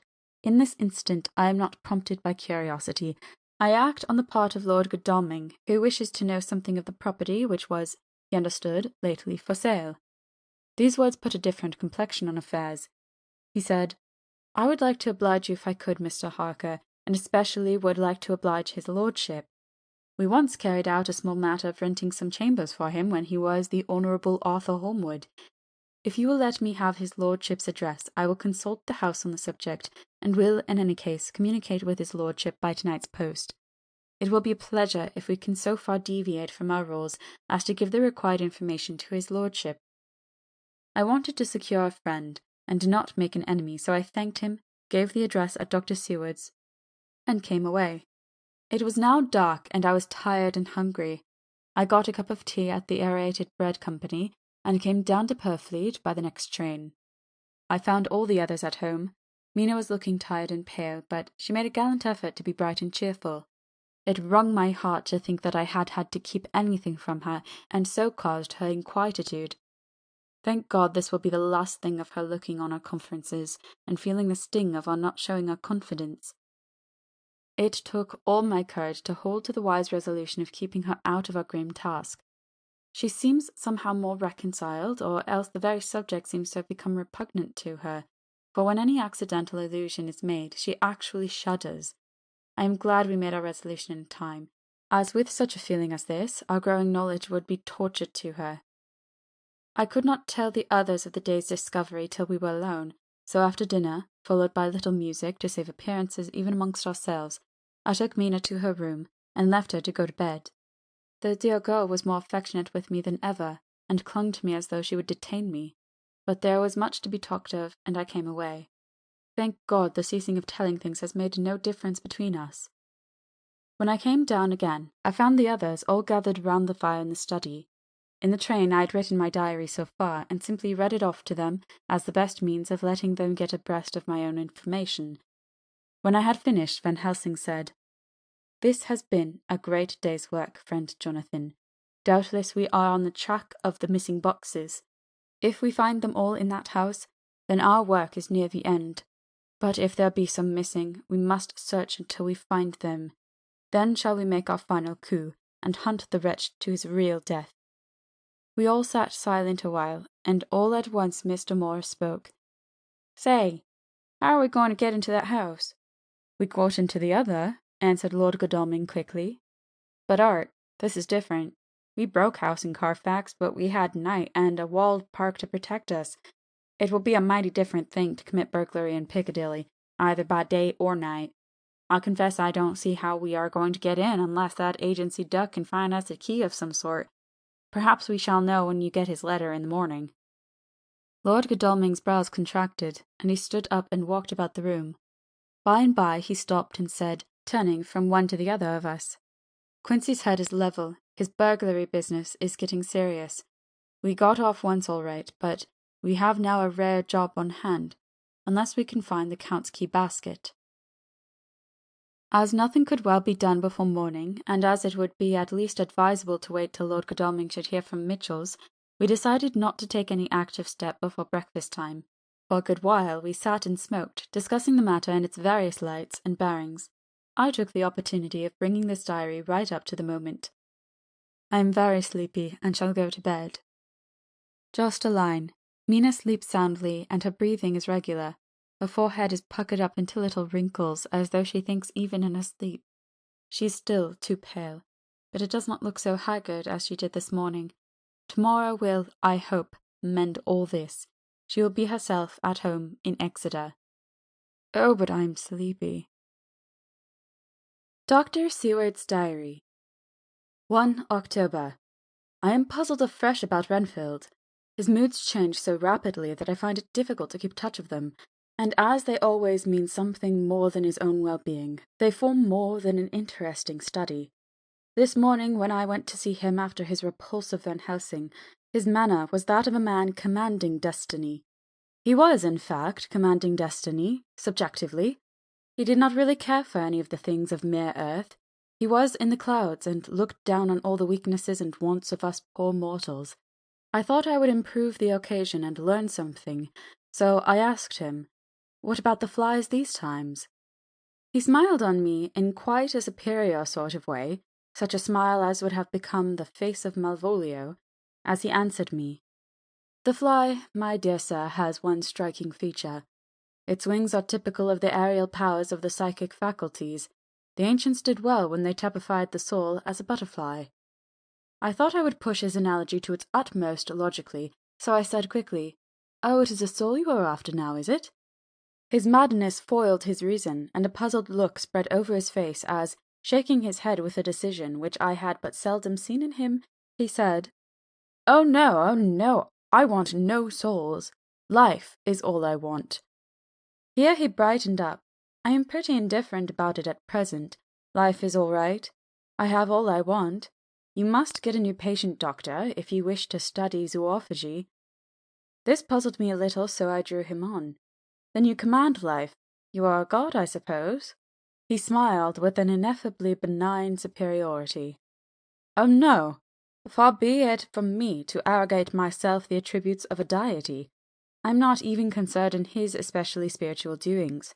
If I may state my intellectual position, I am, so far as concerns things purely terrestrial, somewhat in the position which Enoch occupied spiritually." This was a poser to me. I could not at the moment recall Enoch's appositeness, so I had to ask a simple question, though I felt that by so doing I was lowering myself in the eyes of the lunatic. "And why with Enoch?" "Because he walked with God."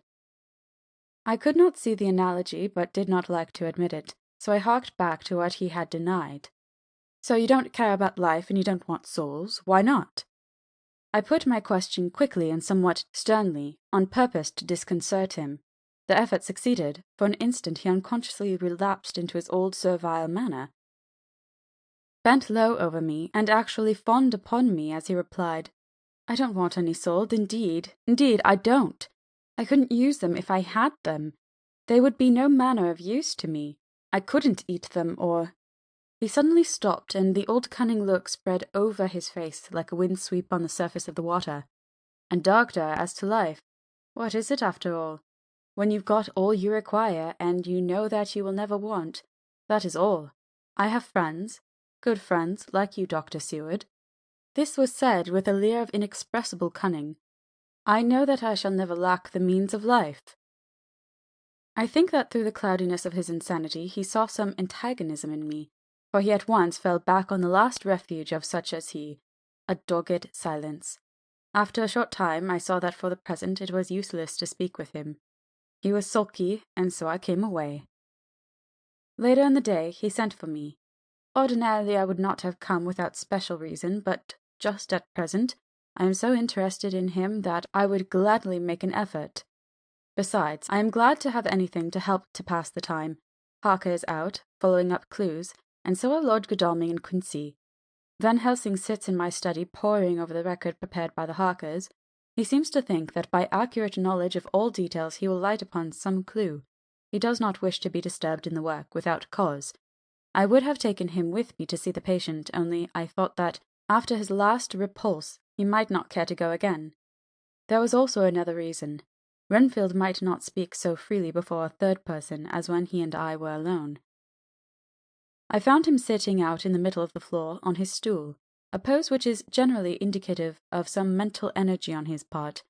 When I came in, he said at once, as though the question had been waiting on his lips, "What about souls?" It was evident that my surmise had been correct. Unconscious cerebration was doing its work, even with the lunatic. I determined to have the matter out. "What about them yourself?" I asked.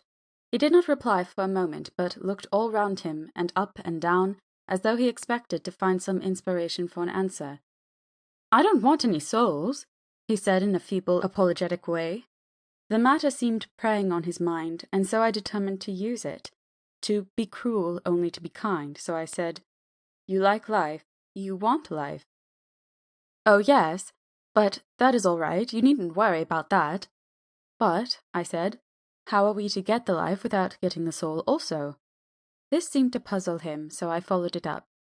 "A nice time you'll have some time when you're flying out there, with the souls of 1,000 flies and spiders and birds and cats buzzing and twittering and meowing all round you. You've got their lives, you know, and you must put up with their souls." Something seemed to affect his imagination, for he put his fingers to his ears and shut his eyes, screwing them up tightly, just as a small boy does when his face is being soaped.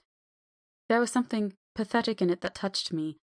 It also gave me a lesson, for it seemed that before me was a child, only a child, though the features were worn and the stubble in the jaws was white. It was evident that he was undergoing some process of mental disturbance, and, knowing how his past moods had interpreted things seemingly foreign to himself, I thought I would enter into his mind as well as I could and go with him. The first step was to restore confidence, so I asked him, speaking pretty loud so that he would hear me through his closed ears, "Would you like some sugar to get your flies round again?" He seemed to wake up all at once, and shook his head. With a laugh he replied, "Not much. Flies are poor things after all." After a pause he added, "But I don't want their souls buzzing round me all the same." "Or spiders," I went on. "Blow spiders! What's the use of spiders? There isn't anything in them to eat or—" He stopped suddenly, as though reminded of a forbidden topic. So, I thought to myself. This is the second time he has suddenly stopped at the word drink. What does it mean? Renfield seemed himself aware of having made a lapse, for he hurried on, as though to distract my attention from it. "I don't take any stock at all in such matters. Rats and mice and such small deer, as Shakespeare has it. Chicken feed of the larder, they might be called. I'm past all that sort of nonsense. You might as well ask a man to eat molecules with a pair of chopsticks, as to try to interest me about the lesser carnivora, when I know what is before me." "I see," I said. "You want big things that you can make your teeth meet in. How would you like to breakfast on elephant?" "What ridiculous nonsense you are talking!" He was getting too wide awake, so I thought I would press him hard. "I wonder," I said reflectively, "what an elephant's soul is like." The effect I desired was obtained, for he at once fell from his high horse and became a child again. I don't want an elephant's soul, or any soul at all, he said. For a few moments he sat despondently. Suddenly he jumped to his feet with his eyes blazing and all the signs of intense cerebral excitement. To hell with you and your souls, he shouted. Why do you plague me about souls? Haven't I got enough to worry and pain and distract me already, without thinking of souls? He looked so hostile that I thought he was in for another homicidal fit, so I blew my whistle. The instant, however, that I did so, he became calm, and said apologetically, Forgive me, Doctor. I forgot myself. You do not need any help. I am so worried in my mind that I am apt to be irritable. If you only knew the problem I have to face, and that I am working out, you would pity and tolerate and pardon me. Pray do not put me in a strait waistcoat. I want to think, and I cannot think freely when my body is confined. I am sure you will understand. He had evidently self-control, so when the attendants came, I told them not to mind, and they withdrew. Renfield watched them go. When the door was closed, he said, with considerable dignity and sweetness, Dr. Seward, you have been very considerate towards me. Believe me that I am very, very grateful to you. I thought it well to leave him in his mood, and so I came away. There is certainly something to ponder over this man's state. Several points seem to make that the American interviewer calls a story, if one could only get them in proper order. Here they are. We'll not mention drinking. Fears the thought of being burdened with the soul of anything. Has no dread of wanting life in the future. Despises the meaner forms of life altogether, though he dreads being haunted by their souls. Logically, all these things point one way. He has assurance of some kind that he will acquire some higher life. He dreads the consequence, the burden of a soul. Then it is a human life he looks to. And the assurance?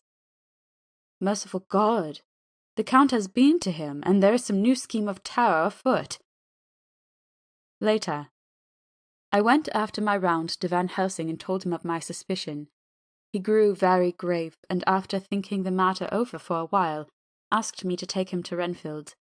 I did so, and as we came to the door we heard the lunatic within singing gaily, as he used to do in the time which now seems so long ago. When we entered, we saw with amazement that he had spread out his sugar as of old. The flies, lethargic with the autumn, were beginning to buzz into the room. We tried to make him talk of the subject of our previous conversation, but he would not attend. He went on with his singing, just as though we had not been present. He had got a scrap of paper and was folding it into a notebook. We had to come away as ignorant as we went in. He is a curious case indeed. We must watch him tonight. Letter. Mitchell, Sons and Candy to Lord Godalming. 1st October. My lord, we are at all times only too happy to meet your wishes.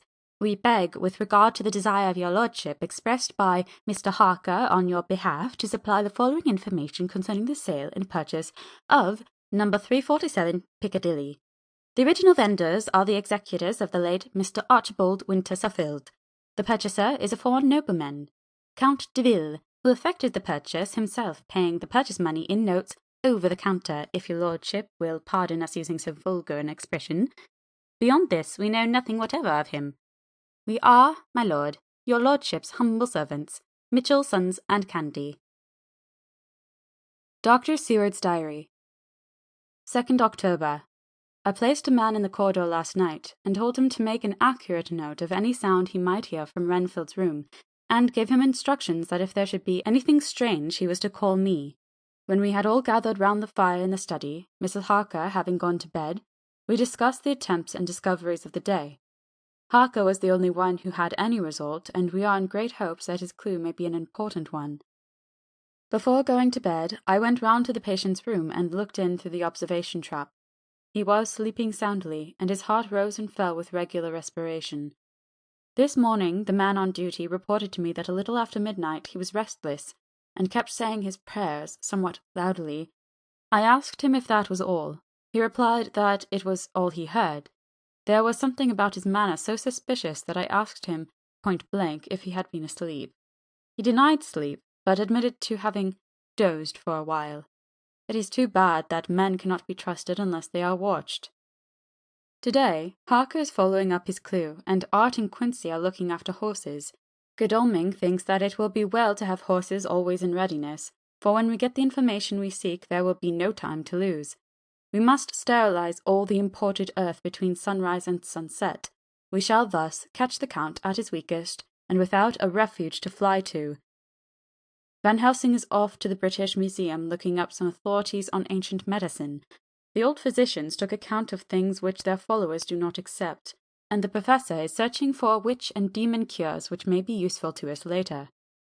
I sometimes think we must be all mad, and that we shall wake to sanity in strait waistcoats. Later. We have met again. We seem at last to be on the track, and our work of tomorrow may be the beginning of the end. I wonder if Renfield's quiet has anything to do with this. His moods have so followed the doings of the Count that the coming destruction of the monster may be carried to him in some subtle way. If we could only get some hint as to what passed in his mind between the time of my argument with him today and his resumption of fly-catching, it might afford us a valuable clue. He is now seemingly quiet for a spell. Is he— That wild yell seemed to come from his room. The attendant came bursting into my room and told me that Renfield had somehow met with some accident.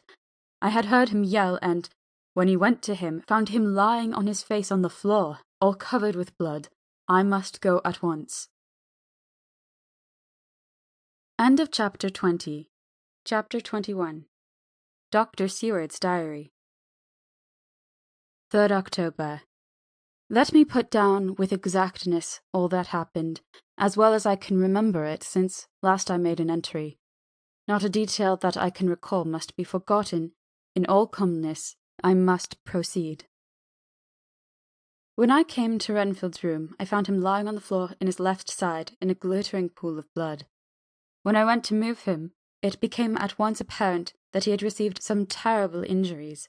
There seemed none of that unity of purpose between the parts of the body which marks even lethargic sanity.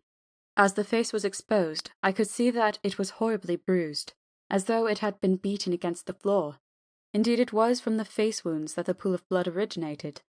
The attendant who was kneeling beside the body said to me as we turned him over, "I think, sir, his back is broken. See, both his right arm and leg and the whole side of his face are paralyzed." How such a thing could have happened puzzled the attendant beyond measure. He seemed quite bewildered, and his brows were gathered in as he said, "I can't understand the two things. He could mark his face like that by beating his own head on the floor. I saw a young woman do it once at the Eversfield Asylum before anyone could lay hands on her. And I suppose he might have broke his neck by falling out of bed, if he got in an awkward kink. But for the life of me, I can't imagine how the two things occurred. If his back was broke, he couldn't beat his head, and if his face was like that before the fall out of bed, there would be marks of it." I said to him, "Go to Dr. Van Helsing and ask him kindly to come here at once. I want him without an instant's delay." The man ran off, and within a few minutes the professor, in his dressing gown and slippers, appeared. When he saw Renfield on the ground, he looked keenly at him a moment, and then turned to me. I think he recognized my thought in my eyes, for he said very quietly, manifestly for the ears of the attendant, "Ah, a sad accident. He will need very careful watching and much attention. I shall stay with you myself, but I shall first dress myself. If you will remain, I shall in a few minutes join you." The patient was now breathing stertorously, and it was easy to see that he had suffered some terrible injury. Van Helsing returned with extraordinary celerity, bearing with him a surgical case. He had evidently been thinking, and had his mind made up, for almost before he looked at the patient he whispered to me, "Send the attendant away. We must be alone with him when he becomes conscious, after the operation." So I said, "I think that will do now, Simmons. We have done all that we can at present. You had better go your round, and Dr. Van Helsing will operate. Let me know instantly if there be anything unusual anywhere." The man withdrew, and we went into a strict examination of the patient. The wounds of the face were superficial. The real injury was a depressed fracture of the skull, extending right up through the motor area. The professor thought a moment and said, "We must reduce the pressure and get back to normal conditions, as far as can be. The rapidity of the suffusion shows the terrible nature of his injury. The whole motor area seems affected. The suffusion of the brain will increase quickly, so we must trephine at once, or it may be too late." As he was speaking, there was a soft tapping at the door. I went over and opened it, and found in the corridor without Arthur and Quincey in pyjamas and slippers. The former spoke. "I heard your man call up Dr. Van Helsing and tell him of an accident, so I woke Quincey, or rather called for him as he was not asleep. Things are moving too quickly and too strangely for sound sleep for any of us these times. I've been thinking that tomorrow night we'll not see things as they have been. We'll have to look back and forward a little more than we have done. May we come in?" I nodded and held the door open till they had entered. Then I closed it again. When Quincey saw the attitude and state of the patient, and noted the horrible pool on the floor, he said softly, "My God! What has happened to him? Poor devil!" I told him briefly, and added that we expected he would recover consciousness after the operation, for a short time at all events. He went at once and sat down on the edge of the bed, with Godalming beside him. We all watched in patience. "We shall wait," said Van Helsing, "just long enough to fix the best spot for trephining, so that we may most quickly and perfectly remove the blood clot, for it is evident that the hemorrhage is increasing." The minutes during which we waited passed with fearful slowness. I had a horrible sinking in my heart, and from Van Helsing's face I gathered that he felt some fear or apprehension as to what was to come. I dreaded the words that Renfield might speak. I was positively afraid to think, but the conviction of what was coming was on me, as I have read of men who have heard the death watch. The poor man's breathing came in uncertain gasps. Each instant he seemed as though he would open his eyes and speak, and then would follow a prolonged stertorous breath, and he would relapse into a more fixed insensibility. Inured as I was to sick beds and death, this suspense grew and grew upon me, and could almost hear the beating of my own heart, and the blood surging through my temple sounded like blows from a hammer. The silence finally became agonizing. I looked at my companions one after another, and saw from their flushed faces and damp brows that they were enduring equal torture. There was a nervous suspense over us all, as though overhead some dread bell would peal out powerfully when we should least expect it. At last there came a time when it was evident that the patient was sinking fast. He might die at any moment. I looked up at the professor and caught his eyes fixed on mine. His face was sternly set as he spoke. "There is no time to lose. His words may be worth many lives. I have been thinking so as I stood here. It may be that there is a soul at stake. We shall operate just above the ear." Without another word he made the operation. For a few moments the breathing continued to be stertorous. Then there came a breath so prolonged that it seemed as though it would tear open his chest. Suddenly his eyes opened and became fixed in a wild, helpless stare. This was continued for a few moments, then it softened into a glad surprise, and from the lips came a sigh of relief. He moved convulsively, and as he did so, said, "I'll be quiet, doctor. Tell them to take off the strait-waistcoat.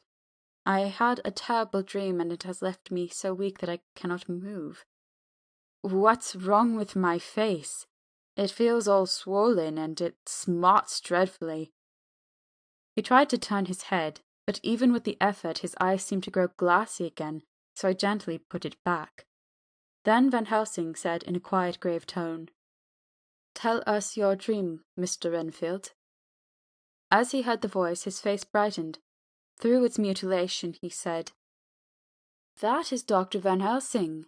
How good it is of you to be here. Give me some water, my lips are dry, and I shall try to tell you. I dreamed—" He stopped and seemed fainting. I called quietly to Quincey, "The brandy, it is in my study, quick." He flew and returned with a glass, the decanter of brandy, and a carafe of water. We moistened the parched lips, and the patient quickly revived. It seemed, however, that his poor injured brain had been working in the interval, for when he was quite conscious, he looked at me piercingly with an agonized confusion, which I shall never forget, and said, "I must not deceive myself. It was no dream, but all a grim reality. Then his eyes roved around the room. As they caught sight of the two figures sitting patiently on the edge of the bed, he went on. If I were not sure already, I would know from them. For an instant his eyes closed, not with pain or sleep, but voluntarily, as though he were bringing all his faculties to bear. When he opened them, he said, hurriedly, and with more energy than he had yet displayed, Quick, doctor, quick! I am dying. I feel that I have but a few minutes, and then I must go back to death. Or worse. Wet my lips with brandy again. I have something I must say before I die, or before my poor crushed brain dies anyhow. Thank you. It was that night after you left me when I implored you to let me go away. I couldn't speak then, for I felt my tongue was tied, but I was as sane then, except in that way, as I am now. I was in an agony of despair for a long time after you left me. It seemed hours. Then there came a sudden peace to me. My brain seemed to become cool again, and I realized where I was. I heard the dogs bark behind our house, but not where he was. As he spoke, Van Helsing's eyes never blinked, but his hand came out and met mine and gripped it hard. He did not, however, betray himself. He nodded slightly and said, Go on, in a low voice. Renfield proceeded. He came up to the window in the mist, as I had seen him often before, but he was solid then, not a ghost, and his eyes were fierce like a man's when angry. He was laughing with his red mouth. The sharp white teeth glinted in the moonlight when he turned to look back over the belt of trees to where the dogs were barking. I wouldn't ask him to come in at first, though I knew he wanted to, just as he had wanted all along. Then he began promising me things, not in words, but by doing them. He was interrupted by a word from the professor. How? By making them happen, just as he used to send in the flies when the sun was shining. Great, big, fat ones with steel or sapphire on their wings, and big moths in the night with skull and crossbones on their backs. Van Helsing nodded to him as he whispered to me unconsciously. The Acherontiae tetrapos of the Sphinges, what you call death's head moth. The patient went on without stopping. Then he began to whisper, Rats, rats, rats, hundreds, thousands, millions of them, and every one alive, and dogs to eat them, and cats too, all lives, all red blood, with years of life in it, and not merely buzzing flies. I laughed at him, for I wanted to see what he could do. Then the dogs howled, away beyond the dark trees in his house. He beckoned me to the window. I got up and looked out, and he raised his hands and seemed to call out without using any words. A dark mass spread over the grass, coming on like the shape of a flame on fire, and then he moved the mist to the right and left, and I could see that there were thousands of rats with their eyes blazing red, like his, only smaller. He held up his hand, and they all stopped, and I thought he seemed to be saying, All these lives I will give you, I, and many more and greater, through countless ages, if you will fall down and worship me. And then a red cloud, like the colour of blood, seemed to close over my eyes, and before I knew what I was doing, I found myself opening the sash and saying to him, Come in, Lord and Master. The rats were all gone, but he slid into the room through the sash, though it was only open an inch wide, just as the moon herself has often come in through the tiniest crack and stood before me in all her size and splendour. His voice was weaker, so I moistened his lip with the brandy again, and he continued, but it seemed as though his memory had gone on working in the interval, for his story was further advanced. I was about to call him back to the point, but Van Helsing whispered to me, Let him go on. Do not interrupt him. He cannot go back, and maybe could not proceed at all if he lost the thread of his thought. He proceeded. All day I waited to hear from him. But he did not send me anything, not even a blowfly, and when the moon got up I was pretty angry with him. When he slid in through the window, though it was shut, and did not even knock, I got mad with him. He sneered at me, and his white face looked out of the mist with his red eyes gleaming, and he went on as though he owned the whole place, and I was no one. He didn't even smell the same as he went by me. I couldn't hold him. I thought that, somehow, Mrs. Harker had come into the room. The two men sitting on the bed stood up and came over, standing behind him so that he could not see them, but where they could hear better. They were both silent, but the professor started and quivered. His face, however, grew grimmer and sterner still. Renfield went on without noticing. When Mrs. Harker came in to see me this afternoon, she wasn't the same. It was like tea after the teapot had been watered. Here we all moved, but no one said a word. He went on. I didn't know that she was here till she spoke. And she didn't look the same. I don't care for the pale people. I like them with lots of blood in them, and hers had all seemed to have run out. I didn't think of it at the time, but when she went away I began to think, and it made me mad to know that he had been taking the life out of her. I could feel that the rest quivered, as I did, but we remained otherwise still. So when he came tonight, I was ready for him. I saw the mist stealing in, and I grabbed it tight. I had heard that madmen have unnatural strength, and as I knew I was a madman, at times anyhow, I resolved to use my power. And he felt it too, for he had come out of the mist to struggle with me. I held tight, and I thought I was going to win, for I didn't mean him to take any more of her life, till I saw his eyes. They burned into me, and my strength became like water. He slipped through it, and when I tried to cling to him, he raised me up and flung me down. There was a red cloud before me, and a noise like thunder, and the mist seemed to steal away under the door. There was a red cloud before me, and a noise like thunder, and the mist seemed to steal away under the door. His voice was becoming fainter, and his breath more stertorous. Van Helsing stood up instinctively. We know the worst now, he said. He is here, and we know his purpose. It may not be too late. Let us be armed, the same as we were the other night, but lose no time. There is not an instant to spare. There is no need to put our fear, nay, our conviction into words. We shared them in common. We all hurried and took from our rooms the same things that we had when we entered the Count's house. The professor had his ready, and as we met in the corridor he pointed to them significantly as he said, They never leave me. They shall not until this unhappy business is over. Be wise also, my friends. This is no common enemy that we deal with. Alas! Alas, that dear Madame Mina should suffer! He stopped. His voice was breaking, and I do not know if rage or terror predominated in my own heart. Outside the Harker's door we paused. Art and Quincey held back, and the latter said, Should we disturb her?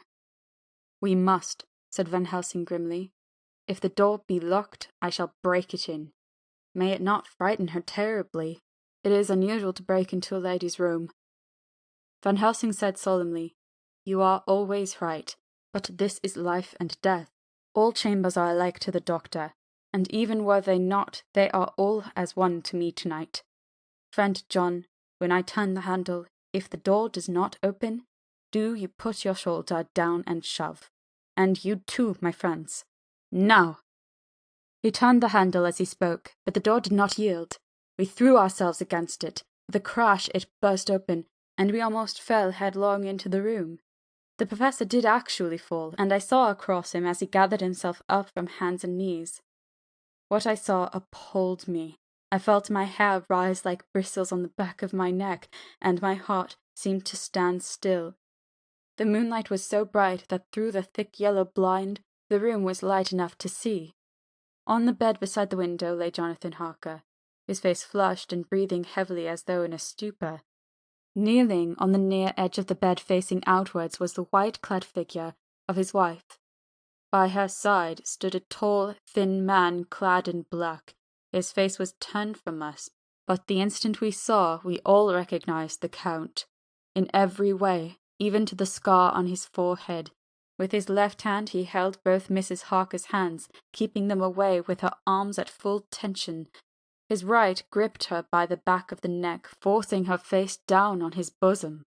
Her white nightdress was smeared with blood, and a thin stream trickled down the man's bare breast, which was shown by his torn open dress. The attitude of the two had a terrible resemblance to a child forcing a kitten's nose into a saucer of milk to compel it to drink. As we burst into the room, the Count turned his face, and the hellish look that I had heard described seemed to leap into it. His eyes flamed red with devilish passion.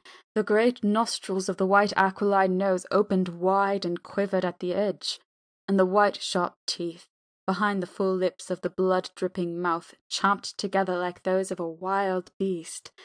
With a wrench he threw his victim back upon the bed as though hurled from a height.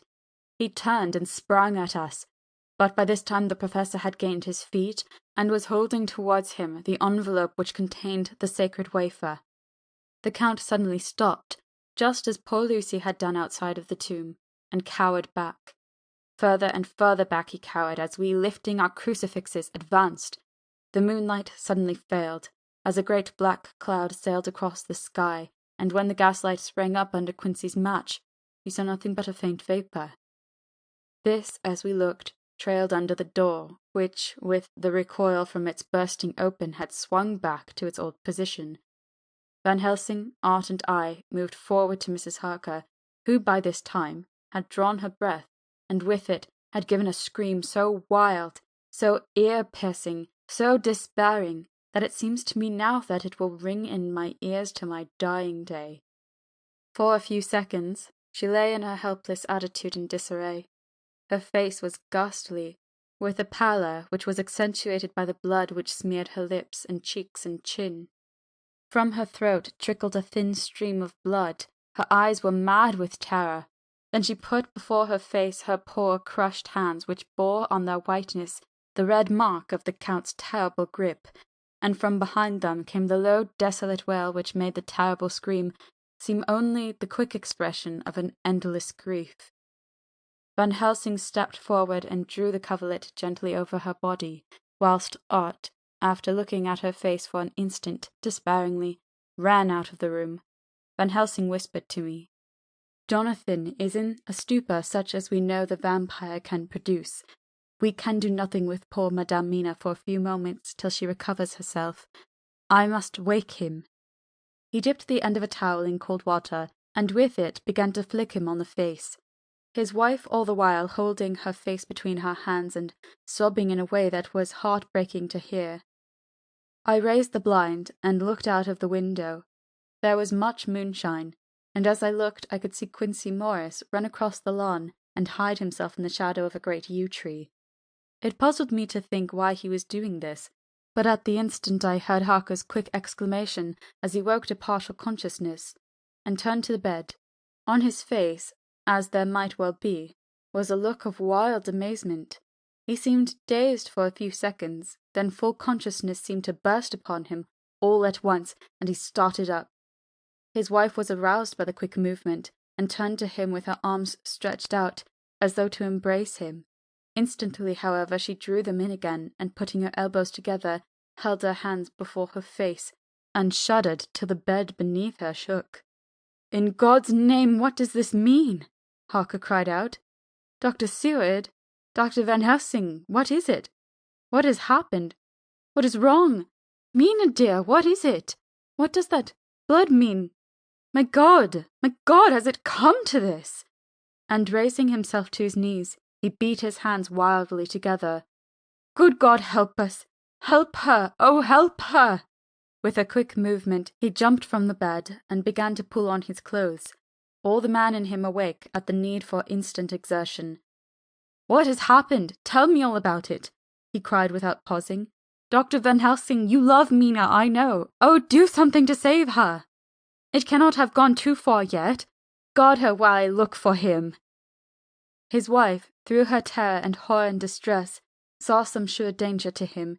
Instantly forgetting her own grief, she seized hold of him and cried out, "No, no, Jonathan, you must not leave me. I have suffered enough tonight, God knows, without the dread of his harming you.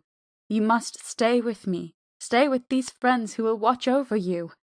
Her expression became frantic as she spoke, and, he yielding to her, she pulled him down sitting on the bedside and clung to him fiercely. Van Helsing and I tried to calm them both.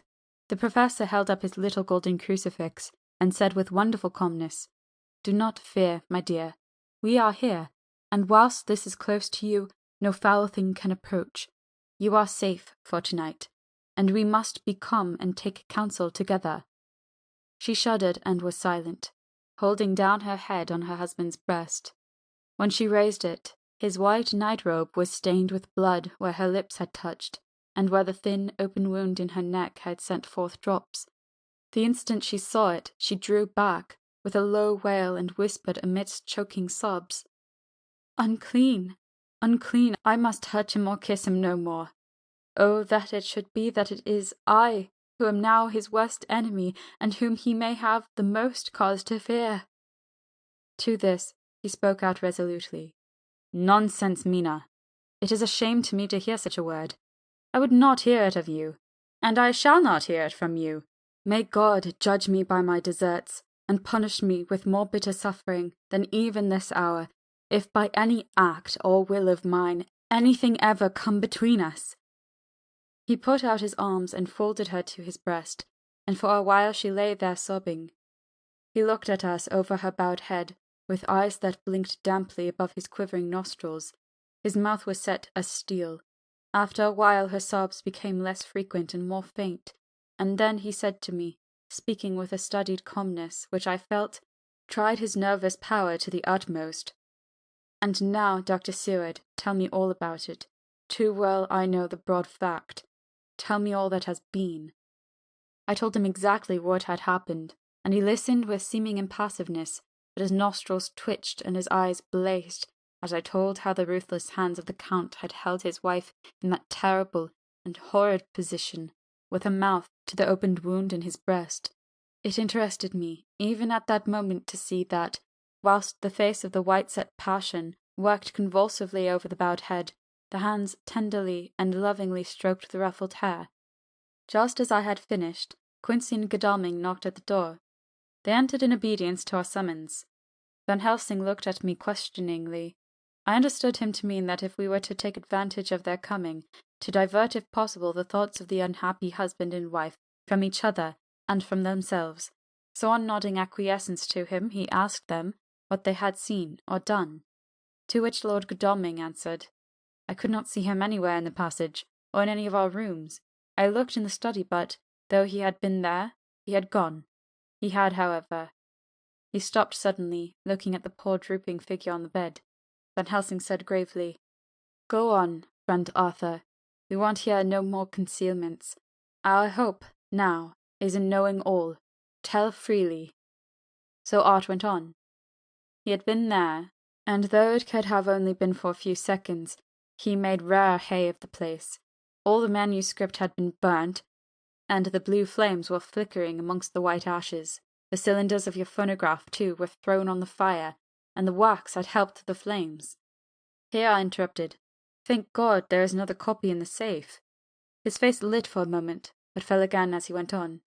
"I ran downstairs then, but could see no sign of him. I looked into Renfield's room, but there was no trace there except—" Again he paused. "Go on," said Harker hoarsely. So he bowed his head, and moistening his lips with his tongue, added, "Except that the poor fellow is dead." Mrs. Harker raised her head. Looking from one to the other of us, she said solemnly, "God's will be done." I could not feel that Art was keeping back something, but, as I took it that it was with a purpose, I said nothing. Van Helsing turned to Morris and asked, "And you, friend Quincey, have you any to tell?" "A little," he answered. "It may be much eventually, but at present I can't say. I thought it well to know if possible where the Count would go when he left the house. I did not see him. but I saw a bat rise up from Renfield's window and flap westward. I expected to see him in some shape go back to Carfax, but he evidently sought some other lair. He will not be back tonight, for the sky is reddening in the east, and the dawn is close. We must work tomorrow." He said the latter words through his shut teeth. For a space of perhaps a couple of minutes there was silence, and I could fancy that I could hear the sound of our hearts beating. Then Van Helsing said, placing his hand very tenderly on Mrs. Harker's head, "And now, Madame Mina, poor dear, dear Madame Mina, tell us exactly what happened. God knows that I do not want that you be pained, but it is need that we know all. For now more than ever has all work to be done, quick and sharp, and in deadly earnest. The day is close to us that must end all, if it may be so, and now is the chance that we may live and learn." The poor dear lady shivered, and I could see the tension of her nerves as she clasped her husband closer to her and bent her head lower and lower still on his breast. Then she raised her head proudly and held out one hand to Van Helsing, who took it in his, and after stooping and kissing it reverently, held it fast. The other hand was locked in that of her husband, who held his other arm thrown around her protectingly. After a pause in which she was evidently ordering her thoughts, she began. "I took the sleeping draught which you had so kindly given me, but for a long time it did not act. I seemed to become more wakeful, and myriads of horrible fancies began to crowd in upon my mind, all of them connected with death and vampires, with blood and pain and trouble." Her husband involuntarily groaned as she turned to him and said lovingly, "Do not fret, dear. You must be brave and strong, and help me through the horrible task. If you only knew what an effort it is to me to tell of this fearful thing at all, you would know how much I need your help." Well, I saw I must try to help the medicine to its work with my will, if it was to do me any good, so I resolutely set myself to sleep. Sure enough, sleep must soon have come to me, for I remember no more. Jonathan coming in had not waked me, for he lay by my side when I next remember. There was in the room the same thin white mist that I had before noticed, but I forget now. If you know of this, you will find it in my diary, which I shall show you later. I felt the same vague terror which had come to me before, and the same sense of some presence. I turned to wake Jonathan, but found that he slept so soundly that it seemed as if it was he who had taken the sleeping draught, and not I. I tried, but I could not wake him. This caused me a great fear, and I looked around terrified. Then indeed my heart sank within me, beside the bed, as if he had stepped out of the mist, or rather as if the mist had turned into his figure, for it had entirely disappeared, stood a tall, thin man, all in black. I knew him at once from the description of the others, the waxen face, the high aquiline nose on which the light fell a thin white line, the parted red lips with the sharp white teeth showing between, and the red eyes that I seemed to see in the sunset of the windows of St. Mary's Church at Whitby. I knew, too, the red scar on his forehead where Jonathan had struck him. For an instant my heart stood still, and I could have screamed out, only that I was paralyzed. In the pause he spoke a sort of keen, cutting whisper, pointing as he spoke to Jonathan. "Silence! If you make a sound, I shall take him and dash his brains out before your very eyes." I was appalled, and was too bewildered to do or say anything. With a mocking smile he placed one hand upon my shoulder, and holding me tight, bared my throat with the other, saying as he did so, "First a little refreshment to reward my exertions. You may as well be quiet. It is not the first time or the second that your veins have appeased my thirst." I was bewildered, and, strangely enough, I did not want to hinder him. I suppose it is part of the horrible curse that such is when his touch is on his victim. And, oh my God, pity me! He placed his reeking lips upon my throat. Her husband groaned again. She clasped his hand harder, and looked at him pityingly as if he were the injured one, and went on. I felt my strength fading away, and I was in a half swoon. How long this horrible thing lasted I know not, but it seemed that a long time must have passed before he took his foul, awful, sneering mouth away, I saw it drip with the fresh blood. The remembrance seemed for a while to overpower her, and she drooped and would have sunk down but for her husband's sustaining arm. With a great effort she recovered herself and went on. Then he spoke to me mockingly. And so you, like the others, would play your brains against mine. You would help these men to hunt me and frustrate me in my designs. You know now that they know in part already, and will know in full before long what it is to cross my path.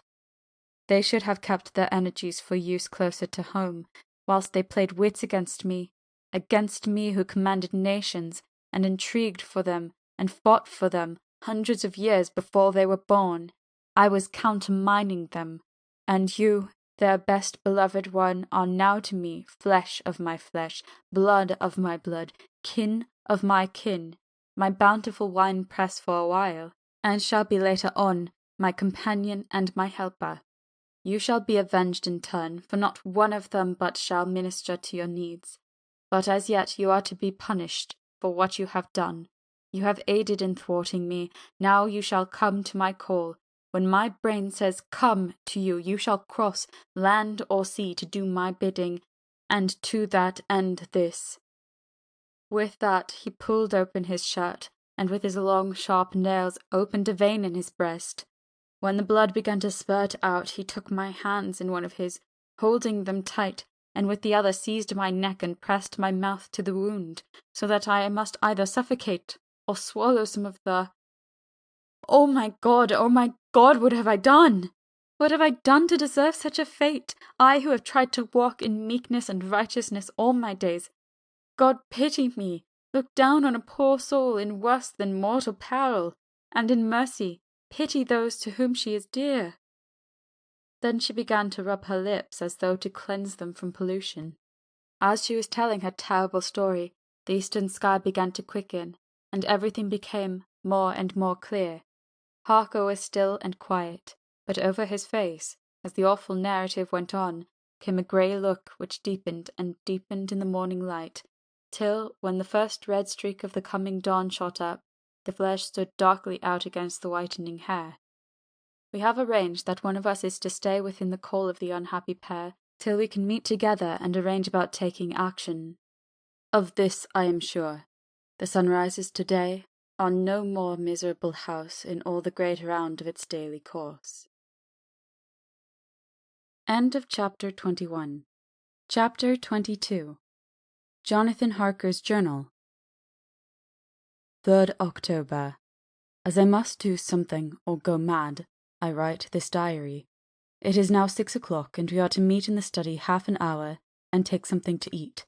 For Dr. Van Helsing and Dr. Seward are agreed that if we do not eat we cannot work our best. Our best will be, God knows, required today. I must keep writing at every chance, for I dare not stop to think. All big and little must go down. Perhaps at the end the little things may teach us most. The teaching, big or little, could not have landed Mina or me anywhere worse than we are today. However, we must trust and hope. Poor Mina told me just now, the tears running down her dear cheeks, that it is in trouble and trial that our faith is tested, that we must keep on trusting, and that God will aid us to the end. The end? Oh my God, what end? To work, to work. When Dr. Van Helsing and Dr. Seward had come back from seeing poor Renfield, we went gravely into what was to be done. First, Dr. Seward told us that when he and Dr. Van Helsing had gone down to the room below, they had found Renfield lying on the floor, all in a heap. His face was all bruised and crushed in, and the bones of the neck were broken. Dr. Seward asked the attendant who was on duty in the passage if he had heard anything. He said that he had been sitting down. He confessed to half dozing, when he heard loud voices in the room, and then Renfield had called out loudly several times, "God! God! God!" After that there was the sound of falling, and when he entered the room, he found him lying on the floor, face down, just as the doctors had seen him. Van Helsing asked if he had heard voices or a voice, and he said that he could not say, that at first it had seemed to him as if there were two, but as there was no one in the room, it could have been only one. He could swear to it, if required, that the word God was spoken by the patient. Dr. Seward said to us, when we were alone, that he did not wish to go into the matter.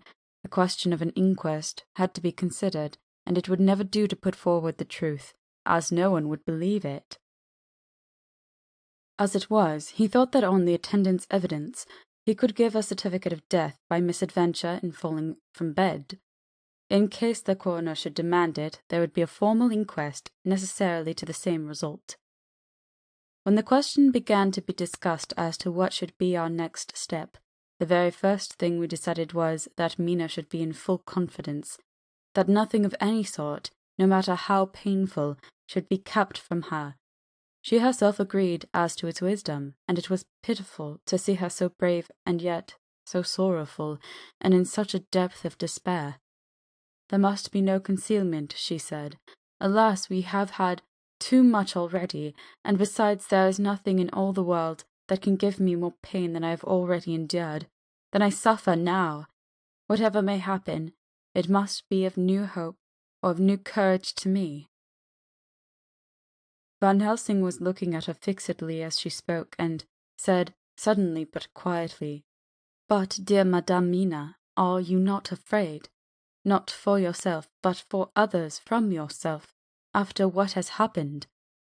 Her face grew set in its lines, but her eyes shone with the devotion of a martyr as she answered, "Ah, no, for my mind is made up." "To what?" he asked gently, whilst we were all very still, for each in our own way we had a sort of vague idea of what she meant. Her answer came with direct simplicity, as though she were simply stating a fact. "Because if I find in myself, and I shall watch keenly for it, a sign of harm to any that I love, I shall die." "You would not kill yourself?" he asked hoarsely. "I would, if there were no friend who loved me, who would save me such a pain, and so desperate an effort." She looked at him meaningly as she spoke. He was sitting down, but now he rose and came close to her, and put his hand on her head, as he said solemnly, "My child, there is such an one, if it were for your good. For myself, I could hold it in my account with God to find such an euthanasia for you, even at this moment, if it were best. Nay, were it safe.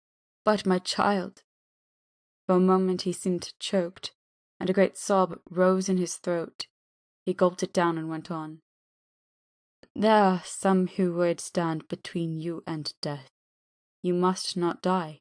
You must not die by any hand, but least of all by your own. Until the other who has fouled your sweet life is true dead, you must not die. For if he is still with the quick undead, your death would make you even as he is. No, you must live. You must struggle and strive to live. Though death would seem a boon unspeakable, you must fight death himself, though he come to you in pain or in joy, by the day or the night, in safety or in peril. On your living soul I charge you that you do not die, nay, nor think of death, till this great evil be past." The poor dear grew white as death, and shook and shivered, as I have seen quicksand shake and shiver at the incoming of the tide. We were all silent. We could do nothing. At length she grew more calm, and turning to him said, sweetly but, oh, so sorrowfully, as she held out her hand, "I promise you, my dear friend, that if God will let me live, I shall strive to do so, till, if it may be in his good time, this horror may have passed away from me." She was so good and brave that we all felt our hearts were strengthened to work and endure for her, and we began to discuss what we were to do. I told her that she was to have all the papers in the safe, and all the papers or diaries and phonographs we might hereafter use, and was to keep the record as she had done before.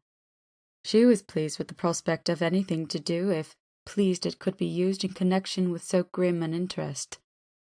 As usual, Van Helsing had thought ahead of everyone else, and was prepared with an exact ordering of our work.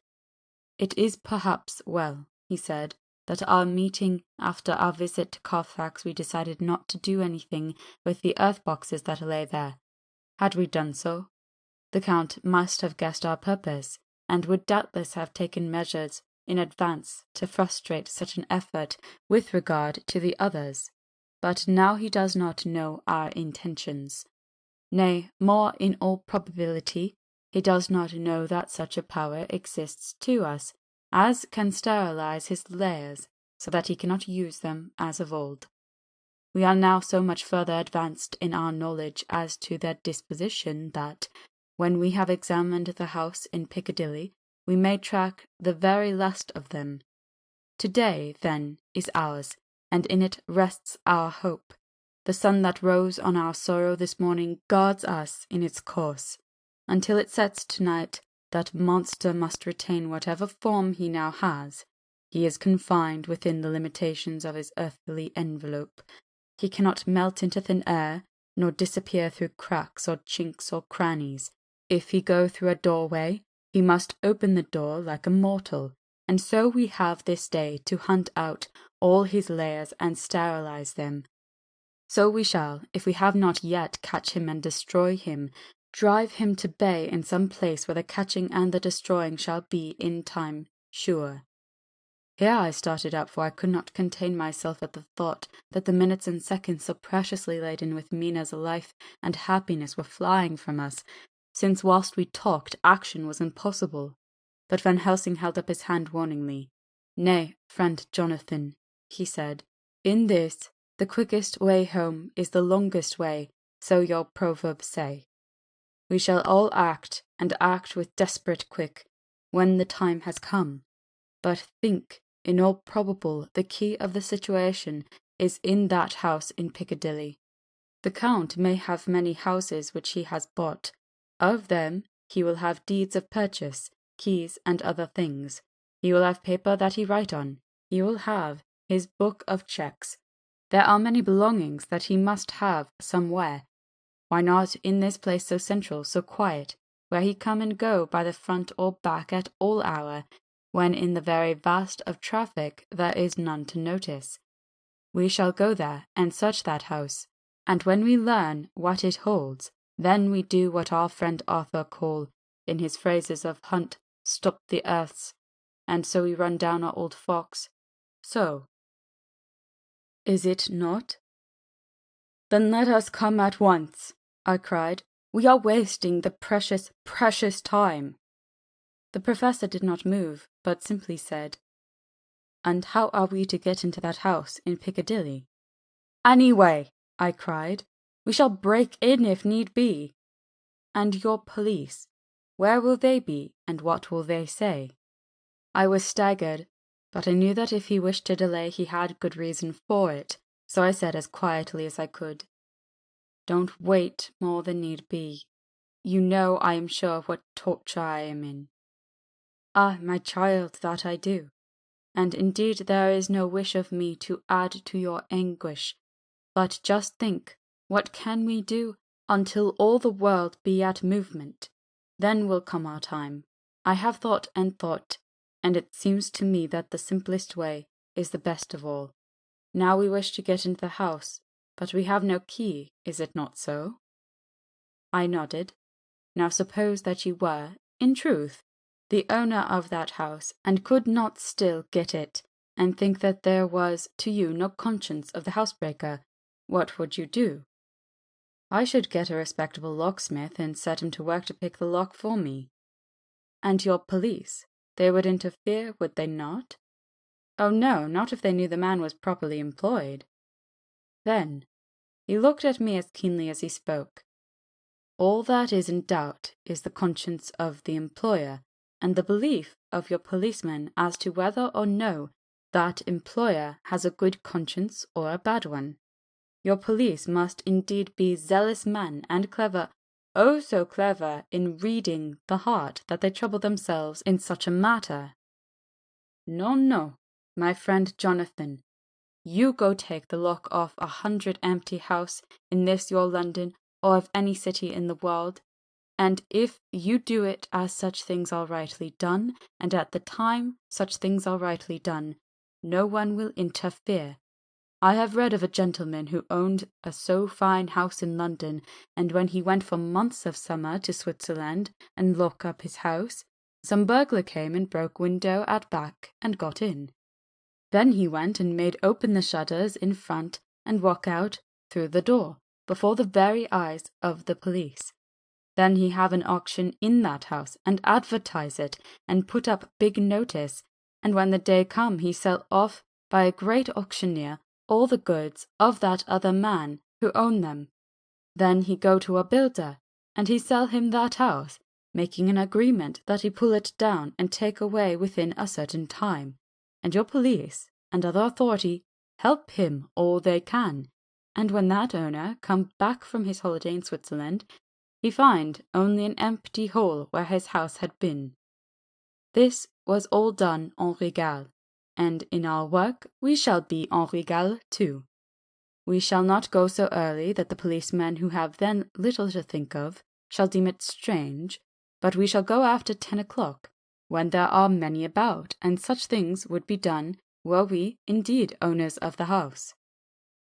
I could not but see how right he was, and the terrible despair of Mina's face became relaxed a thought. There was hope in such good counsel. Van Helsing went on. When once within that house, we may find more clues. At any rate, some of us can remain there, whilst the rest find the other places where there may be more earth-boxes, at Bermondsey and Mile End. Lord Godalming stood up. I can be of some use here, he said.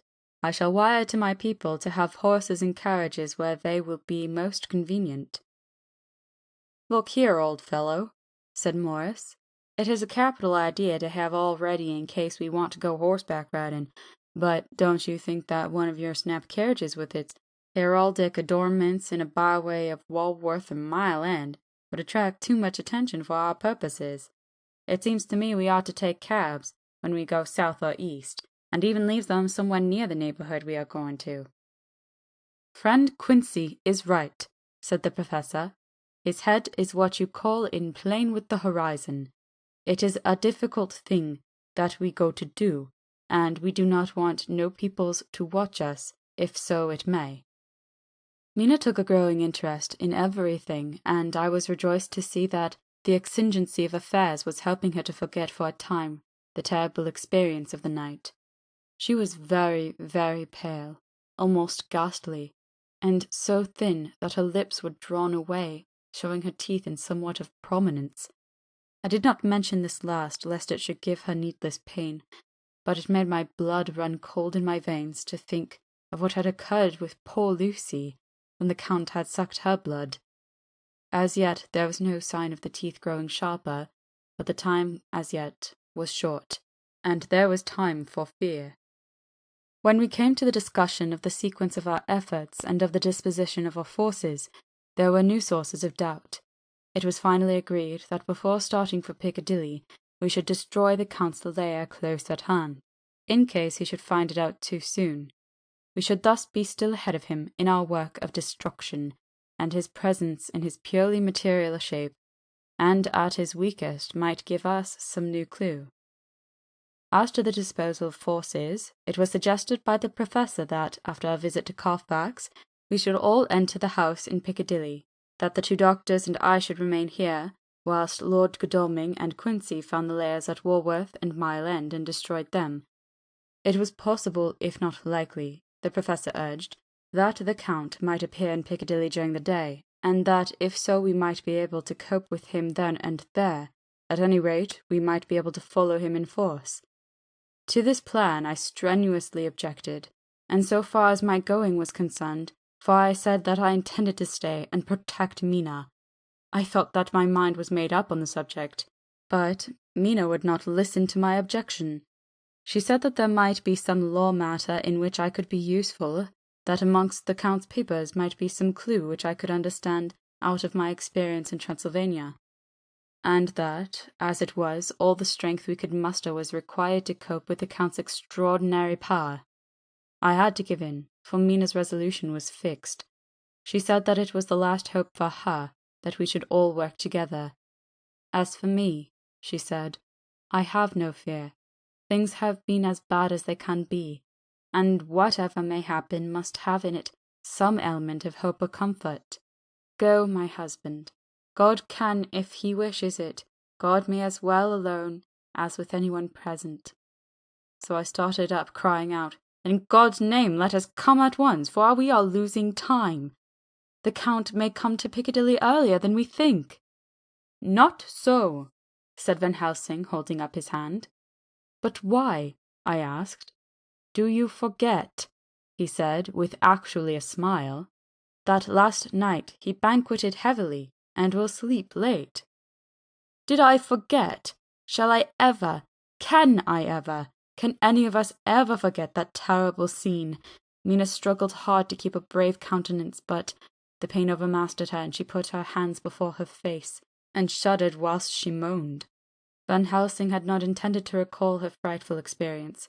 He had simply lost sight of her and her part in the affair in his intellectual effort. When it struck him what he said, he was horrified at his thoughtlessness and tried to comfort her. "Oh, Madame Mina," he said, "dear, dear Madame Mina, alas, that I of all who so reverence you should have said anything so forgetful. These stupid old lips of mine and this stupid old head do not deserve so, but you will forget it, will you not?" He bent low beside her as he spoke. She took his hand, and looking at him through her tears, said hoarsely, "No, I shall not forget, for it is well that I remember, and with it I have so much in memory of you that is sweet, that I take it all together. Now you must all be going soon." Breakfast was a strange meal to us all. We tried to be cheerful and encourage each other, and Mina was the brightest and most cheerful of us. When it was over, Van Helsing stood up and said, "Now, my dear friends, we go forth to our terrible enterprise. We are all armed, as we were on that night when first we visited our enemy's lair, armed against ghostly as well as carnal attack. Are we all armed, as we were on that night when first we visited our enemy's lair, armed against ghostly as well as carnal attack?" We all assured him. "Then it is well. Now, Madame Mina, you are in any case quite safe here until sunset, and before then we shall return. If we shall return. But before we go, let me see you armed against personal attack. I have myself, since you came down, prepared your chamber by the placing of things of which we know, that he may not enter. Now let me guard yourself. On your forehead I touch this piece of sacred wafer, in the name of the Father, the Son, and—" There was a fearful scream which almost froze our hearts to hear. As he had placed the wafer on Mina's forehead, it had seared it, had burned into the flesh as though it had been a piece of white-hot metal. My poor darling's brain had told her the significance of the fact as quickly as her nerves received the pain of it, and the two so overwhelmed her that her overwrought nature had its voice in that dreadful scream. But the words to her thought came quickly. The echo of the scream had not ceased to ring on the air when there came the reaction, and she sank on her knees on the floor in an agony of abasement. Pulling her beautiful hair over her face, as the leper of old his mantle, she wailed out, "Unclean, unclean, even the Almighty shuns my polluted flesh. I must bear this mark of shame upon my forehead until judgment day." They all paused. I had thrown myself beside her in an agony of helpless grief, and putting my arms round her, held her tight. For a few minutes our sorrowful hearts beat together, whilst the friends around us turned away their eyes, that ran tears silently. Then Van Helsing turned and said gravely, so gravely that I could not help feeling that he was in some way inspired, and was stating things outside himself, "It may be that you may have to bear that mark till God himself see fit, as he most surely shall, on the judgment day, to redress all wrongs of the earth and of his children that he has placed thereon. And oh, Madame Mina, my dear, may we who love you be there to see when that red scar, the sign of God's knowledge of what has been, shall pass away, and leave your forehead as pure as the heart we know. For so surely as we live, that scar shall pass away when God sees right to lift the burden that is hard upon us. Till then we bear our cross, as his Son did in obedience to his will. It may be that we are chosen instruments of his good pleasure, and that we ascend to his bidding, as that other through stripes and shame, through tears and blood, through doubts and fears, and all that makes the difference between God and man. There was hope in his words, and comfort, and they made for resignation. Mina and I both felt so, and simultaneously we each took one of the old man's hand and bent over and kissed it. Then, without a word, we all knelt down together, and all holding hands, swore to be true to each other. We men pledged ourselves to raise the veil of sorrow from the head of her whom, each in his own way, we loved, and we prayed for help and guidance in the terrible task which lay before us. It was then time to start, so I said farewell to Mina, a parting which neither of us shall forget to our dying day, and we set out. To one thing I have made up my mind. If we find out that Mina must be a vampire in the end, then she shall not go into that unknown and terrible land alone. I suppose it is thus that in old times when vampire meant many, just as their hideous bodies could only rest in sacred earth, so the holiest love was the recruiting sergeant for the ghastly ranks. We entered Carfax without trouble and found all things the same as on the first occasion. It was hard to believe that amongst the so prosaic surroundings of neglect and dust and decay there was any ground for such fear as already we knew. Had not our minds been made up, and had there not been terrible memories to spur us on, we could hardly have proceeded with our task. We found no papers or any sign of use in the house, and in the old chapel the great boxes looked just as we had seen them last. Dr. Van Helsing said to us solemnly as we stood before them, "And now, my friends, we have a duty here to do. We must sterilize this earth, so sacred of holy memories that he has brought from a far distant land for such fell use. He has chosen this earth because it has been holy. Thus we defeat him with his own weapon, for we make it more holy still. It was sanctified to such use of man, now we sanctify it to God." As he spoke, he took from his bag a screwdriver and a wrench, and very soon the top of one of the cases was thrown open. The earth smelled musty and close, but we did not somehow seem to mind, for our attention was concentrated on the professor. Taking from his box a piece of the sacred wafer, he laid it reverently on the earth, and then, shutting down the lid, began to screw it home, we aiding him as he worked. One by one we treated in the same way each of the great boxes, and left them as we had found them to all appearance, but in each was a portion of the host. When we closed the door behind us, the professor said solemnly, "So much is already done. If it may be that with all the others we can be so successful, then the sunset of this evening may shine on Madame Mina's forehead all white as ivory and with no stain." As we passed across the lawn on our way to the station to catch our train, we could see the front of the asylum. I looked eagerly, and in the window of my own room saw Mina. I waved my hand to her, and nodded to tell that our work there was successfully accomplished. She nodded in reply to show that she understood. The last I saw, she was waving her hand in farewell. It was with a heavy heart that we sought the station, and just caught the train, which was streaming in as we reached the platform. I have written this in the train. Piccadilly, 12:30 o'clock. Just before we reached Fenchurch Street, Lord Godalming said to me, "Quincey and I will find a locksmith. You had better not come with us in case there should be any difficulty, for under the circumstances it wouldn't seem so bad for us to break into an empty house. But you are a solicitor, and the Incorporated Law Society might tell you that you should have known better." I demurred as to my not sharing any danger even of odium, but he went on, "Besides, it will attract less attention if there are not too many of us. My title will make it all right with the locksmith, and with any policeman that may come along. You had better go with Jack and the Professor and stay in the Green Park, somewhere in sight of the house, and when you see the door opened and the smith has gone away, do you all come across. We shall be on the lookout for you and shall let you in." "The advice is good," said Van Helsing, so we said no more. Godalming and Morris hurried off in a cab, we following in another.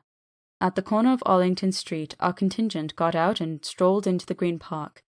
My heart beat as I saw the house on which so much of our hope was centred, looming up grim and silent in its deserted condition amongst its more lively and spruce-looking neighbours.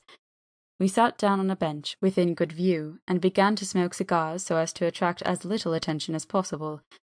The minutes seemed to pass with leaden feet as we waited for the coming of the others. At length we saw a four-wheeler drive up. Out of it, in leisurely fashion, got Lord Godalming and Morris. And down from the box descended a thick-set working man with his rush-woven basket of tools. Morris paid the cabman, who touched his hat and drove away. Together the two ascended the steps, and Lord Godalming pointed out what he wanted done. The workman took off his coat leisurely and hung it on one of the spikes of the rail, saying something to a policeman who just then sauntered along. The policeman nodded acquiescence, and the man, kneeling down, placed his bag beside him. After searching through it, he took out a selection of tools which he produced to lay beside him in orderly fashion. Then he stood up, looked into the keyhole, blew into it, and turning to his employers made some remark. Lord Godalming smiled, and the man lifted a good-sized bunch of keys. Selecting one of them, he began to probe the lock, as if feeling his way with it. After fumbling about for a bit, he tried a second, and then a third. All at once the door opened under a slight push from him, and he and the two others entered the hall. We sat still. My own cigar burnt furiously, but Van Helsing's went cold altogether. We waited patiently as we saw the workman come out and bring in his bag. Then he held the door partly open, steadying it with his knees, whilst he fitted a key into the lock. This he finally handed to Lord Godalming, who took out his purse and gave him something. The man touched his hat, took his bag, put on his coat, and departed. Not a soul took the slightest notice of the whole transaction. When the man had fairly gone, we three crossed the street and knocked at the door. It was immediately opened by Quincey Morris, beside whom Lord Godalming, lighting a cigar. "The place smells so vilely," said the latter as we came in. It did indeed smell vilely, like the old chapel at Colfax, and with our previous experience it was plain to us that the Count had been using the place pretty freely. We moved to explore the house, all keeping together in case of attack, for we knew we had a strong and wily enemy to deal with, and as yet we did not know whether the Count might not be in the house. In the dining room, which lay at the back of the hall, we found 8 boxes of earth. 8 boxes only out of the 9 which we sought. Our work was not over, and it will never be until we have found the missing box. First we opened the shutters of the window, which looked out across a narrow stone-flagged yard at the blank face of a stable, pointed to look like the front of a miniature house. There were no windows in it, so we were not afraid of being overlooked. We did not lose any time in examining the chests. With the tools which we had brought with us, we opened them, one by one, and treated them as we had treated those others in the old chapel. It was evident to us that the Count was not at present in the house, and we proceeded to search for any of his effects. After a cursory glance at the rest of the rooms, from basement to attic, we came to the conclusion that the dining-room contained any effects which might belong to the Count, and so we proceeded to minutely examine them. There lay in a sort of orderly disorder on the great dining-room table. There were title deeds of the Piccadilly house in a great bundle, deeds of the purchase of the house at Mile End and Bermondsey, note-paper, envelopes, and pens and ink. All were covered up in thin wrapping paper to keep them from the dust. There were also a clothes-brush, a brush and comb, and a jug and basin, the latter containing dirty water which was reddened as if with blood.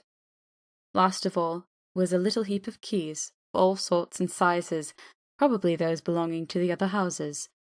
When we had examined this last find, Lord Godalming and Quincey Morris, taking accurate notes of the various addresses of the houses in the east and the south, took with them the keys in a great bunch, and set out to destroy the boxes in these places. The rest of us are, with what patience we can, waiting their return. or the coming of the Count. End of Chapter 22. Chapter 23. Dr. Seward's Diary. 3rd October.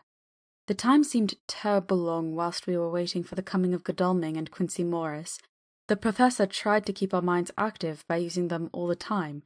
I could see his beneficent purpose by the side glances which he threw from time to time at Harker. The poor fellow is overwhelmed in a misery that is appalling to see.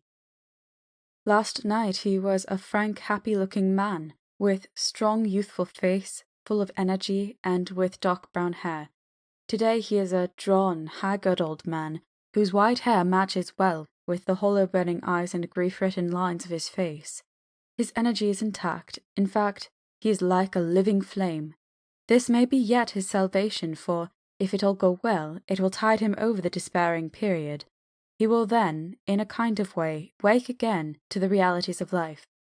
Poor fellow, I thought my own trouble was bad enough, but his... The Professor knows this well enough, and is doing his best to keep his mind active. What he has been saying was, under the circumstances, of absorbing interest. So well as I can remember, here it is. I have studied over and over again since they came into my hands all the papers relating to this monster, and the more I have studied, the greater seems the necessity to utterly stamp him out. All through there are signs of his advance, not only of his power, but of his knowledge of it. As I learned from the researches of my friend Arminius of Budapest, he was in life a most wonderful man, soldier, statesman, and alchemist, which latter was the highest development of the science knowledge of his time. He had a mighty brain, a learning beyond compare, and a heart that knew no fear and no remorse. He dared even to attend the scholomance, and there was no branch of knowledge in his time that he did not essay. Well, in him the brain power survived the physical death, though it would seem that memory was not all complete. In some faculties of mind he has been, and is, only a child, but he is growing, and some things that were childish at the first are now of man's stature. He is experimenting, and doing it well, and if it had not been that we have crossed his path, he would be yet. He may be yet if we fail, the father or furtherer of a new order of beings, whose road must lead through death, not life. Harker groaned and said, "And this is all arrayed against my darling. But how is he experimenting? The knowledge may help us to defeat him. He has all along, since his coming, been trying his power, slowly but surely. That big child brain of his is working. Well for us it is as yet a child brain, for had he dared, at the first, to attempt certain things, he would long ago have been beyond our power. However, he means to succeed, and a man who has centuries before him can afford to wait and to go slow. Festina lente may well be his motto." "I fail to understand," said Harker warily. "Oh, do be more plain to me. Perhaps grief and trouble are dulling my brain." The Professor laid his hand tenderly on his shoulder as he spoke. "Ah, my child, I will be plain. Do you not see how, of late, this monster has been creeping into knowledge experimentally? How he has been making use of the zoophagous patient to effect his entry into friend John's home? For your vampire, though in all afterwards he can come when and how he will, must at the first make entry only when asked thereto by an inmate. But these are not his most important experiments. Do we not see how at the first all these so great boxes were moved by others? He knew not then, but that must be so. But all the time that so great child brain of his was growing, and he began to consider whether he might not himself move the box. So he began to help, and then, when he found that this be all right, he tried to move them all alone, and so he progress. And he scatter these graves of him, and none but he know where they are hidden.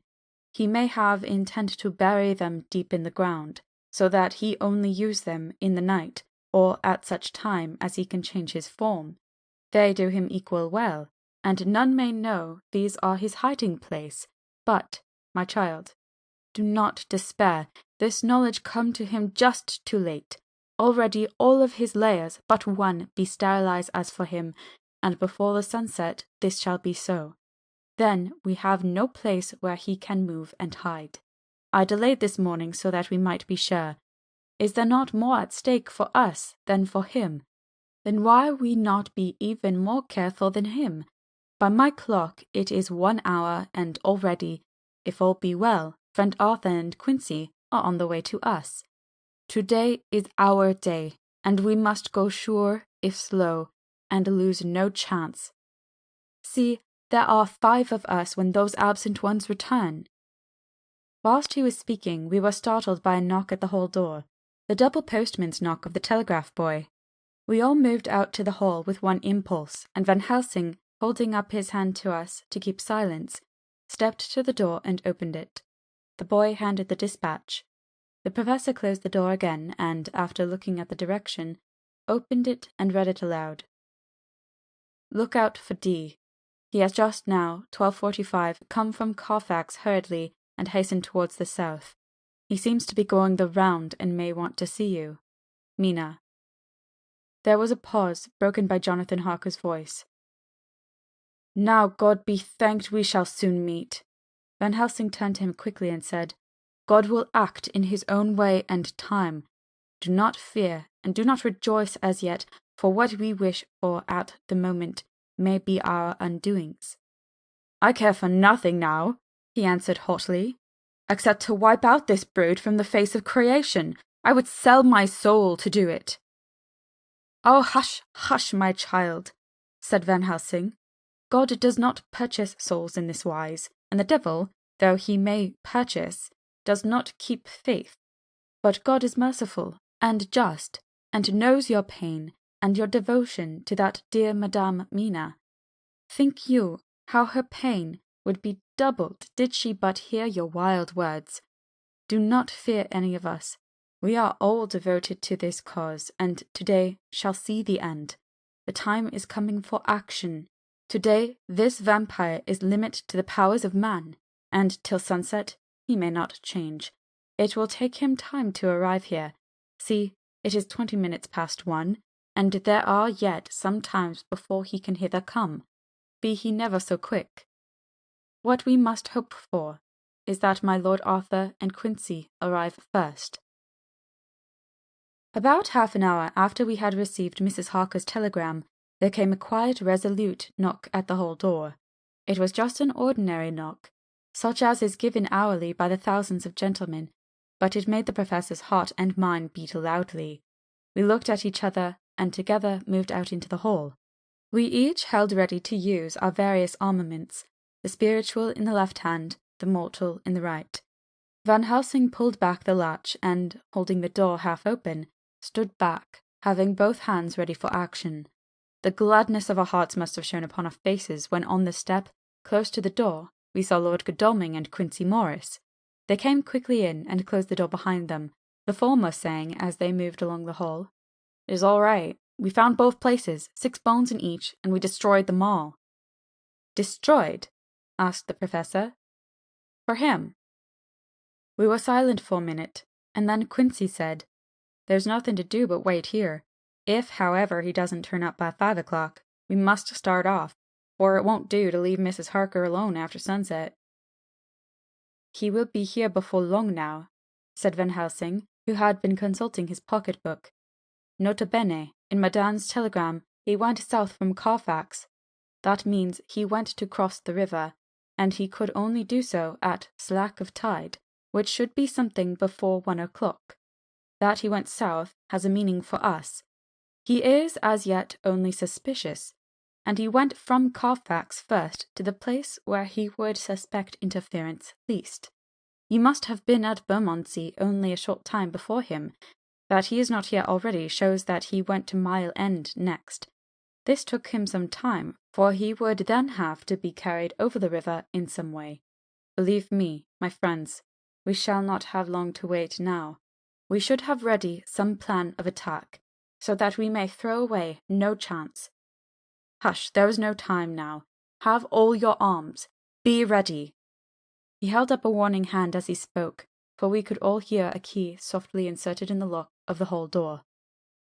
I could not but admire, even at such a moment, the way in which a dominant spirit asserted itself.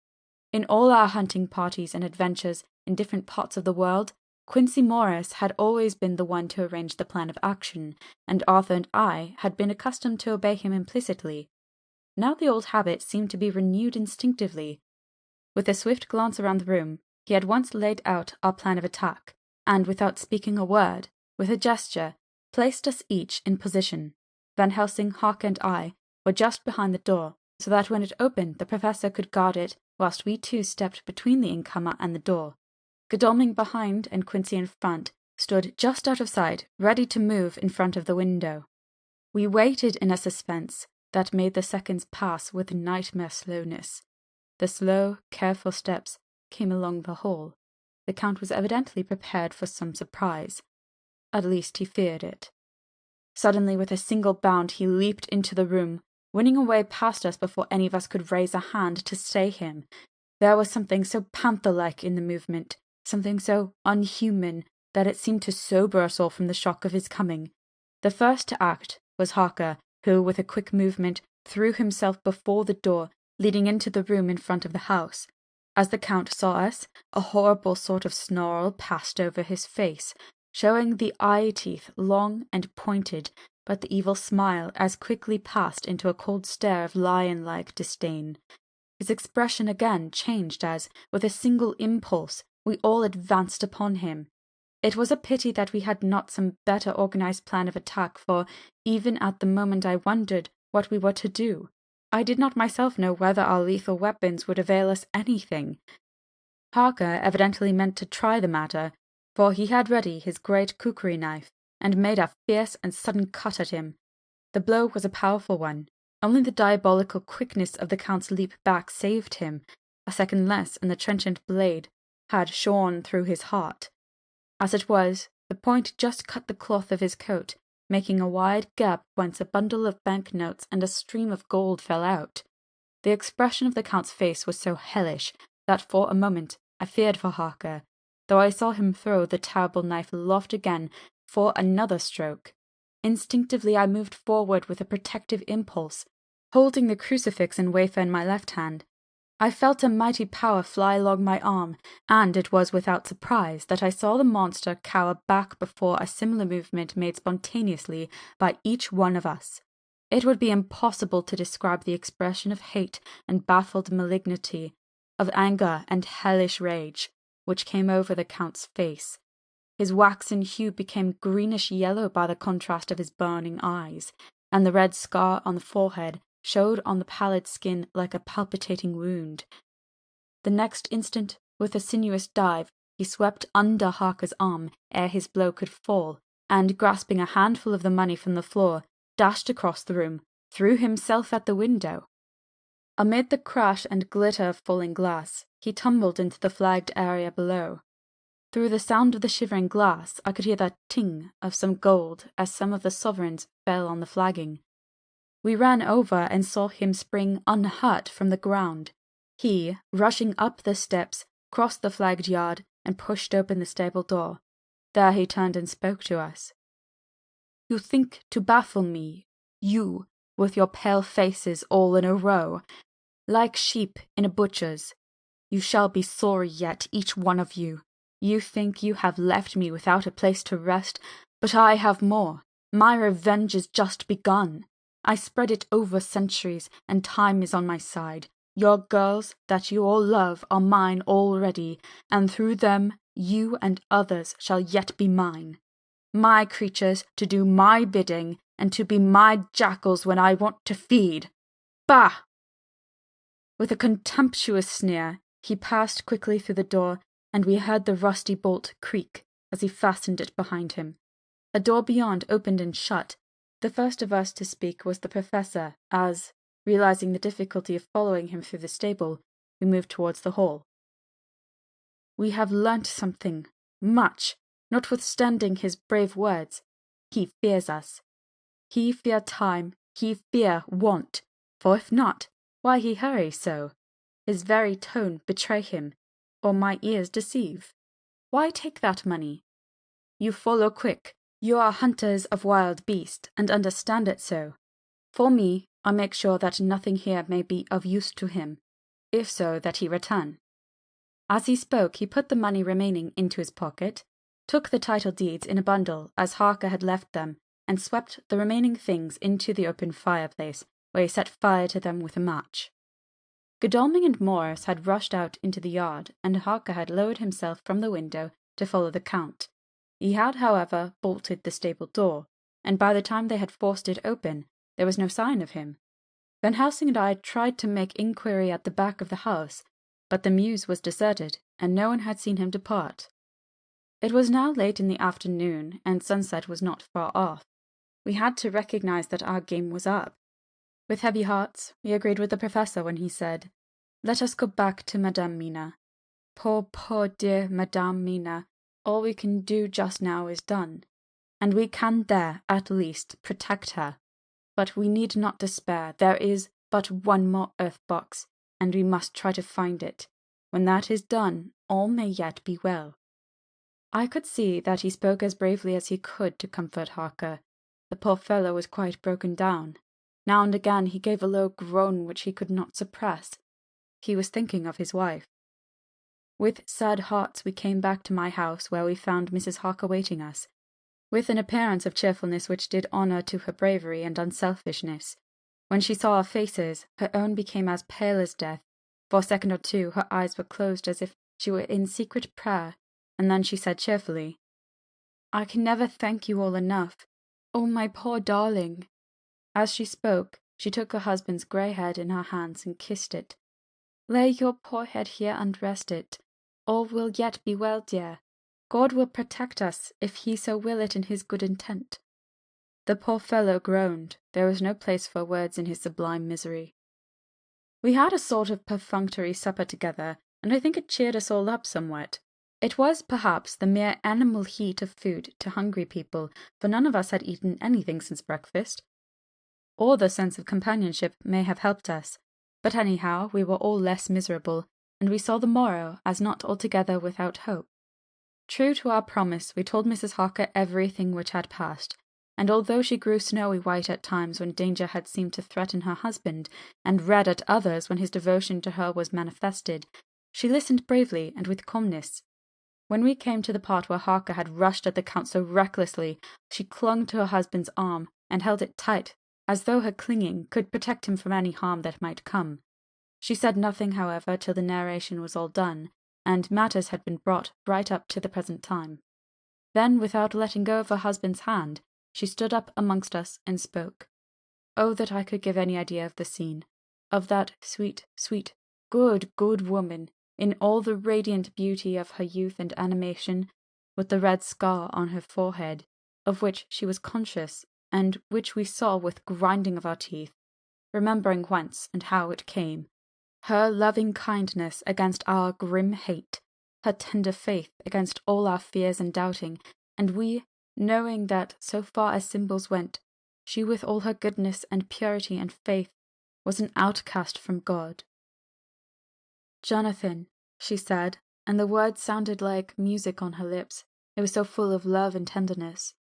"Jonathan, dear, and you all my true, true friends, I want you to bear something in mind through all this dreadful time. I know that you must fight, that you must destroy even as you destroyed the false Lucy, so that the true Lucy might live hereafter. But it is not a work of hate. That poor soul who has wrought all this misery is the saddest case of all.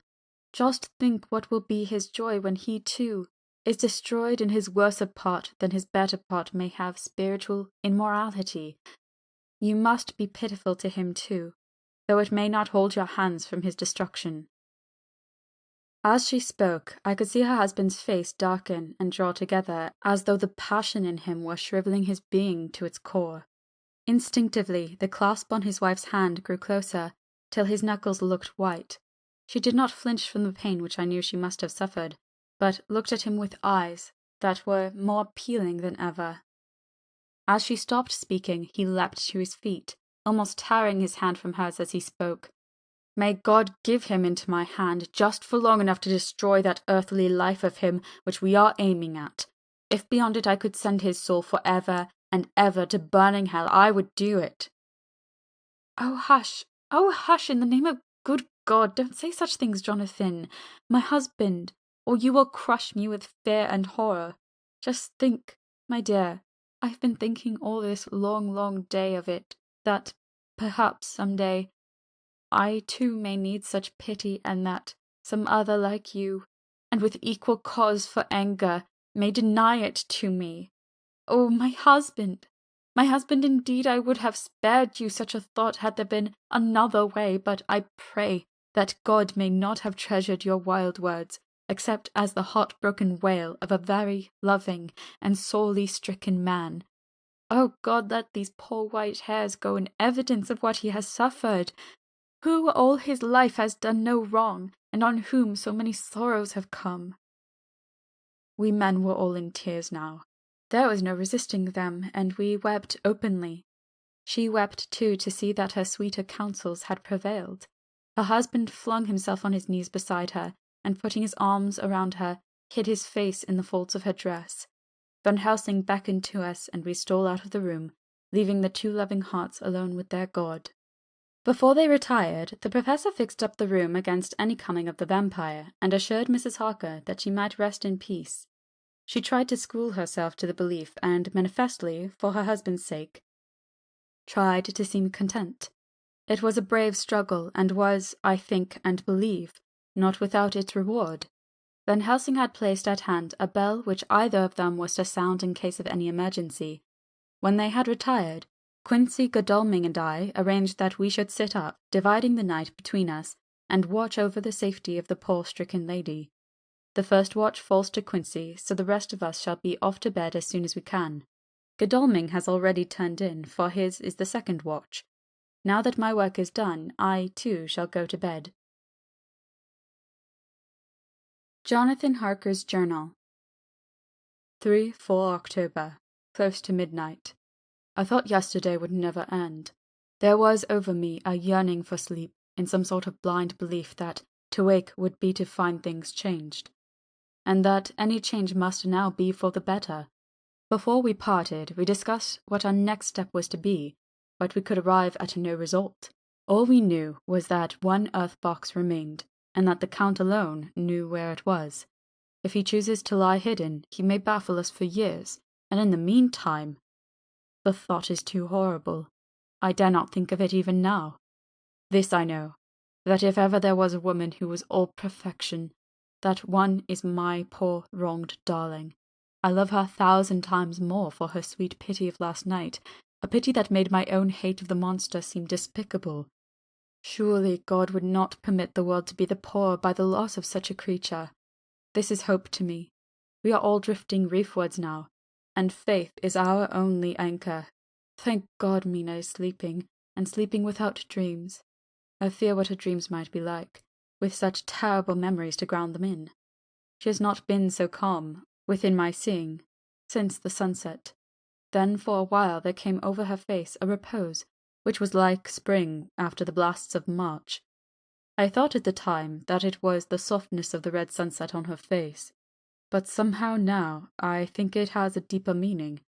I am not sleepy myself, though I am weary to death. However, I must try to sleep, for there is tomorrow to think of, and there is no rest for me until.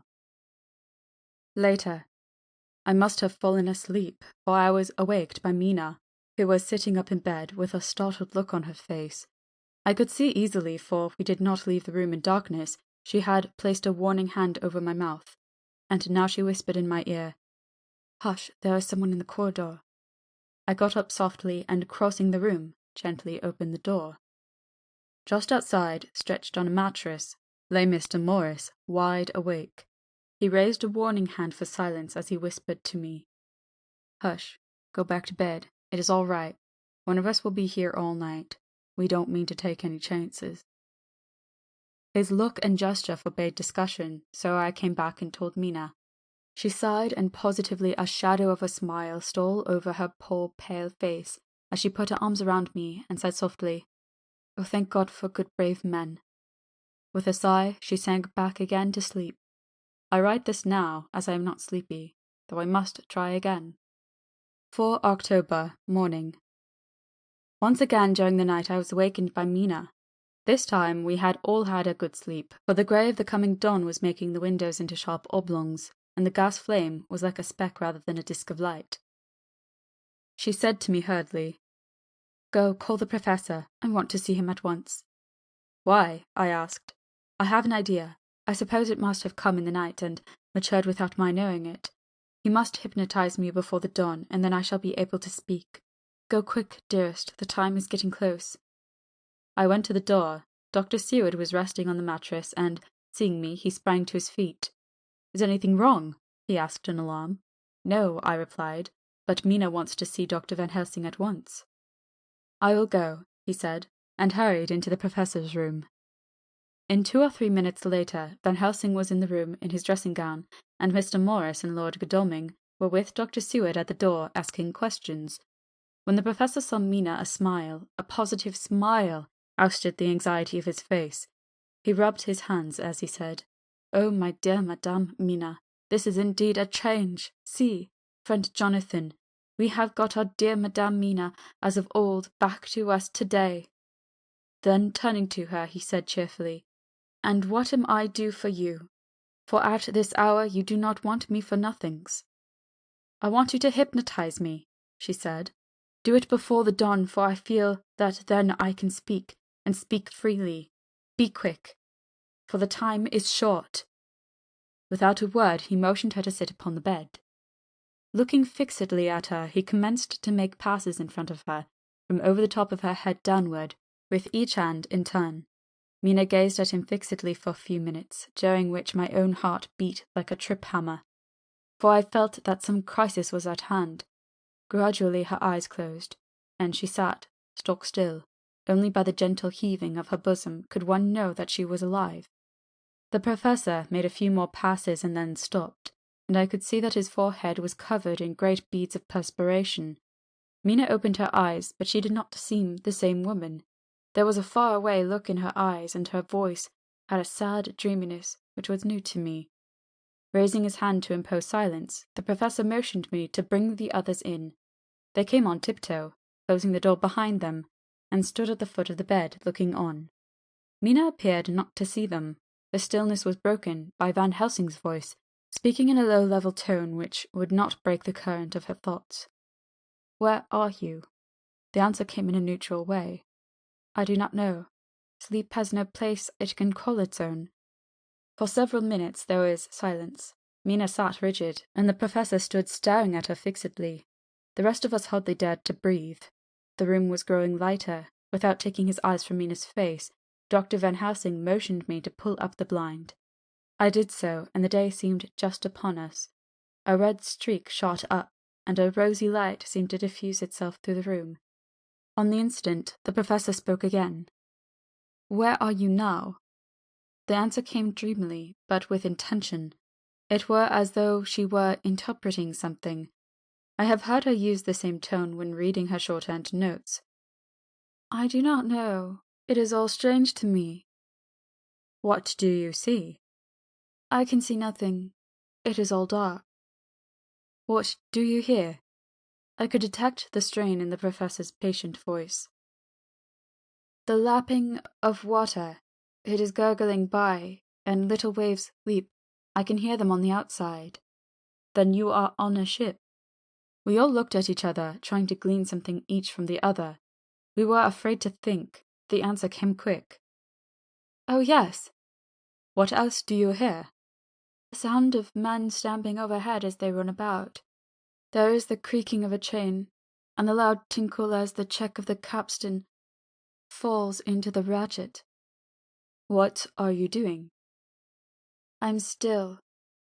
Oh, so still. It is like death." The voice faded away into a deep breath as of one sleeping, and the open eyes closed again. By this time the sun had risen, and we were all in the full light of day. Dr. Van Helsing placed his hands upon Mina's shoulders, and laid her head down softly on her pillow. She lay like a sleeping child for a few moments, and then, with a long sigh, awoke and stared in wonder to see us all around her. "Have I been talking in my sleep?" was all she said. She seemed, however, to know the situation without telling, though she was eager to know what she had told. The professor repeated the conversation, and she said, "Then there is not a moment to lose. It may not be yet too late." Mr. Morris and Lord Godalming started for the door, but the professor's calm voice called them back. "Stay, my friends. That ship, wherever it was weighing anchor whilst she spoke. There were many ships weighing anchor at the moment in your so great port of London. Which of them is it that you seek? God be thanked that we have once again a clue, but whither it may lead us we do not. We have been blind somewhat, blind after the manner of men, since when we can look back, we see what we might have seen looking forward if we had been able to see what we might have seen. Alas, but that sentence is in a puddle, is it not? We can see now what was in the Count's mind when he seized that money, though Jonathan's so fierce knife put him in the danger that even he dread. He meant escape. Hear me. Escape! He saw that with but one earth box left, and a pack of men following like dogs after a fox, this London was no place for him. He have to take his last earth box on board a ship, and he leave the land. He think to escape, but no, we follow him. Tally-ho, as friend Arthur would say when he put on his red frock. Our old fox is wily, oh so wily, and we must follow with wile. I too am wily, and I think his mind in a little while. In meantime we may rest, and in peace, for there are waters between us which he do not want to pass, and which he could not if he would, unless the ship were to touch the land, and then only at full or slack tide. See, and the sun is just rose, and all day to sunset is to us. Let us take bath and dress and have breakfast which we all need, and which we can eat comfortably, since he be not in the same land with us." Mina looked at him appealingly as she asked, "But why need we seek him further when he has gone away from us?" He took her hand and patted it as he replied, "Ask me nothings as yet. When we have breakfast, then I answer all questions." He would say no more, and we separated to dress. After breakfast, Mina repeated her question. He looked at her gravely for a minute, and then said sorrowfully, "Because, my dear, dear Madame Mina, now more than ever must we find him, even if we have to follow him to the jaws of hell." She grew paler as she asked faintly, "Why?" "Because," he answered solemnly, "he can live for centuries, and you are but mortal woman. Time is now to be dreaded, since once he put that mark upon your throat." I was just in time to catch her as she fell forward in a faint. End of chapter 23. Chapter 24. Dr. Seward's phonograph diary, spoken by Van Helsing. This to Jonathan Harker. You are to stay with your dear Madame Mina. We shall go to make our search, if I can call it so, for it is not search but knowing, and we seek confirmation only. But do you stay and take care of her today. This is your best and most holiest office. This day nothing can find him here. Let me tell you that you will know what we four know already, for I tell them. He, our enemy, have gone away. He have gone back to his castle in Transylvania. I know it so well, that if a great hand of fire wrote it on the wall, he have prepared for this in some way, and that last earth box was ready to ship somewheres. For this he took the money. For this he hurry at the last, lest we catch him before the sun go down. It was his last hope, save that he might hide in the tomb, that he think poor Miss Lucy, being as he thought like him, keep open to him. But there was not of time. When he fears that he makes straight for his last resource, his last earthwork, might say, did I wish double entente. He is so clever, oh so clever. He knows that his game here was finished, and so he decided to go back home. He find ship going by the route he came, and he go in it. We go off now to find what ship, and whither bound. When we have discovered that, we come back and tell you all. Then we will comfort you, and poor dear Madame Mina with new hope. For it will be hope, when you think it over, that all is not lost. This very creature that we pursue, he take hundreds of years to get so far as London, and yet, in one day, when we know of the disposal of him, we drive him out. He is finite, so he is powerful to do much harm, and suffers not as we do. But we are strong, each in our purpose, and we are all more strong together. Take heart afresh, dear husband of Madame Mina. This battle is but begun, and in the end we shall win. So sure as that God sits on high to watch over his children. Therefore be of much comfort till we return. Van Helsing. Jonathan Harker's Journal. 4 October. When I read to Mina Van Helsing's message in the phonograph, the poor girl brightened up considerably. Already the certainty that the Count is out of the country has given her comfort, and comfort is strength to her. For my own part, now that his horrible danger is not face to face with us, it seems almost impossible to believe in it. Even my own terrible experiences in Castle Dracula seem like a long-forgotten dream. Here in the crisp autumn air, in the bright sunlight. Alas! How can I disbelieve? In the midst of my thought my eye fell on the red skull on my poor darling's white forehead. Whilst that lasts, there can be no disbelief, and afterwards the very memory of it will keep faith crystal clear.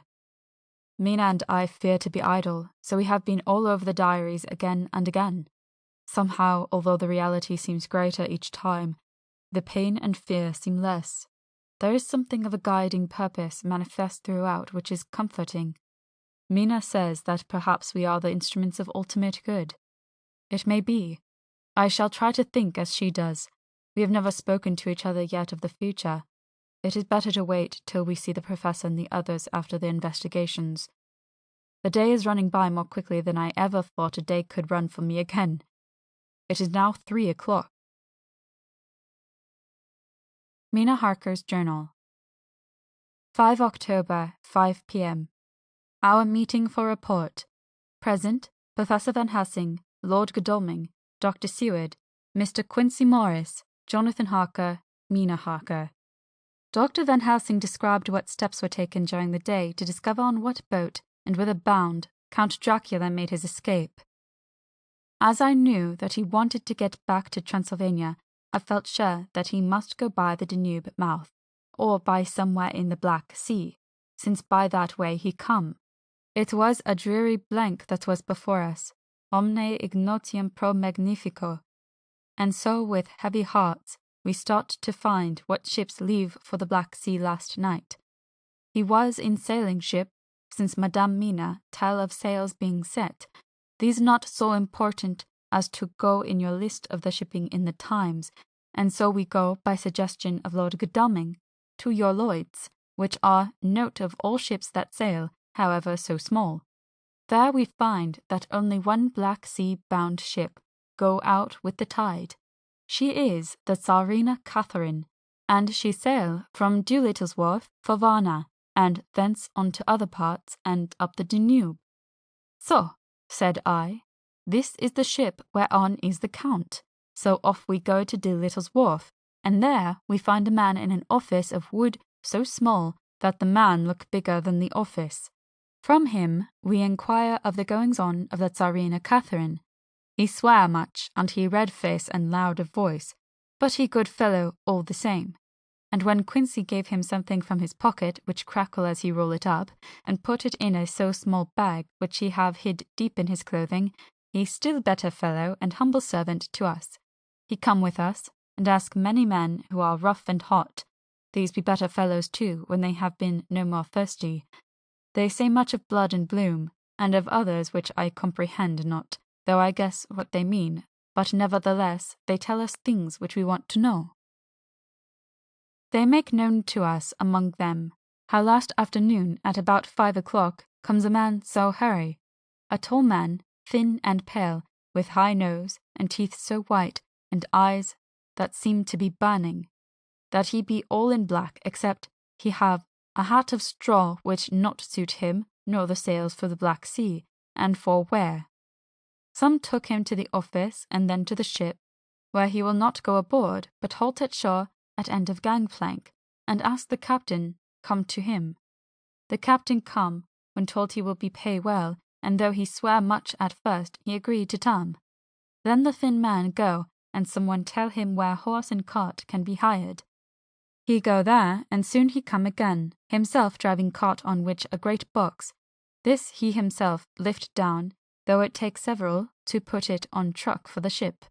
He give much talk to captain as to how and where his box is to be placed, but the captain like it not, and swear at him in many tongues, and tell him that if he like, he can come and see where it shall be.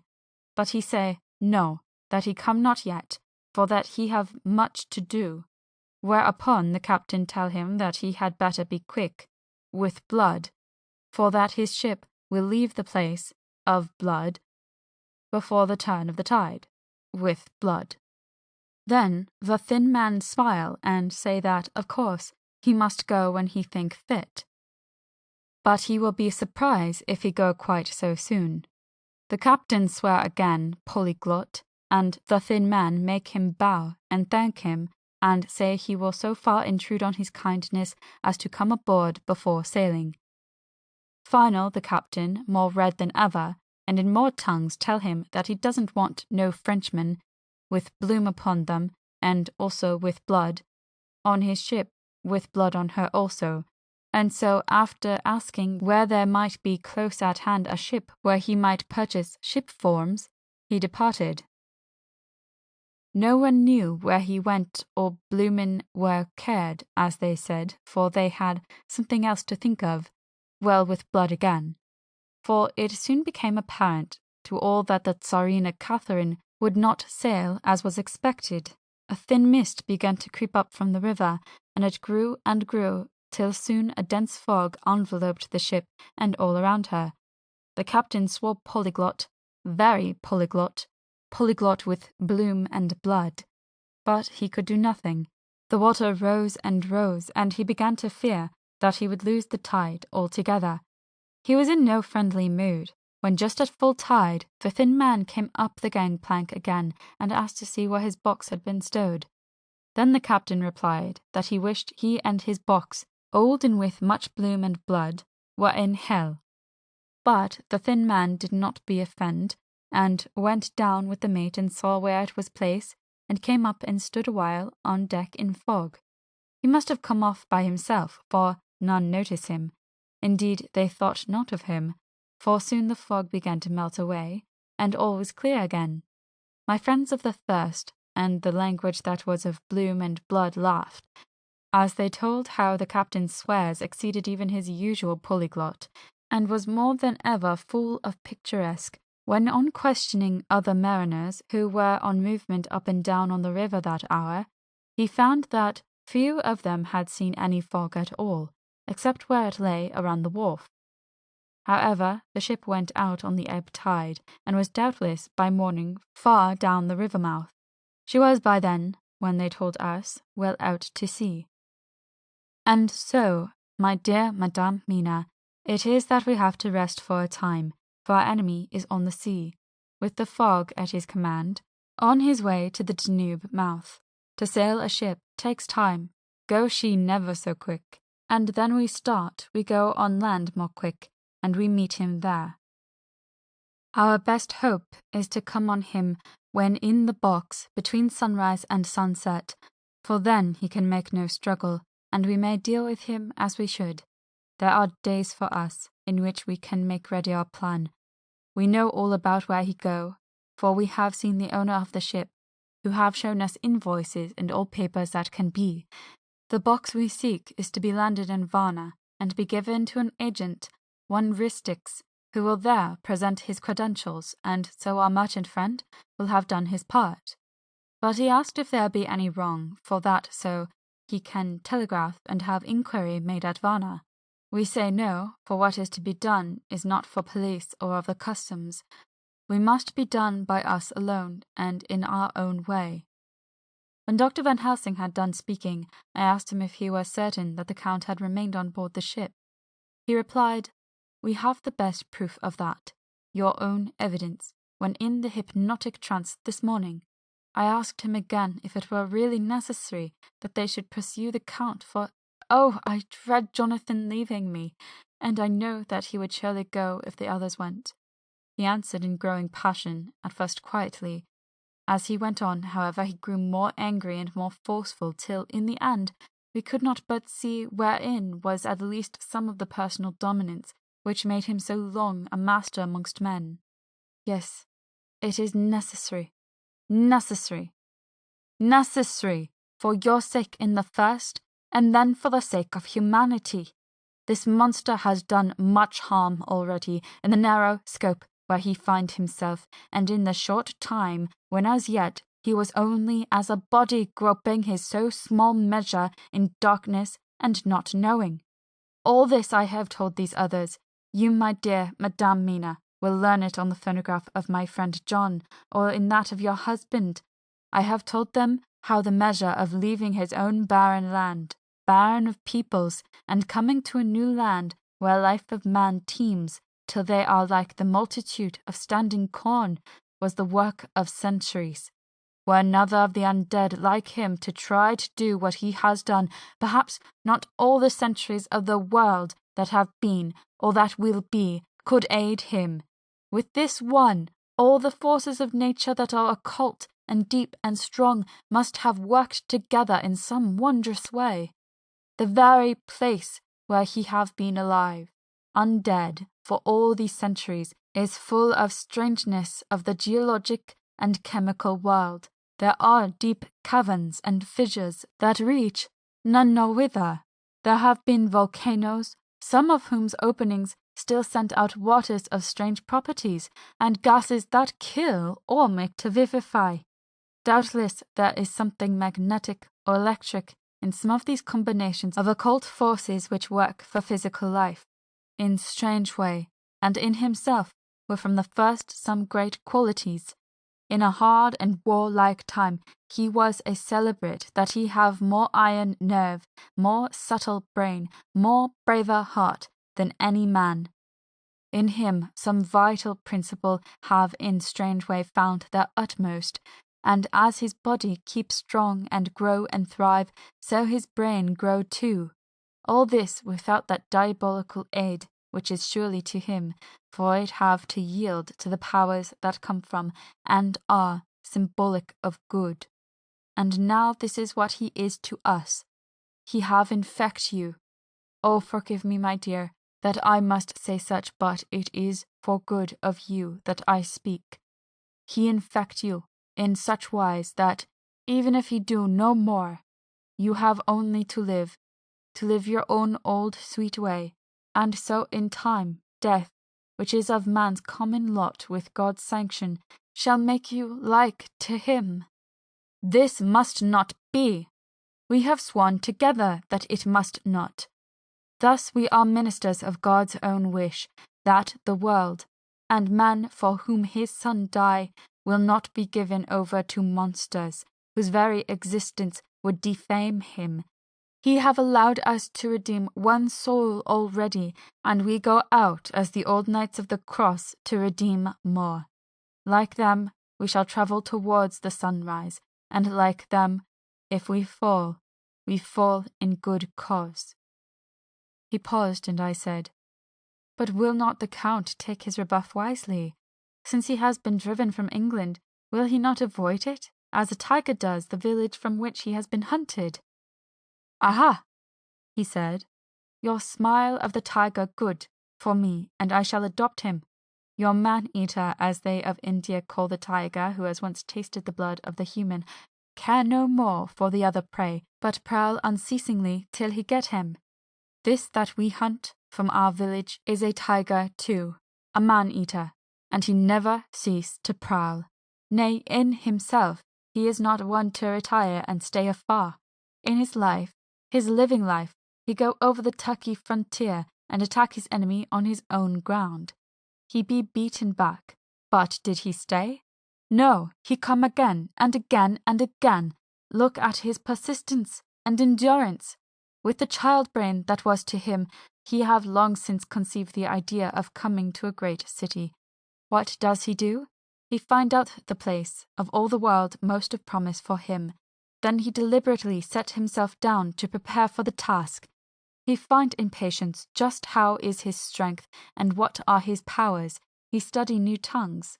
He learn new social life, new environment of old ways, the politic, the law, the finance, the science, the habit of a new land, and have a new people who have come to be since he was.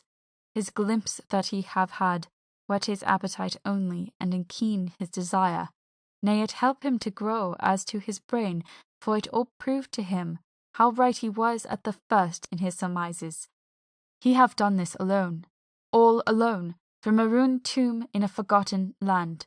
What more may he not do when the greater world of thought is open to him, that he can smile at death as we know him, who can flourish in the midst of diseases that kills off whole peoples? Oh, if such an one was to come from God, and not the devil, what a force for good might he not be in this old world of ours? But we are pledged to set the world free. Our toil must be in silence, and our efforts all in secret. For in this enlightened age, when men believe not even what they see, the doubting of wise men would be his greatest strength. It would be at once his sheath and his armor, and his weapons to destroy us, his enemies, who are willing to peril even our own souls for the safety of one we love, for the good of mankind, and for the honor and glory of God. After a general discussion, it was determined that for tonight nothing be definitely settled, that we should all sleep on the facts and try to think out the proper conclusions. Tomorrow, at breakfast, we are to meet again, and after making our conclusions known to one another, we shall decide on some definite course of action. I feel a wonderful peace and rest tonight. It is as if some haunting presence were removed from me, perhaps. My surmise was not finished, could not be, for I caught sight in the mirror the red mark upon my forehead, and I knew that I was still unclean. Dr. Seward's Diary, 5 October. We all rose early, and I think that sleep did much for each and all of us. When we met at early breakfast, there was more general cheerfulness than any of us had ever expected to experience again. It is really wonderful how much resilience there is in human nature. Let any obstructing cause, no matter what, be removed in any way, even by death, and we fly back to the first principles of hope and enjoyment. More than once we sat round the table, my eyes opened in wonder whether the whole of the past days had not been a dream. It was only when I caught sight of the red blotch on Mrs. Harker's forehead that I was brought back to reality.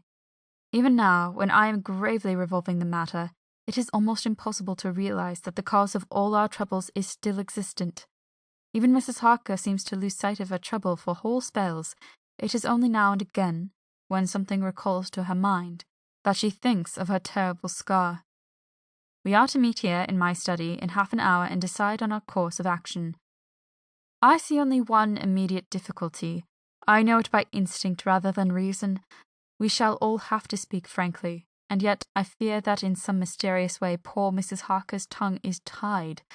I know that she forms conclusions of her own, and from all that has been I can guess how brilliant and how true they must be, but she will not, or cannot, give them utterance. I have mentioned this to Van Helsing, and he and I are to talk it over when we are alone. I suppose it is some of that horrid poison which has got into her veins beginning to work. The Count had his own purposes when he gave her what Van Helsing called the vampire's baptism of blood. Well, there may be a poison that distills itself out of good things. In an age when the existence of ptomaines is a mystery, we should not wonder at anything. One thing I know, that if my instinct be true regarding poor Mrs. Harker's silences, then there is a terrible difficulty. an unknown danger in the work before us. The same power that compels her silence may compel her speech. I dare not think further, for so I should in my thoughts dishonour a noble woman. Van Helsing is coming to my study a little before the others. I shall try to open the subject with him. Later, when the professor came in, we talked over the state of things. I could see that he had something on his mind which he wanted to say, but felt some hesitancy in broaching the subject. After beating about the bush a little, he said suddenly, "Friend John, there is something that you and I must talk of alone, just at the first at any rate. Later we may have to take the others into our confidence." Then he stopped, so I waited. He went on. "Madame Mina, our poor, dear Madame Mina is changing." A cold shiver ran through me to find my worst fears thus endorsed. Van Helsing continued, "With the sad experience of Miss Lucy, we must this time be warned before things go too far. Our task is now, in reality, more difficult than ever, and this new trouble makes every hour of the direst importance. I can see the characteristics of the vampire coming in her face. It is now but very, very slight, but it is to be seen if we have eyes to notice without to prejudge. Her teeth are some sharper, and at times her eyes more hard, but these are not all. There is to her the silence now often, as so it was with Miss Lucy. She did not speak, even when she wrote that which she wished to be known later. Now my fear is this. If it be she can, by a hypnotic trance, tell what the Count see and hear, is it not more true that he who have hypnotized her first, and who have drink of her very blood, and make her drink of his, should, if he will, compel her mind to disclose to him that which she know?" I nodded acquiescence. He went on. "Then what we must do is to prevent this. We must keep her ignorant of our intent, and so she cannot tell what she know not. This is a painful task, oh, so painful that it heartbreak me to think of. But it must be. When today we meet, I must tell her that for reason which we will not to speak, she must not more be of our counsel, but be simply guarded by us." He wiped his forehead, which had broken out in profuse perspiration at the thought of the pain which he might have to inflict upon the poor soul already so tortured. I knew that it would be some sort of comfort to him if I told him that I also had come to the same conclusion, for at any rate, it would take away the pain of doubt. I told him, and the effect was as I expected. It is now close to the time of our general gathering. Van Helsing has gone away to prepare for the meeting, and his painful part of it. I really believe his purpose is to be able to pray alone. Later. At the very outset of our meeting, a great personal relief was experienced by both Van Helsing and myself. Mrs. Harker had sent a message by her husband to say she would not join us at present, as she thought it better that we should be free to discuss our movements without a presence to embarrass us. The professor and I looked at each other for an instant, and somehow we both seemed relieved. For my own part, I thought that if Mrs. Harker realized the danger herself, it was much pain as well as much danger averted. Under the circumstances we agreed, by a questioning look and answer, with finger on lip, to preserve the silence in our suspicions, until we should have been able to confer alone again. We went at once into our plan of campaign. Van Helsing roughly put the facts before us first. The Tsarina Catherine left the Thames yesterday morning. It will take her, at the quickest speed she has ever made, at least 3 weeks to reach Varna. But we can travel overland to the same place in 3 days. Now, if we allow for 2 days less for the ship's voyage, owing to such weather influences as we know that the Count can bring to bear, and if we allow a whole day and night for any delays which may occur to us, then we have a margin of nearly 2 weeks. Thus, in order to be quite safe, we must leave here on 17th at latest. Then we shall at any rate be in Varna a day before the ship arrives, and able to make such preparations as may be necessary. Of course, we shall go armed against evil things spiritual as well as physical. Here Quincey Morris added, I understand that the Count comes from a wolf country, and it may be that he shall get there before us. I propose that we add Winchesters to our armament. I have a kind of belief in a Winchester when there is any trouble of that sort around. Do you remember, Art, when we had the pack after us in Tobolsk? What wouldn't we have given then for a repeater apiece? Good, said Van Helsing. Winchesters it shall be. Quincey's head is level at all times, but most so when there is to hunt. Metaphor be more dishonour to science than wolves be of danger to man. In the meantime, we can do nothing here, and as I think that Varna is not familiar to any of us, why not go there more soon? It is as long to wait here as there. Tonight and tomorrow we can get ready, and then, if all be well, we 4 can set out on our journey. We 4? Said Harker interrogatively, looking from one to the other of us. Of course, answered the professor quickly. You must remain to take care of your so sweet wife. Harker was silent for a while, and then said in a hollow voice, Let us talk of that part of it in the morning. I want to consult with Mina. I thought that now was the time for Van Helsing to warn him not to disclose our plans to her, but he took no notice. I looked at him significantly and coughed. For answer, he put his finger on his lips and turned away. Jonathan Harker's Journal. 5 October afternoon. For some time after our meeting this morning I could not think. The new phases of things leave my mind in a state of wonder which allows no room for active thought. Mina's determination not to take her part in the discussion set me thinking, and as I could not argue the matter with her, I could only guess. I am as far as ever from a solution now. The way the others received it, too, puzzled me. The last time we talked of the subject, we agreed that there was to be no more concealment of anything amongst us. Mina is sleeping now, calmly and sweetly like a little child. Her lips are curved, and her face beams with happiness. Thank God there are such moments still for her. Later. How strange it all is. I sat watching Mina's happy sleep, and came as near to being happy myself as I suppose I shall ever be. As the evening drew on, and the earth took its shadows from the sun sinking lower, the silence of the room grew more and more solemn to me. All at once Mina opened her eyes, and looking at me tenderly said, Jonathan, I want you to promise me something, on your word of honour. A promise made to me, but made holily, in God's hearing, and not to be broken, though I should go down on my knees and implore you with bitter tears. Quick, you must make it to me at once. Mina, I said, a promise like that I cannot make at once. I may have no right to make it. But, dear one, she said, with such spiritual intensity that her eyes were like pole stars, it is I who wish it, and it is not for myself. You can ask Dr. Van Helsing if I am not right. If he disagrees, you may do as you will. Nay, more, if you all agree, later, you are absolved from the promise. I promise, I said, and for a moment she looked supremely happy, though to me all happiness for her was denied by the red scar on her forehead. She said, Promise me that you will not tell me anything of the plans formed for the campaign against the Count, not by word, or inference, or implication, not at any time whilst this remains to me. And she solemnly pointed to the scar. I saw that she was in earnest, and said solemnly, I promise.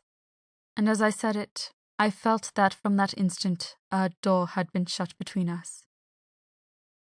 Later, midnight. Mina has been bright and cheerful all the evening, so much so that all the rest seemed to take courage, as if infected somewhat by her gaiety. As a result, even I myself felt as if the pall of gloom which weighs us down was somewhat lifted. We all retired early. Mina is now sleeping like a little child. It is a wonderful thing that her faculty of sleep remains to her in the midst of her terrible trouble. Thank God for it, for then at least she can forget her care. Perhaps her example may affect me as her gaiety did tonight. I shall try it. Oh, for a dreamless sleep. 6 October, morning. Another surprise. Mina woke me early, about the same time as yesterday, to ask me to bring Dr. Van Helsing. I thought that it was another occasion for hypnotism, and without question went for the professor. He had evidently expected some such call, for I found him dressed in his room. His door was ajar, so that he could hear the opening of the door of our room. He came at once. As he passed into the room, he asked Mina if the others might come too. No, she said quite simply. It will not be necessary. You can tell them just as well. I must go with you on your journey. Dr. Van Helsing was as startled as I was. After a moment's pause, he asked, But why? You must take me with you. I am safer with you, and you shall be safer too. But why, dear Madame Mina? You know that your safety is our solemnest duty. We go into danger, to which you are, or may be, more liable than any of us from circumstances, things that have been. He paused, embarrassed. As she replied, she raised her finger and pointed to her forehead. I know. That is why I must go. I can tell you now, whilst the sun is coming up, I may not be able again. I know that when the Count wills me, I must go. I know that if he tells me to come in secret, I must come by wile, by any device to hoodwink, even Jonathan. God saw the look that she turned on me as she spoke, and if there be indeed a recording angel, that look is noted to her everlasting honour. I could only clasp her hand. I could not speak. My emotion was too great for even the relief of tears. She went on. You men are brave and strong. You are strong in your numbers, for you can defy that which would break down the human endurance of one who had to guard alone. Besides, I may be of service, since you can hypnotize me, and so learn that which even I myself do not know. Dr. Van Helsing said very gravely, Madame Mina, you are, as always, most wise. You shall with us come, and together we shall do that which we go forth to achieve. When he had spoken, Mina's long spell of silence made me look at her. She had fallen back on a pillow asleep. She did not even wake when I had pulled up the blind and let in the sunlight which flooded the room. Van Helsing motioned to me to come with him quietly. We went to his room, and within a minute Lord Godalming, Dr. Seward, and Mr. Morris were with us also. He told them what Mina had said, and went on. In the morning we shall leave for Varna.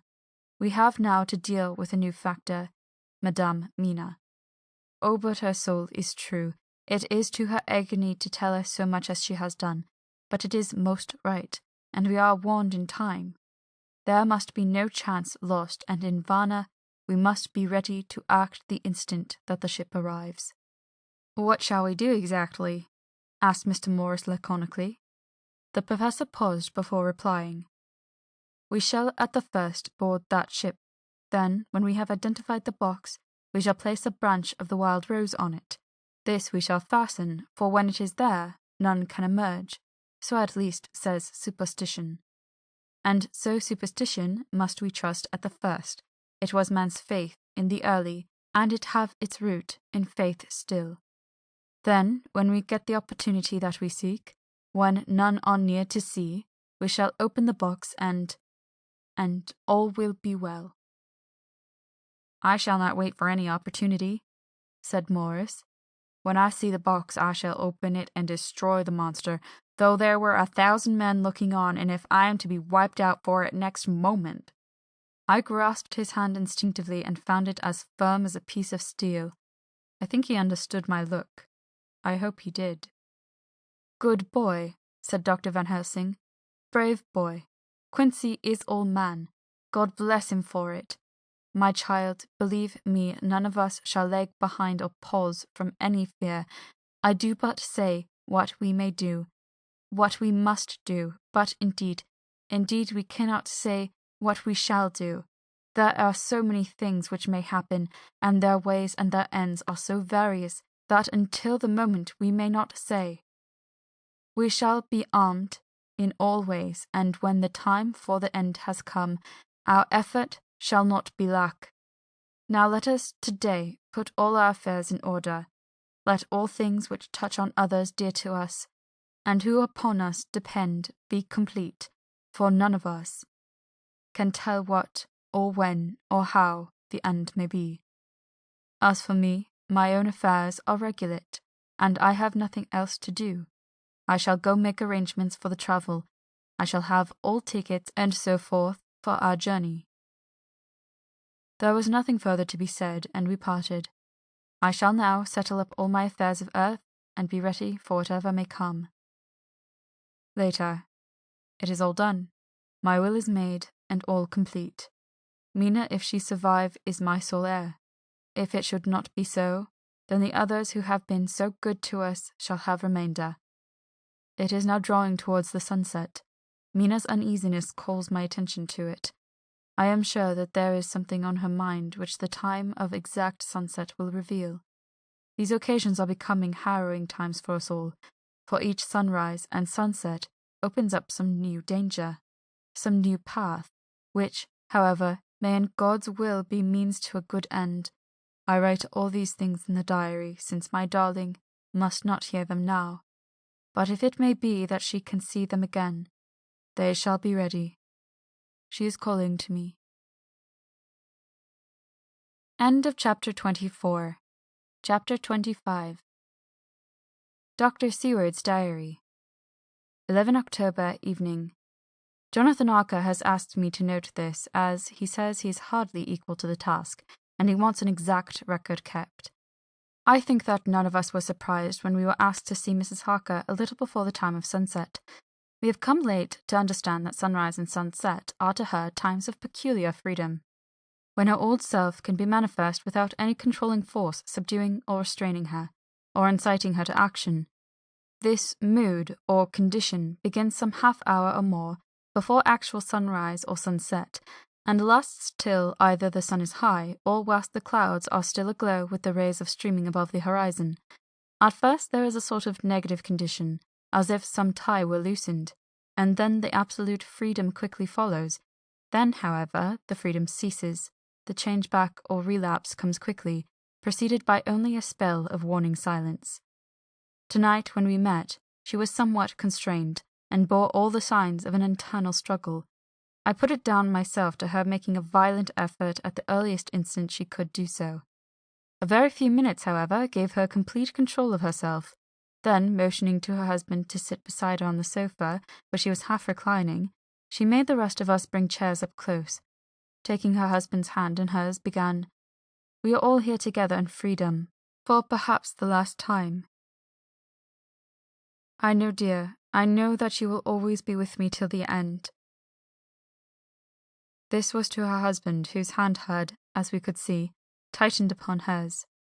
In the morning we go out upon our task, and God alone knows what may be in store for any of us. You are going to be so good to me as to take me with you. I know that all that brave, earnest men can do for a poor, weak woman, whose soul perhaps is lost. No, not yet, but is at any rate at stake. You will do.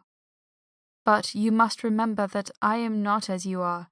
There is a poison in my blood, in my soul, which may destroy me, which must destroy me unless some relief comes to us. Oh, my friends, you know as well as I do that my soul is at stake, and though I know that there is one way out for me, you must not, and I must not take it. She looked appealingly to us all in turn, beginning and ending with her husband. "What is that way?" asked Van Helsing in a hoarse voice. "That is that way which we may not take."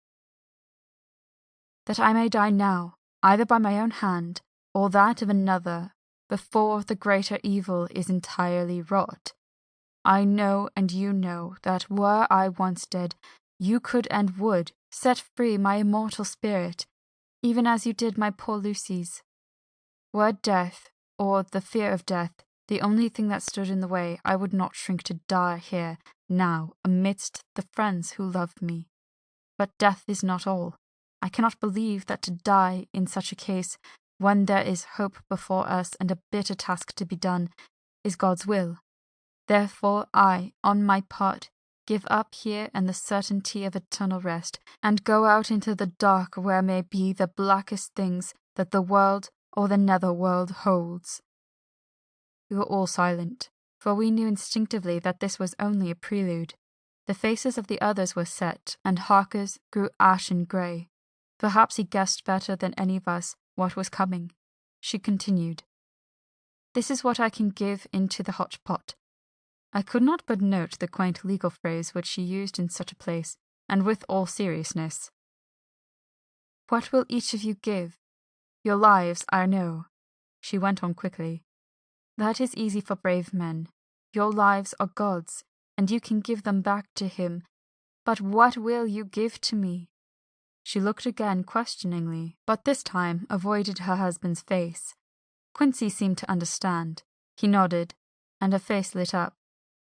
"Then I shall tell you plainly what I want, for there must be no doubtful manner in this connection between us now. You must promise me, one and all, even you, my beloved husband, that should the time come, you will kill me." "What is that time?" The voice was Quincey's, but it was low and strained. "When you shall be convinced that I am so changed that it is better that I die than I may live. When I am thus dead in the flesh, then you will, without a moment's delay, drive a stake through me and cut off my head, or do whatever else may be wanting to give me rest." Quincey was the first to rise after the pause. He knelt down before her and taking her hand in his said solemnly, "I'm only a rough fellow, who hasn't perhaps lived as a man should to win such a distinction, but I swear to you by all that I hold sacred and dear that, should the time ever come, I shall not flinch from the duty that you have set us, and I promise you, too, that I shall make all certain, for if I am only doubtful, I shall take it that the time has come." "My true friend," was all she could say amidst her fast-falling tears, as, bending over, she kissed his hand. "I swear the same, my dear Madame Mina," said Van Helsing. "And I," said Lord Godalming, each of them in turn kneeling to her to take the oath. "I followed myself." Then her husband turned to her, worn-eyed, and with a greenish pallor which subdued the snowy whiteness of his hair, and asked, "And must I, too, make such a promise, O my wife?" "You too, my dearest," she said, with infinite yearning of pity in her voice and eyes. "You must not shrink. You are nearest and dearest all the world to me. Our souls are knit into one, for all life and all time. Think, dear, that there have been times when brave men have killed their wives and their womankind to keep them from falling into the hands of the enemy. Their hands did not falter any the more because those they loved implored them to slay them. It is men's duty towards those whom they love, in such times of sore trial, and oh, my dear, if it is to be that I must meet death at any hand, let it be at the hand of him that loves me best. Dr. Van Helsing, I have not forgotten your mercy in poor Lucy's case to him who loved." She stopped with a flying blush and changed her phrase. "To him who had best right to give her peace. If that time shall come again, I look to you to make it a happy memory of my husband's life, that it was his loving hand which set me free from the awful thrall upon me." "Again, I swear," came the professor's resonant voice. Mrs. Harker smiled, positively smiled, as with a sigh of relief she leaned back and said, "And now one word of warning, a warning which you must never forget. This time, if it ever come, may come quickly and unexpectedly, and in such case you must lose no time in using your opportunity. At such a time I myself may be, nay, if the time ever comes, shall be, leagued with your enemy against you. One more request." She became very solemn as she said this. "It is not vital and necessary like the other, but I want you to do one thing for me, if you will." We all acquiesced, but no one spoke. There was no need to speak. "I want you to read the burial service." She was interrupted by a deep groan from her husband. Taking his hand in hers, she held it over her heart, and continued, "You must read it over me some day. Whatever may be the issue of all this fearful state of things, it will be a sweet thought to all or some of us. You, my dearest, will I hope read it, for then it will be in your voice in my memory forever, come what may." "But oh, my dear one," he pleaded, "death is afar off from you." "Nay," she said, holding up a warning hand. I am deeper in death at this moment than if the weight of an earthly grave lay heavy upon me. Oh, my wife, must I read it? He said before he began. It would comfort me, my husband, was all she said, and he began to read when she had got the book ready. How could anyone, tell of that strange scene, its solemnity, its gloom, its sadness, its horror, and withal its sweetness? Even a skeptic, who can see nothing but a travesty of bitter truth in anything holy or emotional, would have been melted to the heart had he seen that little group of loving and devoted friends kneeling round that stricken and sorrowing lady, or heard the tender passion of her husband's voice, as in tones so broken with emotion that often he had to pause. He read that simple and beautiful service from the burial of the dead. I cannot go on, words and voice fail me. She was right in her instinct. Strange as it all was, bizarre as it may hereafter seem to us who have felt its potent influence at the time, it comforted us much, and the silence, which showed Mrs. Harker's coming relapse from her freedom of soul, did not seem so full of despair to any of us as we had dreaded. Jonathan Harker's Journal. 15 October, Varna. We left Charing Cross on the morning of the 12th, got to Paris at the same night, and took the places secured for us in the Orient Express. We travelled night and day, arriving here about 5 o'clock. Lord Godalming went to the consulate to see if any telegram had arrived for him, whilst the rest of us came on to this hotel, the Odysseus. The journey may have had incidents. I was, however, too eager to get on to care for them. Until the Tsarina Catherine comes into port, there will be no interest for me in anything in the wide world. Thank God, Mina is well, and looks to be getting stronger. Her colour is coming back. She sleeps a great deal. Throughout the journey she slept nearly all the time. Before sunrise and sunset, however, she is very wakeful and alert. It has become a habit for Van Helsing to hypnotize her at such times. At first some effort was needed, and he had to make many passes, but now she seems to yield at once, as if by habit, and scarcely any action is needed. He seems to have power at these particular moments to simply will, and her thoughts obey him. He always asks her what she can see and hear. She answers to the first, "Nothing, all is dark," and to the second, "I can hear the waves lapping against the ship, and the water rushing by. Canvas and cordage strain, and masts and yards creak. The wind is high, and I can hear it in the shrouds, and the bow throws back the foam." It is evident that Tsarina is still at sea, hastening on her way to Varna. Lord Godalming has just returned. He had 4 telegrams, one each day since we arrived, and all to the same effect, that the Tsarina Catherine had not yet been reported to Lloyd's from anywhere. He had arranged before leaving London that his agents should send him every day a telegram saying if the ship had been reported. He was to have a message even if she were not reported, so that he might be sure that there was a watch being kept at the other end of the wire. We had dinner and went to bed early. Tomorrow we are to see the Vice-Consul, and to arrange, if we can, about getting on board the ship as soon as she arrives. Van Helsing says that our chance will be to get on the boat between sunrise and sunset. The Count, even if he takes the form of a bat, cannot cross the running water of his own volition, and so cannot leave the ship. As he dare not change to man's form without suspicion, which he evidently wishes to avoid, he must remain in the box. If, then, we can come on board after sunrise, he is at our mercy, for if we can open the box and make sure of him, as we did of poor Lucy, before he wakes, what mercy he shall get from us will not count for much. We think that we shall not have much trouble with the officials, or the seamen. Thank God, this is the country where bribery can do anything, and we are well supplied with money.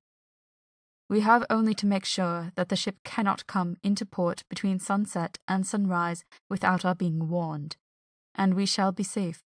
Judge Moneybag will settle this case, I think. 16 October. Mina's report, still the same. Lapping waves and rushing water, darkness and favouring winds. We are evidently in good time, and when we hear of the Tsarina Catherine, we shall be ready. As she must pass the Dardanelles, we are sure to have some report. 17 October. Everything is pretty well fixed now, I think, to welcome the Count on his return from his tour. Godalming told the shippers that he fancied that the box sent abroad might contain something stolen from a friend of his, and got a half consent that he might open it at his own risk. The owner gave him a paper telling the captain to give him every facility in doing whatever he chose to board on the ship, and also a similar authorization to his agent at Varna. We have seen the agent, who was much impressed with Godalming's kindly manner to him, and we are all satisfied that whatever he can do to aid our wishes will be done. We have already arranged what to do in case we get the box open. If the Count is there, then Helsing and Seward will cut off his head at once and drive a stake through his heart. Morris and Godalming and I shall prevent interference, even if we have to use the arms which we shall have ready. The professor says that if we can so treat the Count's body, it will soon fall into dust. In such case, there would be no evidence against us, in case any suspicion of murder were aroused. But even if it were not, it should stand or fall by our act, and perhaps some day this very script may be evidence to come between some of us and a rope.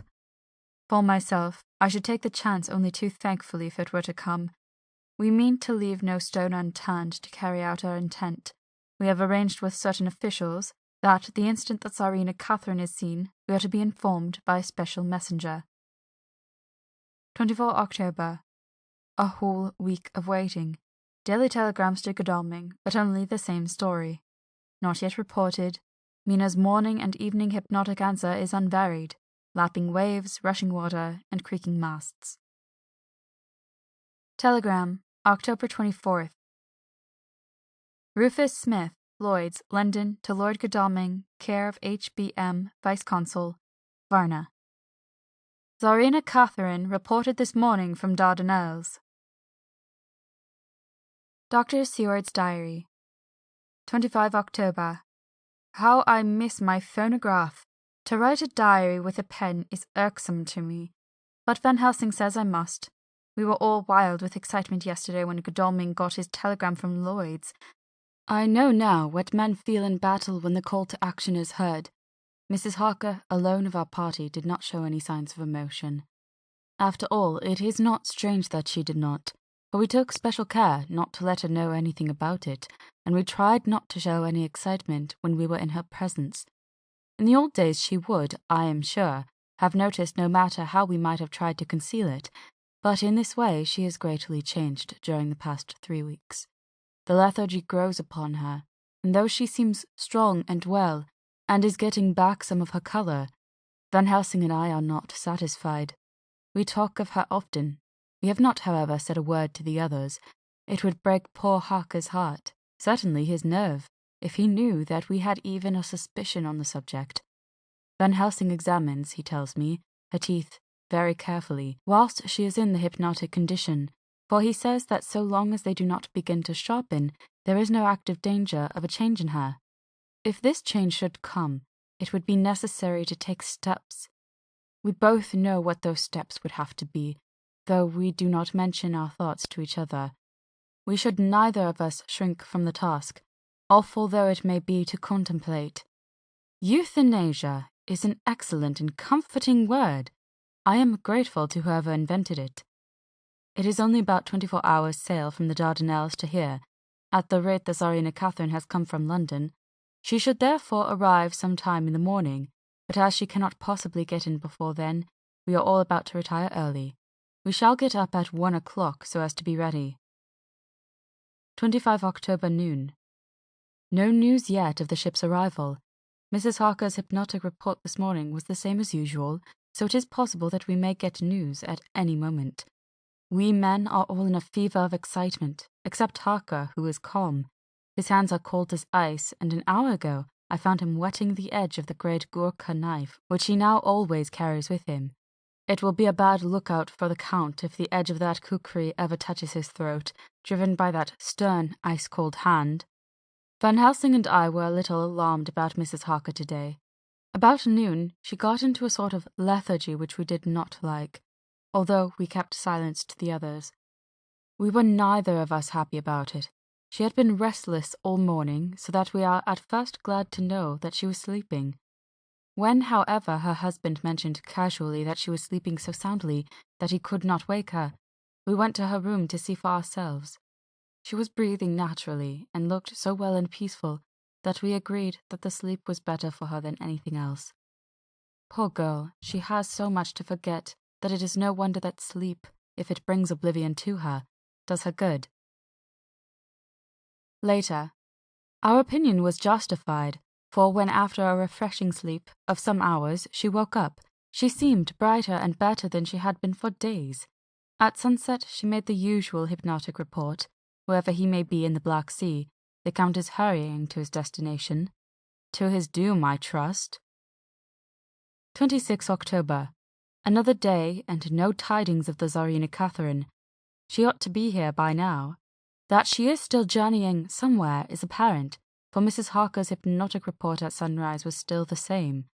It is possible that the vessel may be lying by, at times, for fog. Some of the steamers which came in last evening reported patches of fog both to the north and south of the port. We must continue our watching, as the ship may now be signalled at any moment. 27 October, noon.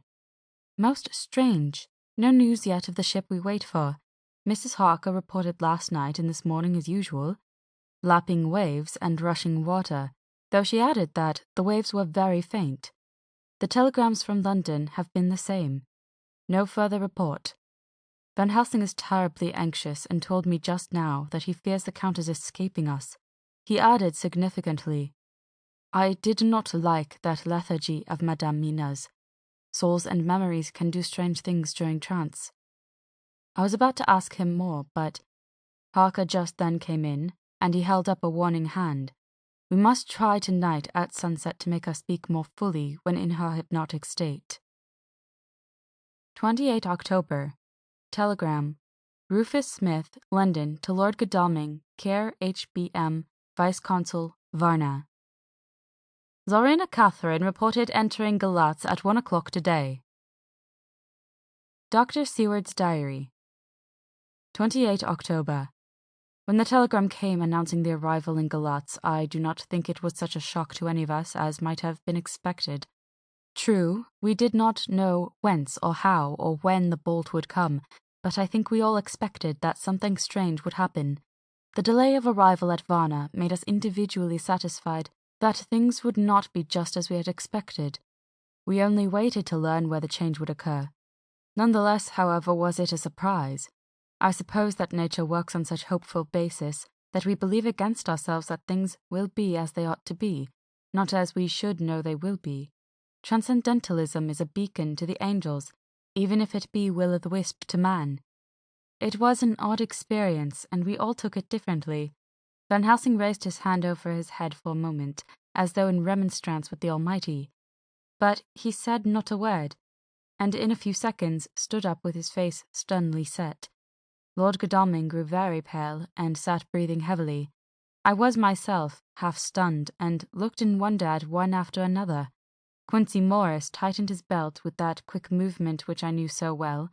In our old wandering days, it meant action. Mrs. Harker grew ghastly white, so that the scar on her forehead seemed to burn, but she folded her hands meekly and looked up in prayer. Harker smiled, actually smiled, the dark, bitter smile of one who is without hope, but at the same time his action belied his words, for his hands instinctively sought the hilt of the great kukri knife and rested there. "When does the next train start for Galatz?" said Van Helsing to us generally. "At 6:30 tomorrow morning." We all started, for the answer came from Mrs. Harker. "How on earth do you know?" said Art. "You forget, or perhaps you do not know, though Jonathan does and so does Dr. Van Helsing, that I am the train fiend. At home in Exeter I always used to make up the timetables, so as to be helpful to my husband. I found it so useful sometimes that I always make a study of the timetables now. I knew that if anything were to take us to Castle Dracula, we should go by Galatz, or at any rate through Bucharest, so I learned the times very carefully. Unhappily there are not many to learn, as the only train tomorrow leaves as I say." "Wonderful woman," murmured the professor. Can't we get a special? Asked Lord Godalming. Van Helsing shook his head. I fear not. This land is very different from yours or mine. Even if we did have a special, it would probably not arrive as soon as our regular train. Moreover, we have something to prepare. We must think. Now let us organize. You, friend Arthur, go to the train and get the tickets and arrange that all be ready for us to go in the morning. Do you, friend Jonathan, go to the agent of the ship and get from him letters to the agent in Galatz, with authority to make search the ship just as it was here. Morris Quincey, you see the vice-consul and get his aid with his fellow in Galatz, and all he can do to make our way smooth, so that no times be lost when over the Danube. John will stay with Madame Mina and me, and we shall consult.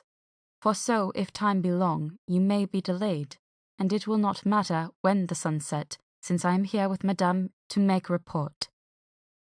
And I, said Mrs. Harker brightly, and more like herself than she had been for many a long day, shall try to be of use in all ways, and shall think and write for you as I used to do.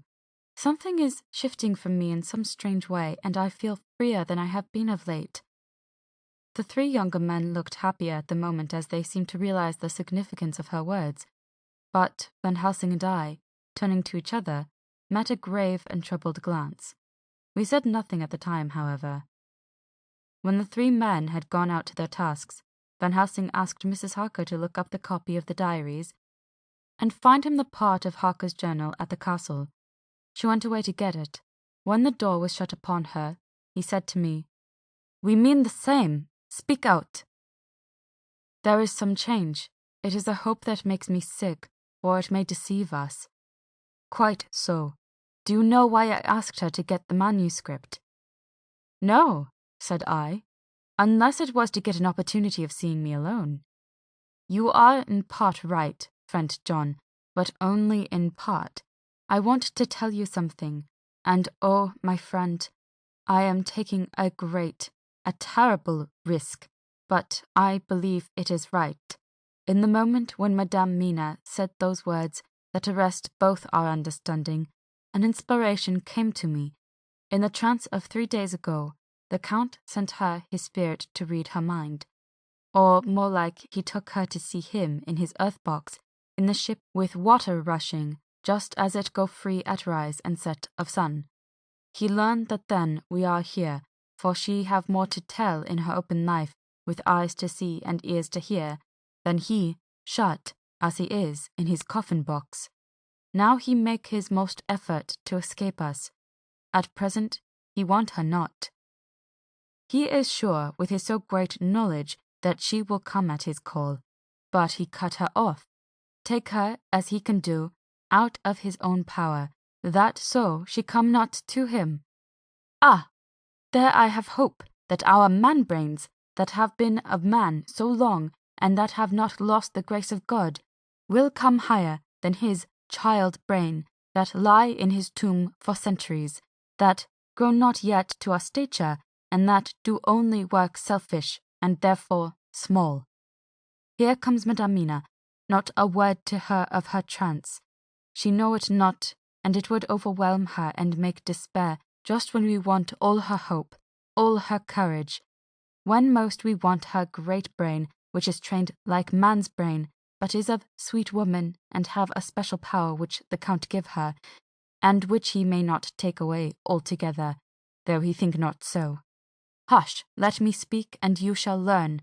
O John, my friend, we are in awful straits. I fear as I never feared before. We can only trust the good God. Silence, here she comes. I thought that the professor was going to break down and have hysterics, just as he had when Lucy died, but with great effort he controlled himself and was at perfect nervous poise when Mrs. Harker tripped into the room, bright and happy-looking and, in the doing of work, seeming forgetful of her misery. As she came in, she handed a number of the sheets of typewriting to Van Helsing. He looked over them gravely, his face brightening up as he read. Then holding the pages between his finger and thumb, he said, "Friend John, to you with so much of experience already, and you too, dear Madame Mina, that are young, here is a lesson. Do not fear ever to think. A half-thought has been buzzing often in my brain, but I fear to let him loose his wings. Here now, with more knowledge, I go back to where that half-thought come from, and I find that he be no half-thought at all, that be a whole thought, though so young that he is not yet strong to use his little wings, nay, like the ugly duck of my friend Hans Andersen, he be no duck-thought at all, but a big swan-thought, that sail nobly on big wings, when the time come for him to try them. See, I read here what Jonathan have written. That other of his race who, in a later age, again and again brought his forces over the great river into Turkeyland, who, when he was beaten back, came again and again, though he had to come alone from the bloody field where his troops were being slaughtered, since he knew that he alone could ultimately triumph. What does this tell us? Not much? No! The Count's child thought see nothing, therefore he speaks so free. Your man thought see nothing, my man thought see nothing, till just now. No, but there comes another word from someone who speak without thought, because she too know not what it mean, what it might mean, just as there are elements which rest, yet when in nature's course they move on their way, and they touch, then poof, and there comes a flash of light, heaven wide, that blind and kill and destroy some, but that show up all earth below for leagues and leagues. Is it not so? Well, I shall explain. To begin, have you ever studied the philosophy of crime? Yes and no. You, John, yes, for it is a study of insanity. You, no, Madame Mina, for crime touch you not but once. Still your mind works true, and argues not a particulari ad universal. There is this peculiarity in criminals. It is so constant in all countries, and at all times, that even police, who know not much from philosophy, come to know it empirically, that it is. That is to be empiric. The criminal always work at one crime, that is the true criminal who seems to predestinate to crime, and who will of none other. This criminal is not full man-brain. He is clever and cunning and resourceful, but he be not of man's stature as to brain. He be of child-brain in much. Now this criminal of ours is predestinate to crime also. He, too, have child-brain, and it is of the child to do what he have done. The little bird, the little fish, the little animal learn not by principle, but empirically, and when he learn to do, then there is to him the ground to start from to do more. Dos po sto, said Archimedes, give me a fulcrum, and I shall move the world. To do once is the fulcrum whereby child-brain become man-brain. And until he have the purpose to do more, he continue to do the same again every time, just as he have done before. Oh, my dear, I see that your eyes are opened, and that to you the lightning flash show all the leaks. For Mrs. Harker began to clap her hands, and her eyes sparkled. He went on. Now you shall speak. Tell us, two dry men of science, what you see with those bright eyes. He took her hand and held it whilst she spoke. His finger and thumb closed on her pulse, as I thought instinctively and unconsciously as she spoke. The Count is a criminal, and of criminal type. Nordau and Lombroso would so classify him, and qua criminal, he is of imperfectly formed mind. Thus, in a difficulty, he has to seek resource in habit. His past is a clue, and the one page of it that we know, and that, from his own lips, tells that once before, when in what Mr. Morris would call a tight place, he went back to his own country from the land he had tried to invade, and thence, without losing purpose, prepared himself for a new effort. He came again better equipped for his work, and won. So he came to London to invade a new land. He was beaten, and when all hope of success was lost, and his existence in danger, he fled back over the sea to his home, just as formerly he had fled back over the Danube from Turkeyland. Good, good, "Oh, you so clever lady," said Van Helsing, enthusiastically, as he stooped and kissed her hand. A moment later he said to me, as calmly as though we had been having a sick-room consultation, 72 only, and in all this excitement, I have hope. Turning to her again, he said with keen expectation, "But go on, go on. There is more to tell if you will. Be not afraid. John and I know. I do in any case, and shall tell you if you are right. Speak without fear." "I will try to, but you will forgive me if I seem egotistical." "Nay, fear not. You must be egoist, for it is of you that we think." "Then, as he is criminal, he is selfish, and as his intellect is small and his action based on selfishness, he confines himself to one purpose. That purpose is remorseless. As he fled back over the Danube, leaving his forces to be cut to pieces, so now he is intent on being safe, careless of all. So his own selfishness frees my soul somewhat of the terrible power which he acquired over me on that dreadful night. I felt it. Oh, I felt it! Thank God for his great mercy. My soul is freer than it has been since that awful hour, and all that haunts me is a fear lest in some trance or dream he may have used my knowledge for his ends." The professor stood up. "He has so used your mind, and by it he has left us here in Varna, whilst the ship that carried him rushed through enveloping fog up to Galatz, where, doubtless, he had made preparation for escaping from us. But his child mind only saw so far, and it may be that, as ever is in God's providence, the very thing that the evildoer most reckoned on for his selfish good turns out to be his chiefest harm. The hunter is taken in his own snare, as the great psalmist says. For now that he think he is free from every trance of us all, and that he has escaped us with so many hours to him, then his selfish child-brain will whisper him to sleep. He think, too, that as he cut himself off from knowing your mind, there can be no knowledge of him to you. There is where he fail. That terrible baptism of blood which he give you makes you free to go to him in spirit as you have yet done in your times of freedom, when the sun rise and set. At such times you go by my volition and not by his, and his power to good of you and others as you have won from your suffering at his hands. This is now all the more precious that he know it not, and to guard himself have even cut himself off from his knowledge of our where. We, however, are not selfish, and we believe that God is with us through all this blackness and these many dark hours. We shall follow him, and we shall not flinch, even if we peril ourselves that we become like him. Friend John, this has been a great honour, and it have done much to advance us on our way.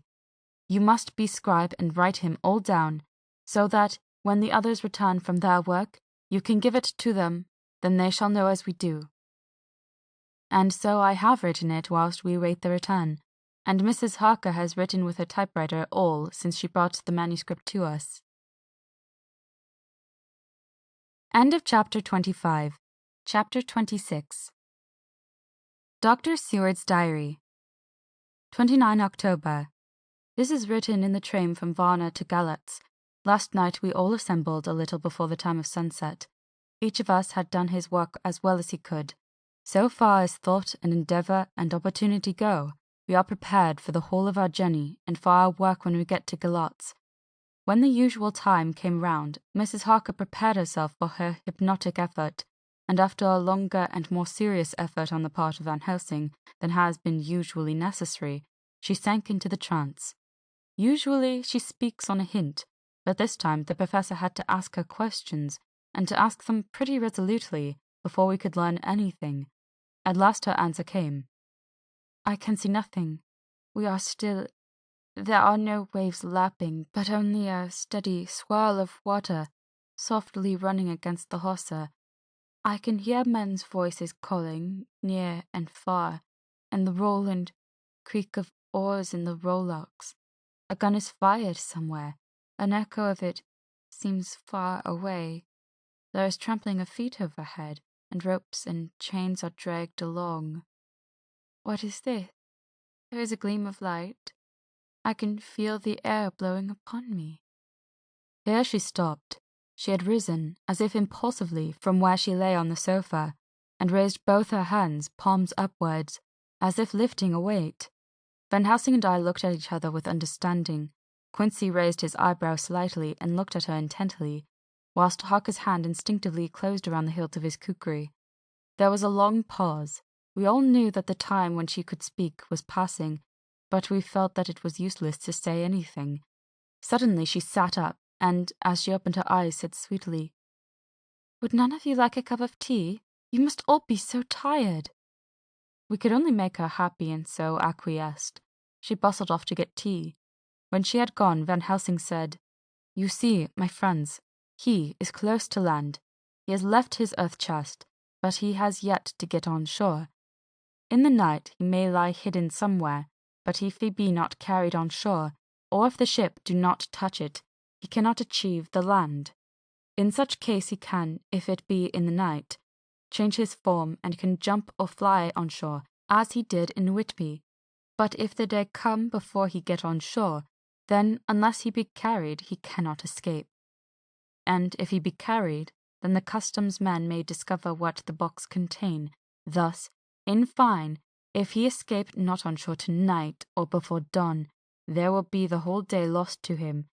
We may then arrive in time, for if he escape not at night, we shall come on him in daytime, boxed up and at our mercy, for he dare not be his true self, awake and visible, lest he be discovered." There was no more to be said, so we waited in patience until the dawn, at which time we might learn more from Mrs. Harker. Early this morning we listened, with breathless anxiety, for her response in her trance. The hypnotic stage was even longer in coming than before, and when it came the time remaining until full sunrise was so short that we began to despair. Van Helsing seemed to throw his whole soul into the effort. At last, in obedience to his will, she made reply, "All is dark. I hear lapping water level with me, and some creaking as of wood on wood." She paused, and the red sun shot up. We must wait till tonight. And so it is that we are travelling towards Galatz in an agony of expectation. We are due to arrive between 2 and 3 in the morning, but already, at Bucharest, we are 3 hours late, so we cannot possibly get in till well after sun-up. Thus we shall have 2 more hypnotic messages from Mrs. Harker. Either or both may possibly throw more light on what is happening. Later. Sunset has come and gone. Fortunately, it came at a time when there was no distraction, for it had occurred whilst we were at a station. We might not have secured the necessary calm and isolation. Mrs. Harker yielded to the hypnotic influence even less readily than this morning. I am in fear that her power of reading the Count's sensations may die away, just when we want it most. It seems to me that her imagination is beginning to work. Whilst she has been in the trance hitherto, she has confined herself to the simplest of facts. If this goes on, it may ultimately mislead us. If I thought the Count's power over her would die away equally with her power of knowledge, it would be a happy thought, but I am afraid that it may not be so. When she did speak, her words were enigmatical. "Something is going out. I can feel it pass me like a cold wind. I can hear, far off, confused words, as of men talking in strange tongues, fierce falling water, and the howling of wolves." She stopped, and a shudder ran through her, increasing in intensity for a few seconds till, at the end, she shook as though in a palsy. She said no more, even in answer to the professor's imperative questioning. When she woke from the trance, she was cold and exhausted and languid, but her mind was all alert. She could not remember anything, but asked what she had said. When she was told, she pondered over it deeply for a long time in silence. 30 October, 7 a.m. We are near Galatz now, and I may not have time to write later. Sunrise this morning was anxiously looked for by us all. Knowing of the increasing difficulty of procuring the hypnotic trance, Van Helsing began his passes earlier than usual.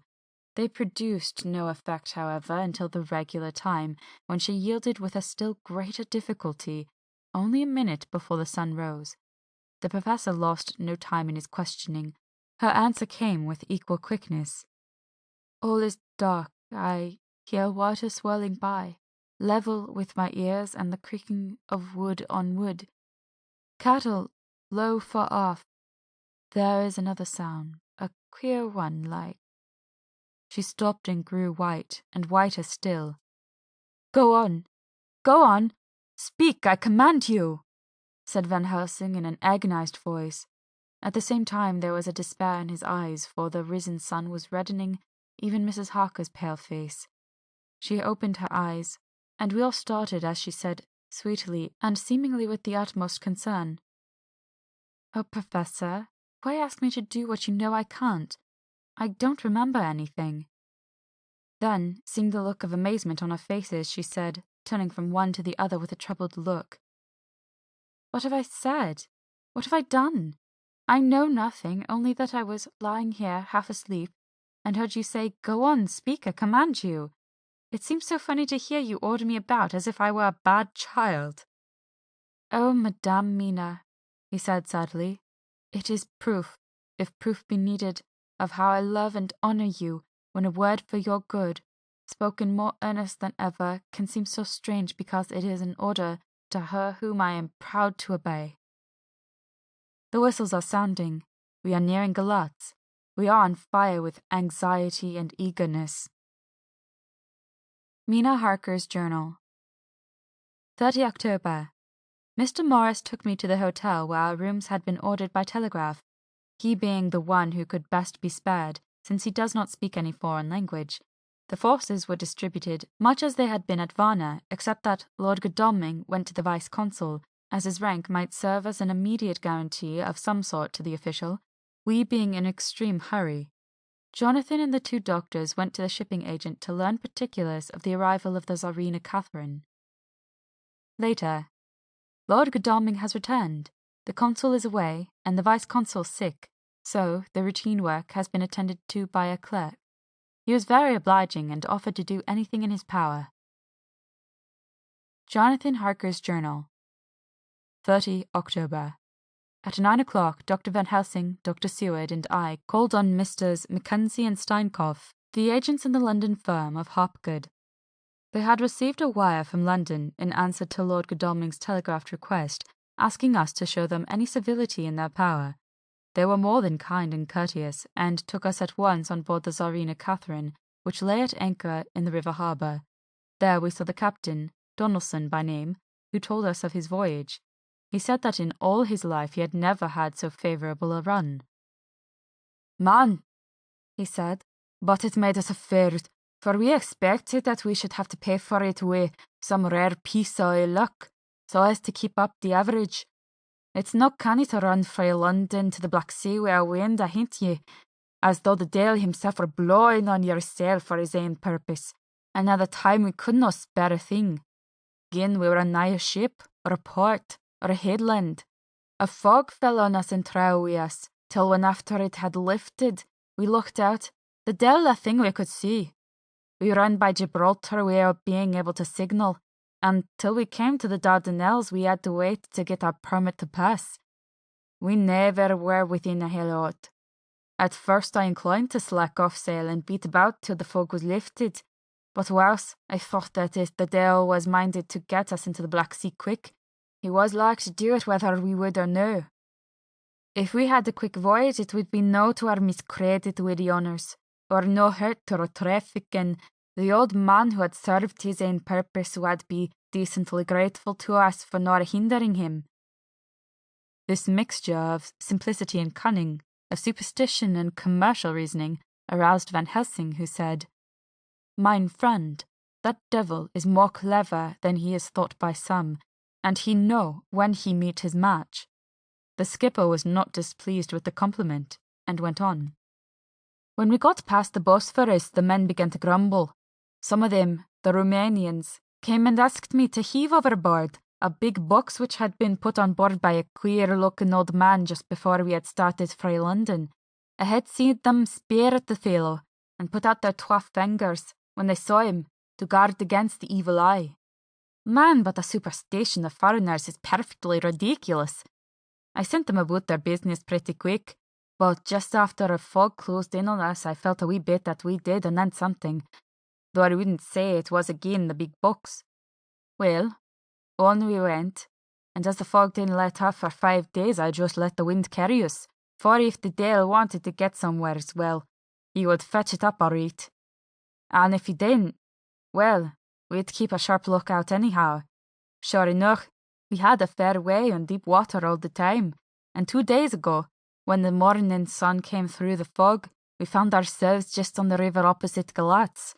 The Romanians were wild and wanted me right or wrong to take out the box and fling it in the river. I had to argue with him about it with a handspike, and when the last of them rose off the deck with his head in his hand, I had convinced him that, evil eye or no evil eye, the property and the trust of my owners were better in my hands than in the river Danube. They had Manye taken the box on deck ready to fling in, and as it was marked Galatz via Varna, I thought that I let it lie till we discharged them in the port and read it all together. We did not do much clearing that day and had to remain the night at anchor. But in the morning, bright and early, an hour before sunup, a man came aboard with an order, written to him from England, to receive a box marked for one Count Dracula. Sure enough, the matter was one ready to his hand.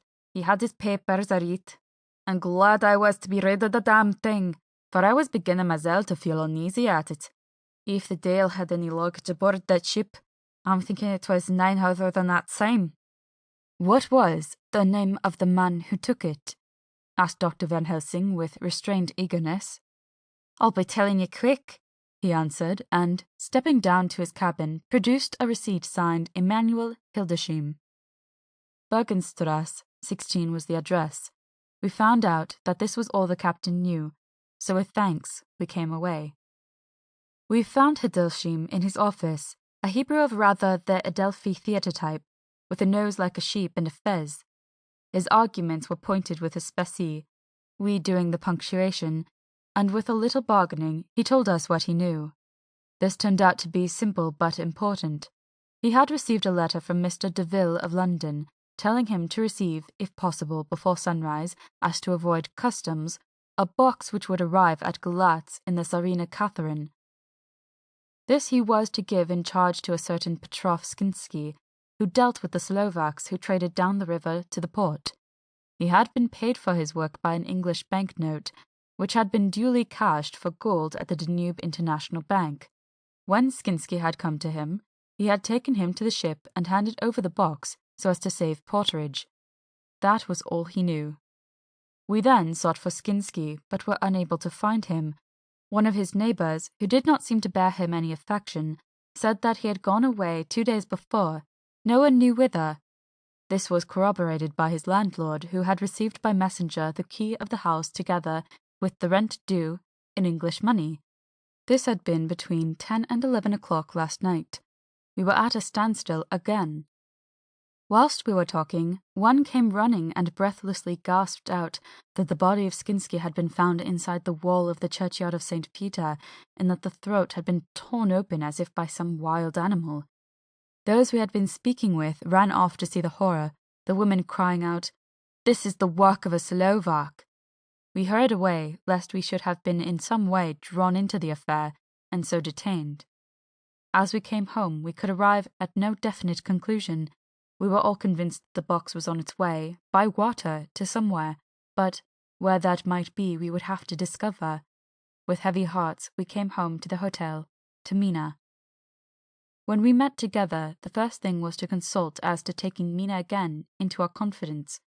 Things are getting desperate, and it is at least a chance, though a hazardous one. As a preliminary step, I was released from my promise to her. Mina Harker's Journal. 30 October, evening. They were so tired and worn out and dispirited that there was nothing to be done till they had some rest. So I asked them all to lie down for half an hour whilst I should enter everything up to the moment. I feel so grateful to the man who invented the traveller's typewriter, and to Mr. Morris for getting this one for me. I should have felt quite astray doing the work if I had to write with a pen. It is all done. Poor dear, dear Jonathan. What he must have suffered. What he must be suffering now. He lies on the sofa hardly seeming to breathe. His whole body appears in collapse. His brows are knit. His face is drawn with pain. Poor fellow. Maybe he is thinking, and I can see his face all wrinkled up with the concentration of his thoughts. Oh, if I could only help at all! I shall do what I can. I have asked Dr. Van Helsing, and he has got me all the papers that I have not yet seen. Whilst they are resting, I shall go over all carefully, and perhaps I may arrive at some conclusion. I shall try to follow the professor's example, and think without prejudice on the facts before me. I do believe that under God's providence I have made a discovery. I shall get the maps and look over them. I am more than ever sure that I am right. My new conclusion is ready, so I shall get our party together and read it. They can judge it. It is well to be accurate, and every minute is precious. Mina Harker's memorandum. Entered in her journal. Ground of inquiry. Count Dracula's problem is to get back to his own place. A. He must be brought back by someone. This is evident, for had he the power to move himself as he wished, he could go either as man, or wolf, or bat, or in some other way. He evidently fears discovery or interference, in the state of helplessness which he must be, confined as he is between dawn and sunset in his wooden box. B. How is he to be taken? Here a process of exclusions may help us, by road, by rail, by water. 1. By road. There are endless difficulties, especially in leaving the city. X. There are people, and people are curious and investigate. A hint, a surmise, a doubt as to what might be in the box would destroy him. Y. There are, or there may be, customs and octroi officers to pass. Z. His pursuers might follow. This is his highest fear, and in order to prevent his being betrayed he has repelled, so far as he can, even his victim, me. 2. By rail. There is no one in charge of the box. It would have to take its chance of being delayed, and delay would be fatal, with enemies on the track. True, he might escape at night, but what would he be if left in a strange place, with no refuge that he could fly to? This is not what he intends, and he does not mean to risk it. 3. By water. Here is the safest way, in one respect, but with most danger in another. On the water, he is powerless except at night. Even then, he can only summon fog and storm and snow and his wolves. But, were he wrecked, the living water would engulf him, helpless, and he would indeed be lost. He could have the vessel to drive to land, but if it were unfriendly land, wherein he was not free to move, his position would still be desperate. We know from the record that he was on the water, so what we have to do is to ascertain what water. The first thing is to realize exactly what he has done as yet. We may then get a light on what his later task is to be. Firstly, we must differentiate between what he did in London as part of his general plan of action, when he was pressed for moments and had to arrange as best he could. Secondly, we must see, as well as we can surmise it from the facts we know of, what he has done here. As to the first, he evidently intended to arrive at Galatz, and sent an invoice to Varna to deceive us lest we should ascertain his means of exit from England. His immediate and sole purpose, then, was to escape. The proof of this is the letter of instruction sent to Emanuel Hildesheim to clear and take away the box before sunrise. There is also the instruction to Petrov Skinsky. These we must only guess at, but there must have been some letter or message, since Skinsky came to Hildesheim. That, so far, his plans were successful we know.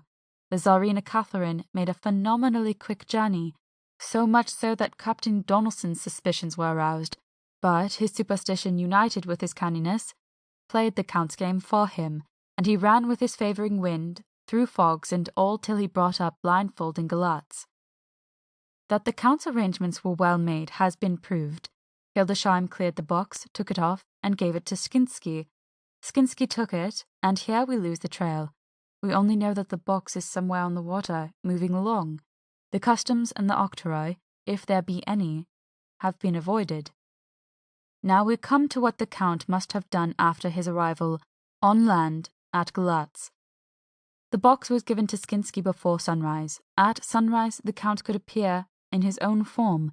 Here we ask why Skinsky was chosen at all to aid in the work. In my husband's diary, Skinsky is mentioned as dealing with the Slovaks who trade down the river to the port. And the man's remark that the murder was the work of a Slovak showed the general feeling against his class. The Count wanted isolation. My surmise is this, that in London the Count decided to get back to his castle by water, as the most safe and secret way. He was brought from the castle by Skani, and probably they delivered their cargo to Slovaks who took the boxes to Varna, for there they were shipped for London. Thus the Count had knowledge of the persons who could arrange this service. When the box was on land, before the sunrise, or after the sunset, came out from his box, met Skinsky, and instructed him what to do as to arranging the carriage of the box up some river. Then this was done, and he knew that all was in train. He blotted out his traces, as he thought, by murdering his agent. I have examined the map, and find that the river most suitable for the Slovaks to have ascended is either the Pruth or the Soreth. I read in the typescript that in my trance I heard cows low and water swirling level with my ears, and the creaking of wood. The Count in his box, then, was on a river in an open boat, propelled probably either by oars or poles, for the banks are near and it is working against the stream. There would be no such sound if floating down the stream. Of course, it may not be either the Soreth or the Pruth, but we may possibly investigate further. Now, of these two, the Pruth is more easily navigated, but the Soreth is, at Fundu, joined by the Bistritza, which runs round the Borgo Pass. The loop it makes is manifestly as close to Dracula's castle as can be got by water. Mina Harker's journal continued. When I had done reading, Jonathan took me in his arms and kissed me. The others kept shaking me by both hands, and Dr. Van Helsing said, "Our dear Madame Mina is once more our teacher. Her eyes have been where we were blinded. Now we are on the track once again, and this time we may succeed. Our enemy is at his most helpless, and if we can come on him by day, on the water, our task will be over. He has a start, but he is powerless to hasten, as he may not leave his box, lest those who carry him may suspect. For them to suspect would be to prompt them to throw him into the stream, where he perish. This he knows, and will not. Now, men, to our council of war, for here and now we must plan what each and all shall do." "I shall get a steam launch and follow him," said Lord Godalming. "And I, horses to follow on the bank lest by chance he land," said the Professor. "Both good, but neither must go alone. There must be force to overcome force if need be. The Slovak is strong and rough, and he carries rude arms." All the men smiled, for amongst them they carried a small arsenal. Said Mr. Morris, "I have brought some Winchesters. They are pretty handy in a crowd, and there may be wolves." The Count, if you remember, took some other precautions. He made some requisitions on others that Mrs. Harker could not quite hear or understand. We must be ready at all points. Dr. Seward said, "I think we had better go with Quincey. We have been accustomed to hunt together, and we too, well armed, will be a match for whatever may come along. You must not be alone, Art. It may be necessary to fight the Slovaks, and a chance thrust, for I don't suppose these fellows carry guns, would undo all our plans. There must be no chances. This time we shall not rest until the Count's head and body have been separated, and we are sure that he cannot reincarnate." He looked at Jonathan as he spoke, and Jonathan looked at me. I could see that the poor dear was torn about in his mind. Of course he wanted to be with me, but then the boat service would, most likely, be the one which would destroy the vampire. Why did I hesitate to write the word? He was silent a while, and during his silence Dr. Van Helsing spoke. "Friend Jonathan, This is to you for twice reasons.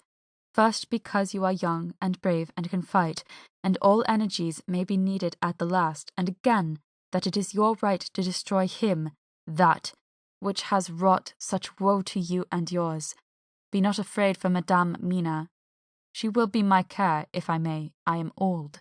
My legs are not so quick to run as once, and I am not used to ride so long or to pursue as need be, or to fight with lethal weapons. But I can be of other service. I can fight in other way, and I can die, if need be, as well as younger men. Now let me say what I would is this. While you, my Lord Godalming, and friend Jonathan, go in your so swift little steamboat up the river, and whilst John and Quincey guard the bank where perchance he might be landed, I will take Madame Mina right into the heart of the enemy's country, whilst the old fox is tied in his box, floating on the running stream, whence he cannot escape to land, where he dares not raise the lid of his coffin box, lest his Slovak carriers should in fear leave him to perish. We shall go in the track where Jonathan went, from Bistritz over the Borgo, and find our way to the castle of Dracula. Here Madame Mina's hypnotic power will surely help, and we shall find our way, all dark and unknown otherwise, after the first sunrise, when we are near the fateful place. There is much to be done, and other places to be made sanctify, so that the nest of vipers be obliterated. Here Jonathan interrupted him quite hotly. Do you mean to say, Professor Van Helsing, that you would bring Mina, in her sad case, and tainted as she is with that devil's illness, right into the jaws of his death-trap? Not for the world, not for heaven or hell. He became almost speechless for a minute, and then went on. Do you know what the place is? Have you seen that awful den of hellish infamy, with the very moonlight alive with grisly shapes, and every speck of dust that whirls in the wind a devouring monster in embryo? Have you felt the vampire's lips upon your throat? Here he turned to me. As his eyes lit upon my forehead, he threw up his arms with a cry. Oh, my God, what have we done to have this terror upon us? And he sank down on the sofa in a collapse of misery. The professor's voice, as he spoke in clear, sweet tones, which seemed to vibrate in the air, calmed us all. Oh, my friend, it is because I would save Madame Mina from that awful place that I would go. God forbid that I should take her into that place. There is work, wild work to be done there, that her eyes may not see. We men, all save Jonathan, have seen with their own eyes what is to be done before that place can be purified. Remember that we are in terrible straits. If the Count escape us this time, and he is strong and subtle and cunning, he may choose to sleep him for a century, and then in time, our dear one, he took my hand, would come to him to keep him company, and would be as those others that you, Jonathan, saw. You have told us of their gloating lips. You heard their ribald laugh as they clutched the moving bag that the Count threw to them. You shudder, and well it may be. Forgive me that I make you so much pain, but it is necessary. My friend, is it not a dire need for the which I am giving, possibly, my life? If it were that any one went into that place to stay, it is I who would have to go to keep them company. Do as you will, said Jonathan, with a sob that shook him all over. We are in the hands of God. Later. Oh, it did me good to see the way that these brave men worked. How can women help loving men when they are so earnest, and so true and so brave? And, too, it made me think of the wonderful power of money. What can it not do when it is properly applied, and what might it do when basely used? I felt so thankful that Lord Godalming is rich, and that both he and Mr. Morris, who also has plenty of money, are willing to spend it so freely. For if they did not, our little expedition could not start either so promptly or so well equipped as it will within another hour. It is not 3 hours since it was arranged what part each of us was to do. And now Lord Godalming and Jonathan have a lovely steam launch, with steam up ready to start at a moment's notice. Dr. Seward and Mr. Morris have half a dozen good horses, well appointed, as have all the maps and appliances of various kinds that can be had. Professor Van Helsing and I are to leave by the 11:40 train tonight to Veresti, where we are to get a carriage and a drive to the Borgo Pass. We are bringing a good deal of ready money, as we are to buy a carriage and horses. We shall drive ourselves, for we have no one whom we can trust in the matter. The professor knows something of a great many languages, so we shall get on all right. We have got all arms, even for me a large bore revolver. Jonathan would not be happy unless I was armed like the rest. Alas, I cannot carry one arm that the rest do. The scar on my forehead forbids that. Dear Dr. Van Helsing comforts me by telling me that I am fully armed, as there may be wolves. The weather is getting colder every hour, and there are snow flurries, which come and go as warnings. Later. It took all my courage to say goodbye to my darling. We may never meet again. Courage, Mina. The professor is looking at you keenly. His look is a warning. There must be no tears now, unless it may be that God will let them fall in gladness. Jonathan Harker's Journal. October 30. Night. I am writing this in the light from the furnace door of the steam launch. Lord Godalming is firing up. He is an experienced hand at the work, as he has had for years a launch of his own on the Thames and another on the Norfolk Broads. Regarding our plans, we finally decided that Mina's guess was correct, and that if any waterway was chosen for the Count's escape back to his castle, the Sereth and then the Bistritza at its junction would be the one. We took it that somewhere about the 47th degree north latitude would be the place chosen for the crossing the country between the river and the Carpathians. We have no fear in running at good speed up the river at night. There is plenty of water, and the banks are wide enough apart to make steaming, even in the dark, easy enough. Lord Godalming tells me to sleep for a while, as it is enough for the present for one to be on watch, but I cannot sleep. How can I, with the terrible danger hanging over my darling, and her going out into that awful place? My only comfort is that we are in the hands of God. Only for that faith it would be easier to die than to live, and so be quit of all the trouble. Mr. Morris and Dr. Seward were off on their long ride before we started. They are to keep up the right bank, far enough off to get on higher lands where they can see a good stretch of river and avoid the following of its curves.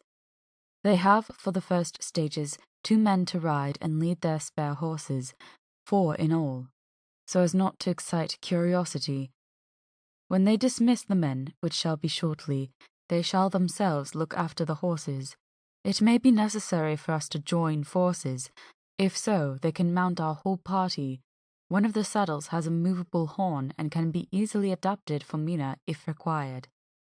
It is a wild adventure we are on. Here, as we are rushing along through the darkness, with the cold from the river seeming to rise up and strike us, with all the mysterious voices of the night around us, it all comes home. We seem to be drifting into unknown places and unknown ways, into a whole world of dark and dreadful things. Godalming is shutting the furnace door. 31 October. Still hurrying along. The day has come, and Godalming is sleeping. I am on watch. The morning is bitterly cold. The furnace heat is grateful, though we have heavy fur coats. And yet we have passed only a few open boats, but none of them had on board any box or package of anything like the size of one we seek. The men were scared every time we turned our electric lamp on them, and fell on their knees and prayed. 1 November, evening. No news all day. We have found nothing of the kind we seek. We have now passed into the Bistritza, and if we are wrong in our surmise, our chance is gone. We have overhauled every boat, big and little. Early this morning, one crew took us for a government boat, and treated us accordingly. We saw in this a way of smoothing matters, so at Fundu, where the Bistritza runs onto the Sereth, we got a Romanian flag, which we now fly conspicuously. With every boat which we have overhauled since then, this trick has succeeded. We have had every defence shown to us, and not once any objection to whatever we chose to ask or do. Some of the Slovaks tell us that a big boat passed them, going at more than usual speed, as she had a double crew on board. This was before they came to Fundu, so they could not tell us whether the boat turned into the Bistritza or continued up on the Sereth. At Fundu we could not hear of any such boat, so she must have passed there in the night. I'm feeling very sleepy. The cold is perhaps beginning to tell on me, and nature must have rest some time. Godalming insists that he shall keep the first watch. God bless him for all his goodness to poor dear Mina and me. 2 November, morning. It is broad daylight. That good fellow would not wake me. He says it would have been a sin to, for I slept peacefully and was forgetting my trouble. It seems brutally selfish to me to have slept so long and let him watch all night. But he was quite right. I am a new man this morning, and, as I sit here and watch him sleeping, I can do all that is necessary both as to minding the engine, steering, and keeping watch. I can feel that my strength and energy are coming back to me. I wonder where Mina is now, and Van Helsing. They should have got to Veresti about noon on Wednesday. It would take them some time to get the carriages and horses, so if they had started and travelled hard, they would be about now at the Borgo Pass. God guide and help them. I am afraid to think what may happen. If we could only go faster. But we cannot. The engines are throbbing and doing their utmost. I wonder how Dr. Seward and Mr. Morris are getting on. There seem to be endless streams running down the mountains into this river, but as none of them are very large, at present at all events, though they are terrible doubtless in the winter and when the snow melts, the horsemen may not have met such obstruction. I hope that before we get to Strasbourg we may see them, for if by that time we have not overtaken the Count, it may be necessary to take counsel together what to do next. Dr. Seward's Diary, 2 November. 3 days on the road, no news, and no time to write it if there had been, for every moment is precious. We have had only the rest needful for the horses, but we are both bearing it wonderfully. Those adventurous days of ours are turning up useful. We must push on. We shall never feel happy till we get the launch in sight again.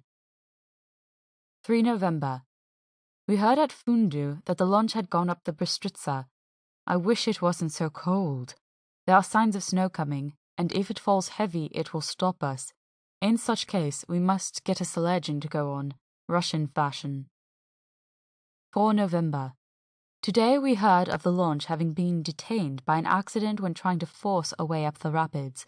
The Slovak boats get up all right, by aid of a rope and steering with knowledge. Some went up only a few hours before. Godalming is an amateur fitter himself, and evidently it was he who put the launch in trim again. Finally they got up the rapids all right with local help and are off in the chase afresh. I fear that the boat is not any better for the accident. The peasantry tell us that after she got upon smooth water again, she kept stopping every now and again so long as she was in sight. We must push on harder than ever. Our help may be wanted soon. Mina Harker's Journal, 31st October. Arrived at Veresti at noon.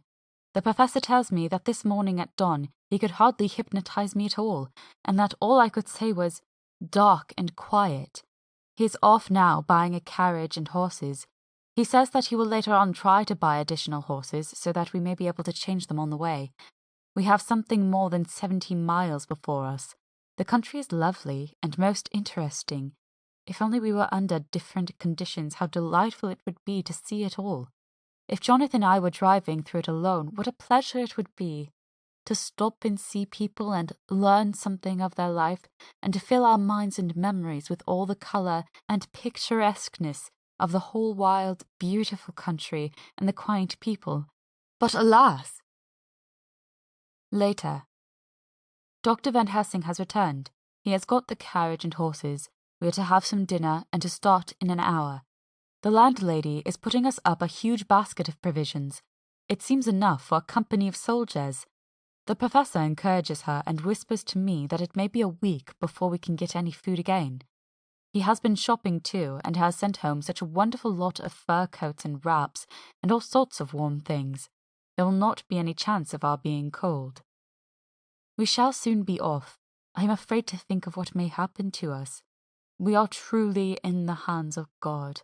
He alone knows what may be, and I pray him, with all the strength of my sad and humble soul, that he will watch over my beloved husband, that whatever may happen, Jonathan may know that I loved him and honoured him more than I can say, and that my latest and truest thought will be always for him. End of Chapter 26. Chapter 27. Mina Harker's Journal. 1 November. All day long we have travelled, and at good speed. The horses seem to know that they are being kindly treated, for they go willingly their full stage at best speed. We have now had so many changes, and find the same thing so constantly, that we are encouraged to think that the journey will be an easy one. Dr. Van Helsing is laconic. He tells the farmers that he is hurrying to Bistritz, and pays them well to make the exchange of horses. We get hot soup, or coffee, or tea, and off we go. It is a lovely country, full of beauties of all imaginable kinds, and the people are brave and strong and simple and seem full of nice qualities. They are very, very superstitious. In the first house where we stopped, when the woman who served us saw the scar on my forehead, she crossed herself and put 2 fingers towards me to keep off the evil eye. I believe they went to the trouble of putting an extra amount of garlic into our food, and I can't abide garlic.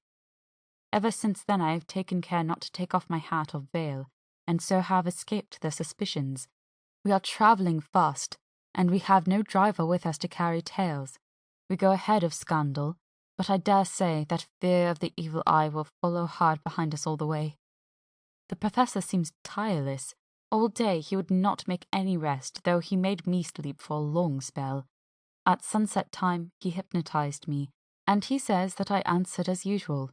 Darkness, lapping water, and creaking wood. So our enemy is still on the river. I am afraid to think of Jonathan, but somehow I have now no fear for him or for myself. I write this whilst we wait in a farmhouse for the horses to be got ready. Dr. Van Helsing is sleeping. Poor dear, he looks very tired and old and grey, but his mouth is set as firmly as a conqueror's. Even in his sleep he is instinct with resolution. When we have well started, I must make him rest whilst I drive. I shall tell him that we have days before us, and we must not break down when most of all his strength will be needed. All is ready. We are off shortly. 2 November, morning. I was successful, and we took turns driving all night. Now the day is on us, bright though cold. There is a strange heaviness in the air. I say heaviness for want of a better word. I mean that it oppresses us both. It is very cold, and only our warm furs keep us comfortable. At dawn Van Helsing hypnotized me. He says I answered, darkness, creaking wood, and roaring water. So the river is changing as they ascend.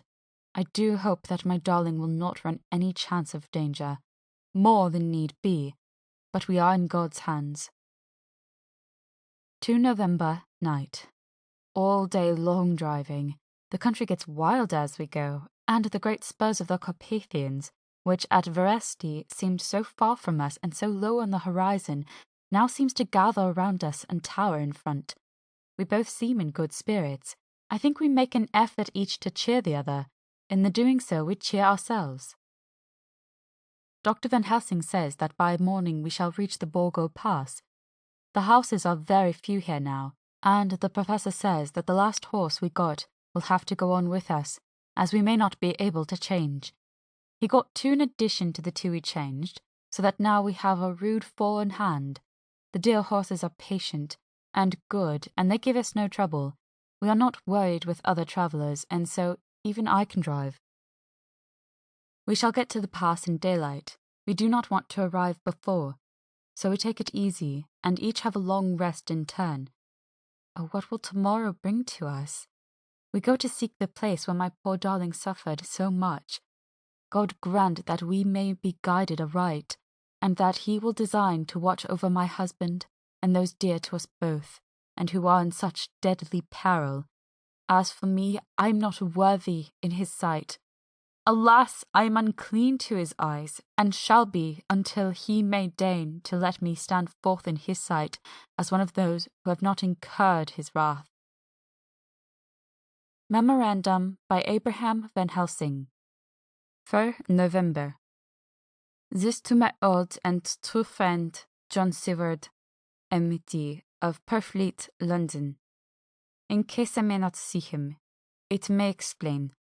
It is morning, and I write by a fire which, all the night I have kept alive, Madame Mina aiding me.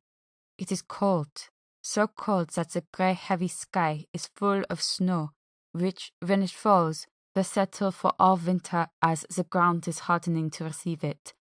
It seems to have affected Madame Mina. She has been so heavy of head all day that she was not like herself. She sleeps and sleeps and sleeps. She who is unusual so alert have done literally nothing all the day. She even have lost her appetite. She make no entry into her little diary. She who write so faithful at every pause. Something whisper to me that all is not well. However, tonight she is more vif. Her long sleep all day have refreshed and restore her, for now she is all sweet and bright as ever. At sunset, I try to hypnotize her, but, alas, with no effect. The power has grown less and less with each day, and tonight it failed me altogether. Well, God's will be done, whatever it may be, and whithersoever it may lead. Now 'tis a historical, for as Madame Mina writes not in her stenography, I must in my cumbrous old fashion, that so each day of us may not go unrecorded. We got to the Borgo Pass just after sunrise yesterday morning. When I saw the signs of the dawn, I got ready for the hypnotism. We stopped our carriage and got down so that there might be no disturbance. I made a couch with furs, and Madame Mina, lying down, yielded herself, as usual, but more slow and more short time than ever, to the hypnotic sleep. As before came the answer, darkness and the swirling of water. Then she woke, bright and radiant, and we go on our way and soon reached the pass. At this time and place, she become all on fire with zeal, some new guiding power being her manifested, for she point to a road and say, "This is the way." "How do you know it?" I ask. "Of course I know it," she answer, and with a pause add, "Have not my Jonathan travelled it and wrote of his travel?" At first I think somewhat strange, but soon I see that there be only one such by road. It is used but little and very different from the coach road from the Bukovina to Bistritz, which is more wide and hard, and more of use. So we came down this road. When we meet other ways, not always were we sure that there were roads at all, for they be neglect and light snow have fallen. The horses know, and they only. I give rein to them, and they go on so patient. By and by, we find all the things which Jonathan have note in that wonderful diary of him. Then we go on for long, long hours and hours. As the first, I tell Madame Mina to sleep. She try, and she succeed. She sleep all the time, till at the last I feel myself to suspicious grow, and attempt to wake her. But she sleep on, and I may not wake her though I try. I do not wish to try too hard, lest I harm her, for I know that she have suffer much, and sleep at times be all in all to her. I think I drowse myself, for all of sudden I feel guilt as though I have done something. I find myself bolt up with the reins in my hand, and the good horses go along jog just as ever. I look down and find Madame Mina still asleep. It is now not far off sunset time, and over the snow the light of the sun flow in big yellow flood, so that we throw great long shadow on where the mountain rise so steep. For we are going up, and all is, oh, so wild and rocky, as though it were the end of the world. Then I arouse Madame Mina. This time she wake with not so much trouble, and then I try to put her to hypnotic sleep. But she sleep not, being as though I were not. Still I try and try, till all at once I find her and myself in dark. So I look round, and find that the sun have gone down. Madame Mina laugh, and I turn and look at her. She is now quite awake, and looks so well as I never saw her since that night at Carfax when we first entered the Count's house. I am amazed, and not at ease then, but she is so bright and tender and thoughtful for me that I forget all fear.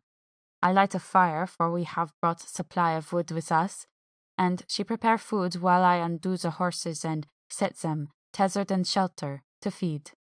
Then when I return to the fire, she have my supper ready.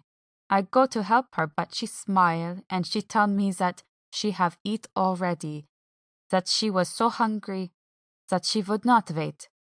I like it not, and I have grave doubts, but I fear to affright her, and so I am silent of it. She help me, and I eat alone.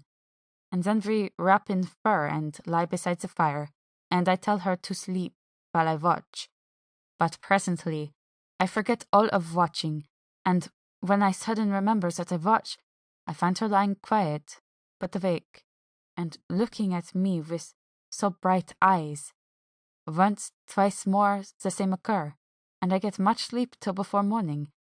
When I wake I try to hypnotize her, but alas, though she shut her eyes obedient, she may not sleep. The sun rise up, and up, and up, and then sleep come to her too late, but so heavy that she will not wake. I have to lift her up and place her sleeping in the carriage when I have harnessed the horses and made all ready. Madame still sleep, and she look in her sleep more healthy and more redder than before, and I like it not, and I am afraid. Afraid! I am afraid of all things, even to think, but I must go on my way. The stake we play for is life and death, or more than these, and we must not flinch. 5 November, morning. Let me be accurate in everything, for though you and I have seen some strange things together, you may at the first think that I, Van Helsing, am mad, that the many horrors, and the so long strain on nerves, has at the last turned my brain. All yesterday we travel, ever getting closer to the mountains, and moving into a more and more wild and desert land. There are great frowning precipices and much falling water, and nature seemed to have held sometime her carnival. Madame Mina still sleep, and though I did have hunger and appeased it, I could not waken her, even for food. I begin to fear that the fatal spell of the place was upon her, tainted as she is with that vampire baptism. Well, said I to myself, if it be that she sleep all the day, it shall also be that I do not sleep at night. As we travel on the rough road, for a road of ancient and imperfect kind there was, I held down my head and slept. Again I waked with a sense of guilt and of time past, and found Madame Mina still sleeping, and the sun low down, but all was indeed changed. The frowning mountains seemed further away, and we were near the top of a steep rising hill, on summit of which was such a castle as John tell of in his diary. At once I exulted and feared, for now, for good or ill, the end was near. I woke Madame Mina, and again tried to hypnotize her, but alas, unavailing till too late. Then, ere the great dark came upon us, for even after sundown, the heavens reflected the gone sun on the snow, and always for a time in a great twilight. I took out the horses and fed them in what shelter I could. Then I make a fire, and near it I make Madame Mina, now awake and more charming than ever, sit comfortable amid her rugs. I got ready food, but she would not eat, simply saying that she had not hunger. I did not press her, knowing her unavailingness. But I myself eat, for I must needs now be strong for all. Then, with the fear on me of what might be, I drew a ring, so big for her comfort, round where Madame Mina sat, and over the ring I passed some as a wafer, and I broke it fine, so that all was well guarded. She sat still all the time, so still as one dead, and she grew whiter and ever whiter till the snow was not more pale, and no word she said. But when I drew near, she clung to me, and I know that the poor soul shook from her head to feet with a tremor that was pain to feel. I said to her presently, when she had grown more quiet, "Will you not come over to the fire?" For I wished to make a test of what she could. She rose obedient, but when she had made a step, she stopped, and stood as one stricken. "Why not go on?" I asked. She shook her head, and, coming back, sat down in her place. Then, looking at me with open eyes, as of one waked from sleep, she said simply, "I cannot," and remained silent. I rejoiced, for I knew that what she could not, none of those we dreaded could. Though there might be danger to her body, yet her soul was safe. Presently, the horses began to scream and tore at their tethers till I came to them and quieted them. When they did feel my hands upon them, they whinnied low as in joy and licked at my hands and were quiet for a time. Many times through the night did I come to them, till it arrived to the cold hour when all nature is at lowest, and every time my coming was with quiet of them. In the cold hour the fire began to die, and I was about stepping forth to replenish it, for now the snow came in flying sweeps, and with it a chill mist. Even in the dark there was the light of some kind, as there ever is over snow, and it seemed as though the snow flurries and the wreaths of mist took shape as of women with trailing garments. All was in dead, grim silence, only that the horses whinnied and cowered, as if in terror of the worst. I began to fear. Horrible fears. But then came to me the sense of safety in that ring, wherein I stood. I began, too, to think that my imaginings were of the night, and the gloom, and the unrest that I have gone through, and all the terrible anxiety. It was as though my memories of old Jonathan's horrid experience were befooling me, for the snowflakes and the mist began to wheel and circle round, till I could get as though a shadowy glimpse of those women that would have kissed him. And then the horses cowered lower and lower, and moaned in terror as men do in pain. Even the madness of fright was not to them, so that they could break away. I feared for my dear Madame Mina, when these weird figures drew near and circled round. I looked at her, but she sat calm, and smiled at me. When I would have stepped to the fire to replenish it, she caught me and held me back and whispered, like a voice that one hears in a dream, so low it was, "No, no, do not go without. Here you are safe." I turned to her and, looking in her eyes, said, "But you, it is for you that I fear." Whereat she laughed, a laugh low and unreal, and said, fear for me? Why fear for me? None safer in all the world from them than I am. And as I wondered at the meaning of her words, a puff of wind made the flame leap up, and I see the red scar on her forehead. Then, alas, I knew. Did I not, I would soon have learned, for the wheeling figures of mist and snow came closer, but keeping ever without the holy circle. Then they began to materialize till, if God have not taken away my reason, for I saw it through my eyes, there were before me, in actual flesh, the same 3 women that Jonathan saw in the room when they would have kissed his throat. I knew the swaying round forms, the bright, hard eyes, the white teeth, the ruddy colour, the voluptuous lips. They smiled ever at poor dear Madame Mina, and as their laugh came through the silence of the night, they twined their arms and pointed to her, and said in so sweet tingling tones that Jonathan said were of the intolerable sweetness of the water glasses, "Come, sister, come to us, come!" In fear I turned to my poor Madame Mina, and my heart with gladness leapt like flame, for oh, the terror in her sweet eyes, the repulsion, the horror, told a story to my heart that was all of hope. God be thanked she was not yet of them.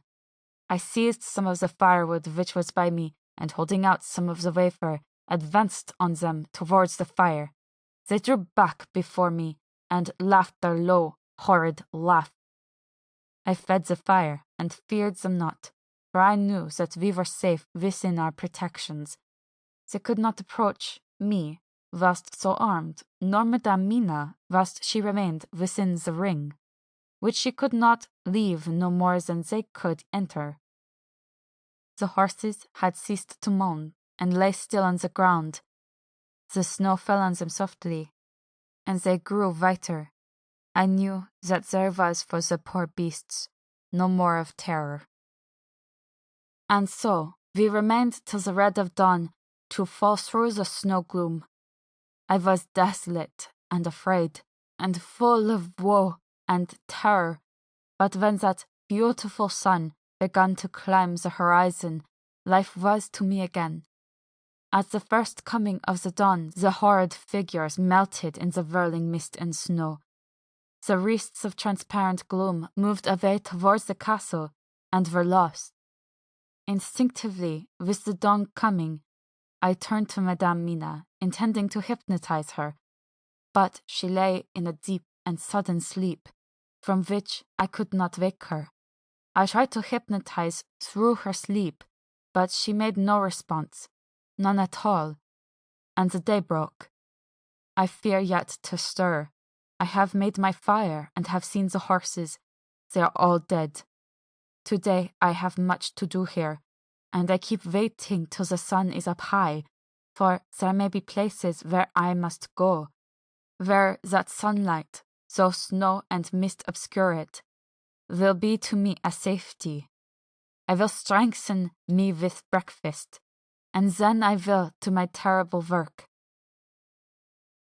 Madame Mina still sleeps, and, God be thanked, she is calm in her sleep. Jonathan Harker's Journal. 4 November, evening. The accident to the launch has been a terrible thing for us. Only for it we should have overtaken the boat long ago, and by now my dear Madame Mina would have been free. I fear to think of her. Off on the wolds near that horrid place. We have got horses, and we follow on the track. I note this whilst Godalming is getting ready. We have our arms. The Zgoni must look out if they mean fight.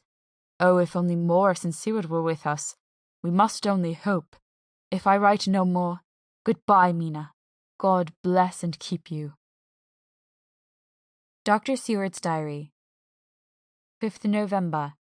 With the dawn, we saw the body of Zgani before us dashing away from the river with their litter wagon. They surrounded it in a cluster and hurried along as though beset. The snow is falling lightly, and there is a strange excitement in the air. It may be our own feelings, but the depression is strange. Far off I hear the howling of wolves. The snow brings them down from the mountains, and there are dangers to all of us, and from all sides.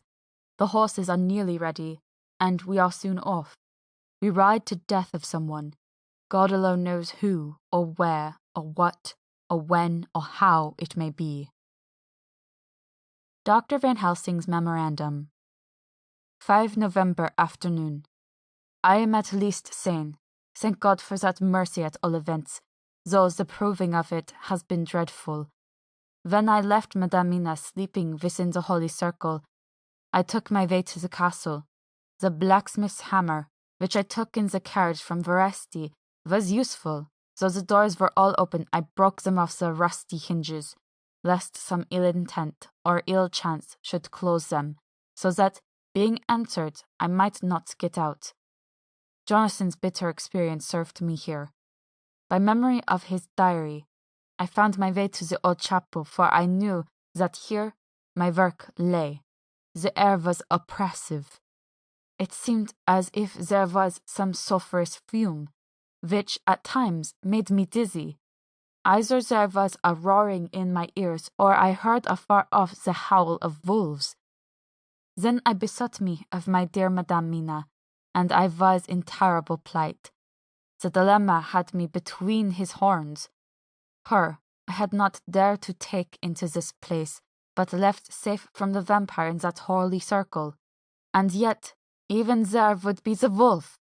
I resolved me that my work lay here, and that as to the wolves, we must submit, if it were God's will. At any rate, it was only death and freedom beyond. So did I choose for her. Had it been but for myself, the choice had been easy. The maw of the wolf were better to rest in than the grave of the vampire. So I make my choice, to go on with my work. I knew that there were at least 3 graves to find, the graves that are in habit. So I search, and I find one of them. She lay in her vampire sleep, so full of life and voluptuous beauty, that I shudder as though I have come to do murder. Ah, I doubt not that in old time, when such things were, many a man who set forth to do such a task as mine found at last his heart fail him, and then his nerve. So he delay, till the mere beauty and fascination of the wanton undead have hypnotized him, and he remain on and on till sunset come, and the vampire sleep be over. Then the beautiful eyes of the fair woman open and look love, and the voluptuous mouth present to a kiss, and man is weak, and there remain one more victim in the vampire fold, one more to swell the grim and grisly ranks of the undead. There is some fascination, surely, when I am moved by the mere presence of such an one, even lying as she lay in a tomb fretted with age and heavy with the dust of centuries, though there be that horrid odour, such as the lairs of the Count have had. Yes, I was moved, I, Van Helsing, with all my purpose and with my motive or hate, was moved to a yearning for delay, which seemed to paralyze my faculties and to clog my very soul. It may have been that the need of natural sleep and the strange oppression of the air were beginning to overcome me. Certain it was that I was lapsing into sleep, the open-eyed sleep of one who yields to a sweet fascination, when there came through the snow-filled air a long, low wail, so full of woe and pity that it woke me like the sound of a clarion. For it was the voice of my dear Madame Mina that I heard. Then I braced myself again to my horrid task, and found by wrenching away tomb tops, one other of the sisters, the other dark one. I dared not pause to look on her as I had on her sister, lest once more I should become to be enthralled, but I go on searching until presently I find in a high great tomb, as if made to one much beloved, that other fair sister which, like Jonathan, I had seen to gather herself out of the atoms of the mist. She was so fair to look on, so radiantly beautiful, so exquisitely voluptuous that the very instinct of man in me, which calls some of my sex to love and to protect one of hers, made my head whirl with new emotion. But God be thanked that soul veil of my dear Madame Mina had not died out of my ears, and before the spell could be wrought further upon me, I had nerved myself to my vile work. By this time I had searched all the tombs in the chapel, so far as I could tell, and as there had been only 3 of these undead phantoms around us in the night, I took it that there were no more of active undead existent. There was one great tomb, more lordly than all the rest. Huge it was, and nobly proportioned. On it was but one word: Dracula. This then was the undead home of the king vampire, to whom so many more were due. Its emptiness spoke eloquent to make certain what I knew. Before I began to restore these women to their dead selves through my awful work, I laid in Dracula's tomb some of the wafer, and so banished him from it, undead, forever. Then began my terrible task, and I dreaded it. Had it been but one, it had been easy, comparative. But 3! To begin twice more after I had been through a deed of horror. For if it was terrible with the sweet Miss Lucy, what it would not be with these strange ones who had survived through centuries and who had been strengthened by the passing of years, who would, if they could, have fought for their foul lives. Oh, my friends, John, but it was butcher work, had I not been nerved by thoughts of other dead, and of the living over whom hung such a pall of fear. I could not have gone on. I tremble and tremble even yet, though, till it was all over, God be thanked, my nerve did stand. Had I not seen the repose in the first place, and the gladness that stole over it just ere the final dissolution came, as realization that the soul had been won, I could not have gone further with my butchery. I could not have endured the horrid screeching as the stake drove home, the plunging of rising form, and lips of bloody foam. I should have fled in terror and left my work undone. But it is over, and the poor souls, I can pity them now, and weep, as I think of them placid each in her full sleep of death for a short moment ere fading. For, friend John, hardly had my knife severed the head of each before the whole body began to melt away and crumble into its native dust, as those deaths that should have come centuries agone had at last assert himself and say at once and loud, I am here. Before I left the castle, I so fixed its entrances that never more can the Count enter there undead. When I stepped into the circle where Madame Mina slept, she woke from her sleep, and seeing me, cried out in pain that I had endured too much. Come, she said, come away from this awful place. Let us go meet my husband who is, I know, coming towards us. She was looking thin and pale and weak, but her eyes were pure and glowed with fervour. I was glad to see her paleness and her illness, for my mind was full of the fresh horror of that ruddy vampire sleep. And so, with trust and hope, and yet full of fear, we go eastward to meet our friends, and him, who Madame Mina tell me that she know are coming to meet us. Mina Harker's Journal. 6 November. It was late in the afternoon when the Professor and I took our way towards the east, whence I knew Jonathan was coming. We did not go fast, though the way was steeply downhill, for we had to take heavy rugs and wraps with us. We dared not face the possibility of being left without warmth in the cold and snow. We had to take some of our provisions too, for we were in a perfect desolation, and, so far as we could see through the snowfall, there was not even the sign of habitation. When we had gone about a mile, I was tired with the heavy walking and sat down to rest. Then we looked back and saw where the clear line of Dracula's castle cut the sky, for we were so deep under the hill whereon it was set that the angle of perspective from the Carpathian Mountains was far below it. We saw it in all its grandeur, perched 1,000 feet on the summit of a sheer precipice, and with a seemingly great gap between it and the steep of the adjacent mountain on any side. There was something wild and uncanny about the place. We could hear the distant howling of wolves. They were far off, but the sound, even though coming muffled through the deadening snowfall, was full of terror. I knew from the way Dr. Van Helsing was searching about that he was trying to seek some strategic point where we would be less exposed in case of attack. The rough roadway still led downwards. We could trace it through the drifted snow.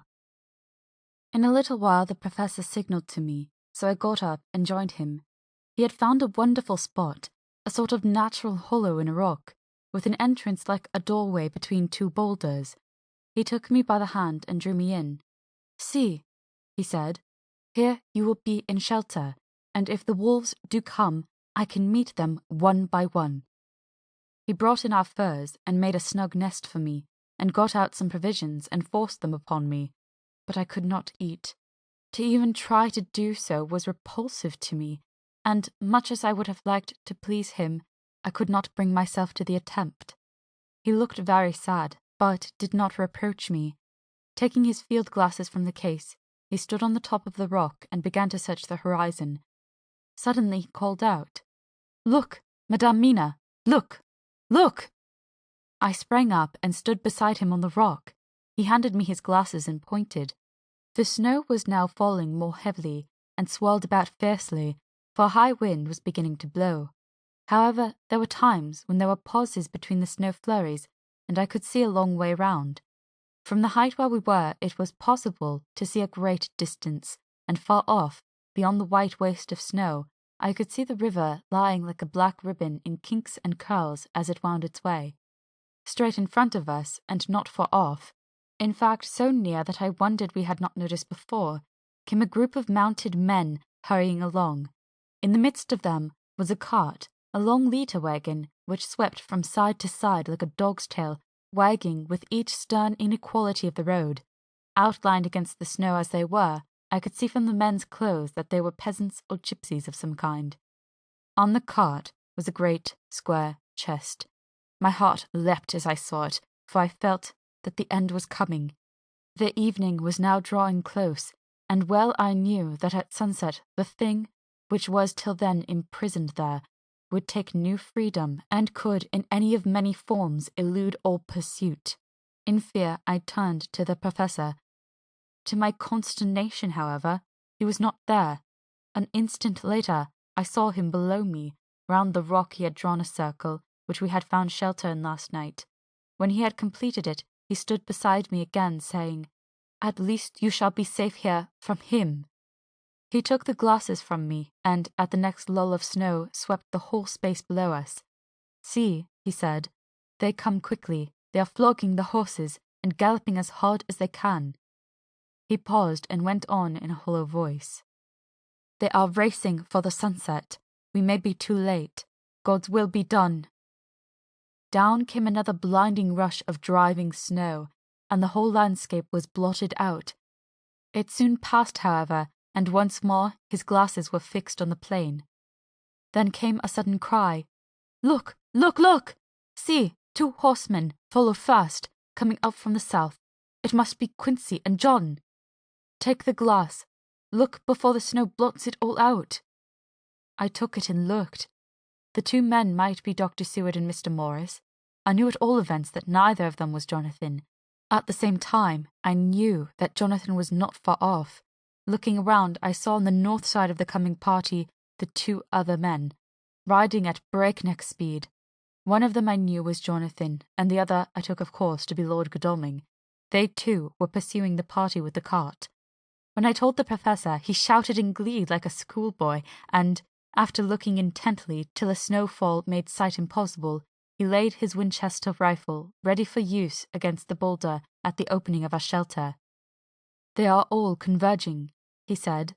"When the time comes, we shall have gypsies on all sides." I got out my revolver, ready to hand, for whilst we were speaking the howling of wolves came louder and closer. When the snowstorm abated a moment, we looked again. It was strange to see the snow falling in such heavy flakes close to us, and beyond, the sun shining more and more brightly as it sank down towards the far mountain tops.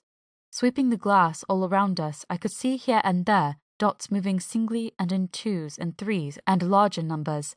The wolves were gathering for their prey. Every instant seemed an age while we waited. The snow came now in fierce bursts, and the snow was driven with fury as it swept upon us in circling eddies. At times we could not see an arm's length before us, but at others, as the hollow-sounding wind swept by us, it seemed to clear the airspace around us so that we could see afar off. We had of late been so accustomed to watch for sunrise and sunset that we knew with fair accuracy when it would be, and we knew that before long the sun would set.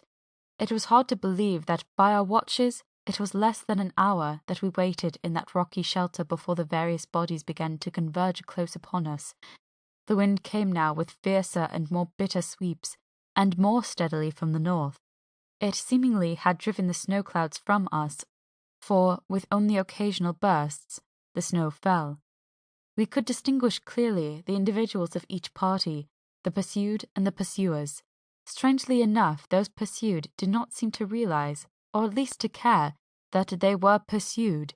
They seemed, however, to hasten with redoubled speed as the sun dropped lower and lower in the mountain tops. Closer and closer they drew. The professor and I crouched down behind our rock, and held our weapons ready. I could see that he was determined that they should not pass. One and all were quite unaware of our presence. All at once 2 voices shouted out to halt. One was my Jonathan's, raised in a high key of passion, the other Mr. Morris's strong, resolute tone of quiet command. The gypsies may not have known the language, but there was no mistaking the tone, in whatever tongue the words were spoken. Instinctively they reined in, and at the instant Lord Godalming and Jonathan dashed up at one side, and Dr. Seward and Mr. Morris on the other. The leader of the gypsies, a splendid-looking fellow who sat his horses like a centaur, waved them back, and in a fierce voice gave to his companions some word to proceed. They lashed the horses, which sprang forward, but the 4 men raised their Winchester rifles, and in an unmistakable way commanded them to stop. At the same moment, Dr. Van Helsing and I rose behind the rock and pointed our weapons at them. Seeing that they were surrounded, the men tightened their reins and drew up. The leader turned to them and gave a word at which every man of the gypsy party drew what weapon he carried, knife or pistol, and held himself in readiness to attack. Issue was joined in an instant. The leader, with a quick movement of his rein, threw his horse out in front, and pointing first to the sun, now close down on the hilltops, and then to the castle, said something which I did not understand. For answer, all 4 men of our party threw themselves from their horses and dashed towards the cart. I should have felt terrible fear at seeing Jonathan in such danger, but that the ardour of battle must have been upon me as well as the rest of them. I felt no fear, but only a wild, surging desire to do something. Seeing the quick movement of our parties, the leader of the gypsies gave a command. His men instantly formed round the cart a sort of undisciplined endeavour, each one shouldering and pushing the other in his eagerness to carry out the order. In the midst of this, I could see that Jonathan on one side of the ring of men and Quincey on the other were forcing a way to the cart. It was evident that they were bent on finishing their task before the sun should set.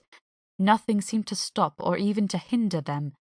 Neither the levelled weapons, nor the flashing knives of the gypsies in front, nor the howling of wolves behind, appeared to even attract their attention. Jonathan's impetuosity and the manifest singleness of his purpose seemed to overawe those in front of him. Instinctively they cowered aside and let him pass. In an instant he had jumped upon the cart, and with a strength which seemed incredible, raised the great box and flung it over the wheel to the ground. In the meantime, Mr. Morris had had to use force to pass through his side of the ring of Scarney. All the time I had been breathlessly watching Jonathan. I had, with the tail of my eye, seen him pressing desperately forward, and had seen the knives of the gypsies flash as he won a way through them, and they cut at him. He had parried with his great bowie knife, and at first I thought that he too had come through in safety, but as he sprang beside Jonathan, who had by now jumped from the cart, I could see that with his left hand he was clutching at his side, and that the blood was spurting through his fingers. He did not delay, notwithstanding this, for as Jonathan, with desperate energy, attacked one end of the chest, attempting to prise off the lid with his great kukri knife, he attacked the other frantically with his bowie. Under the efforts of both men, the lid began to yield. The nails drew with a quick screeching sound, and the top of the box was thrown back. By this time, the gypsies, seeing themselves covered by the Winchesters and at the mercy of Lord Godalming and Dr. Seward, had given in and made no resistance. The sun was almost down on the mountain tops, and the shadows of the whole group fell long upon the snow. I saw the Count lying within the box upon the earth, which the rude falling from the cart had scattered over him. He was deathly pale, just like a waxen image, and the red eyes glared with the horrible vindictive look which I knew too well. As I looked, the eyes saw the sinking sun, and the look of hate in them turned to triumph. But on the instant came the sweep and flash of Jonathan's great knife. I shrieked as I saw it shear through the throat, whilst at the same moment Mr. Morris's bowie knife plunged into the heart. It was like a miracle, but before our very eyes, and almost the drawing of a breath, the whole body crumbled into dust and passed from our sight. I shall be glad as long as I live that even in that moment of final dissolution there was in the face a look of peace, such as I could never have imagined might have rested there. The castle of Dracula now stood out against the red sky, and every stone of its broken battlements was articulated against the light of the setting sun. The gypsies, taking us as in some way the cause of the extraordinary disappearance of the dead man, turned, without a word, and rode away as if for their lives. Those who were unmounted jumped upon the litter wagon and shouted to the horsemen not to desert them. The wolves, which had withdrawn to a safe distance, followed in their wake, leaving us alone. Mr. Morris, who had sunk to the ground, leaned on his elbow, holding his hand pressed to his side. The blood still gushed through his fingers. I flew to him, for the holy circle did not now keep me back. So did the two doctors. Jonathan knelt behind him, and the wounded man laid back his head on his shoulder. With a sigh he took, with a feeble effort, my hand in that of his own which was unstained. He must have seen the anguish of my heart in my face, for he smiled at me and said, "I am only too happy to have been of any service. Oh God!" He cried suddenly, struggling up to a sitting posture and pointing to me. "It was worth for this to die. Look, look!" The sun was now right down upon the mountain top, and the red gleams fell upon my face, so that it was bathed in rosy light. With one impulse the men sank on their knees, and a deep earnest Amen broke from all as their eyes followed the pointing of his finger. The dying man spoke. "Now God be thanked that all has not been in vain. See, the snow is not more stainless than her forehead. The curse has passed away." And, to our bitter grief, with a smile and in silence, he died, a gallant gentleman. Note: 7 years ago we all went through the flames, and the happiness of some of us since then is, we think, well worth the pain we endured. It is an added joy to Mina and me that our boy's birthday is the same as that on which Quincey Morris died. His mother holds, I know, the secret belief that some of our brave friend's spirit has passed into him. His bundle of names links all our little band of men together, but we call him Quincey. In the summer of this year, we made a journey to Transylvania, and went over the old ground which was, and is, to us, so full of vivid and terrible memories. It was almost impossible to believe that the things we had seen with our own eyes and heard with our own ears were living truths. Every trace of all that had been was blotted out. The castle stood as before, reared high above a waste of desolation. When we got home, we were talking of the old time, which we could all look back on without despair, for Godalming and Seward are both happily married. I took the papers from the safe where they had been ever since our return so long ago. We were struck with the fact that in all the massive material of which the record is composed, there is hardly one authentic document, nothing but a mass of typewriting, except the later notebooks of Mina and Seward and myself, and Van Helsing's memorandum. We could hardly ask anyone, even did we wish to accept these as proofs of so wild a story. Van Helsing summed it all up, as he said, with our boy on his knee. We want no proofs, we ask none to believe us. This boy will some day know what a brave and gallant woman his mother is. Already he knows her sweetness and loving care. Later on he will understand how some men so loved her that they did dare much for her sake. Jonathan Harker. The End. End of Dracula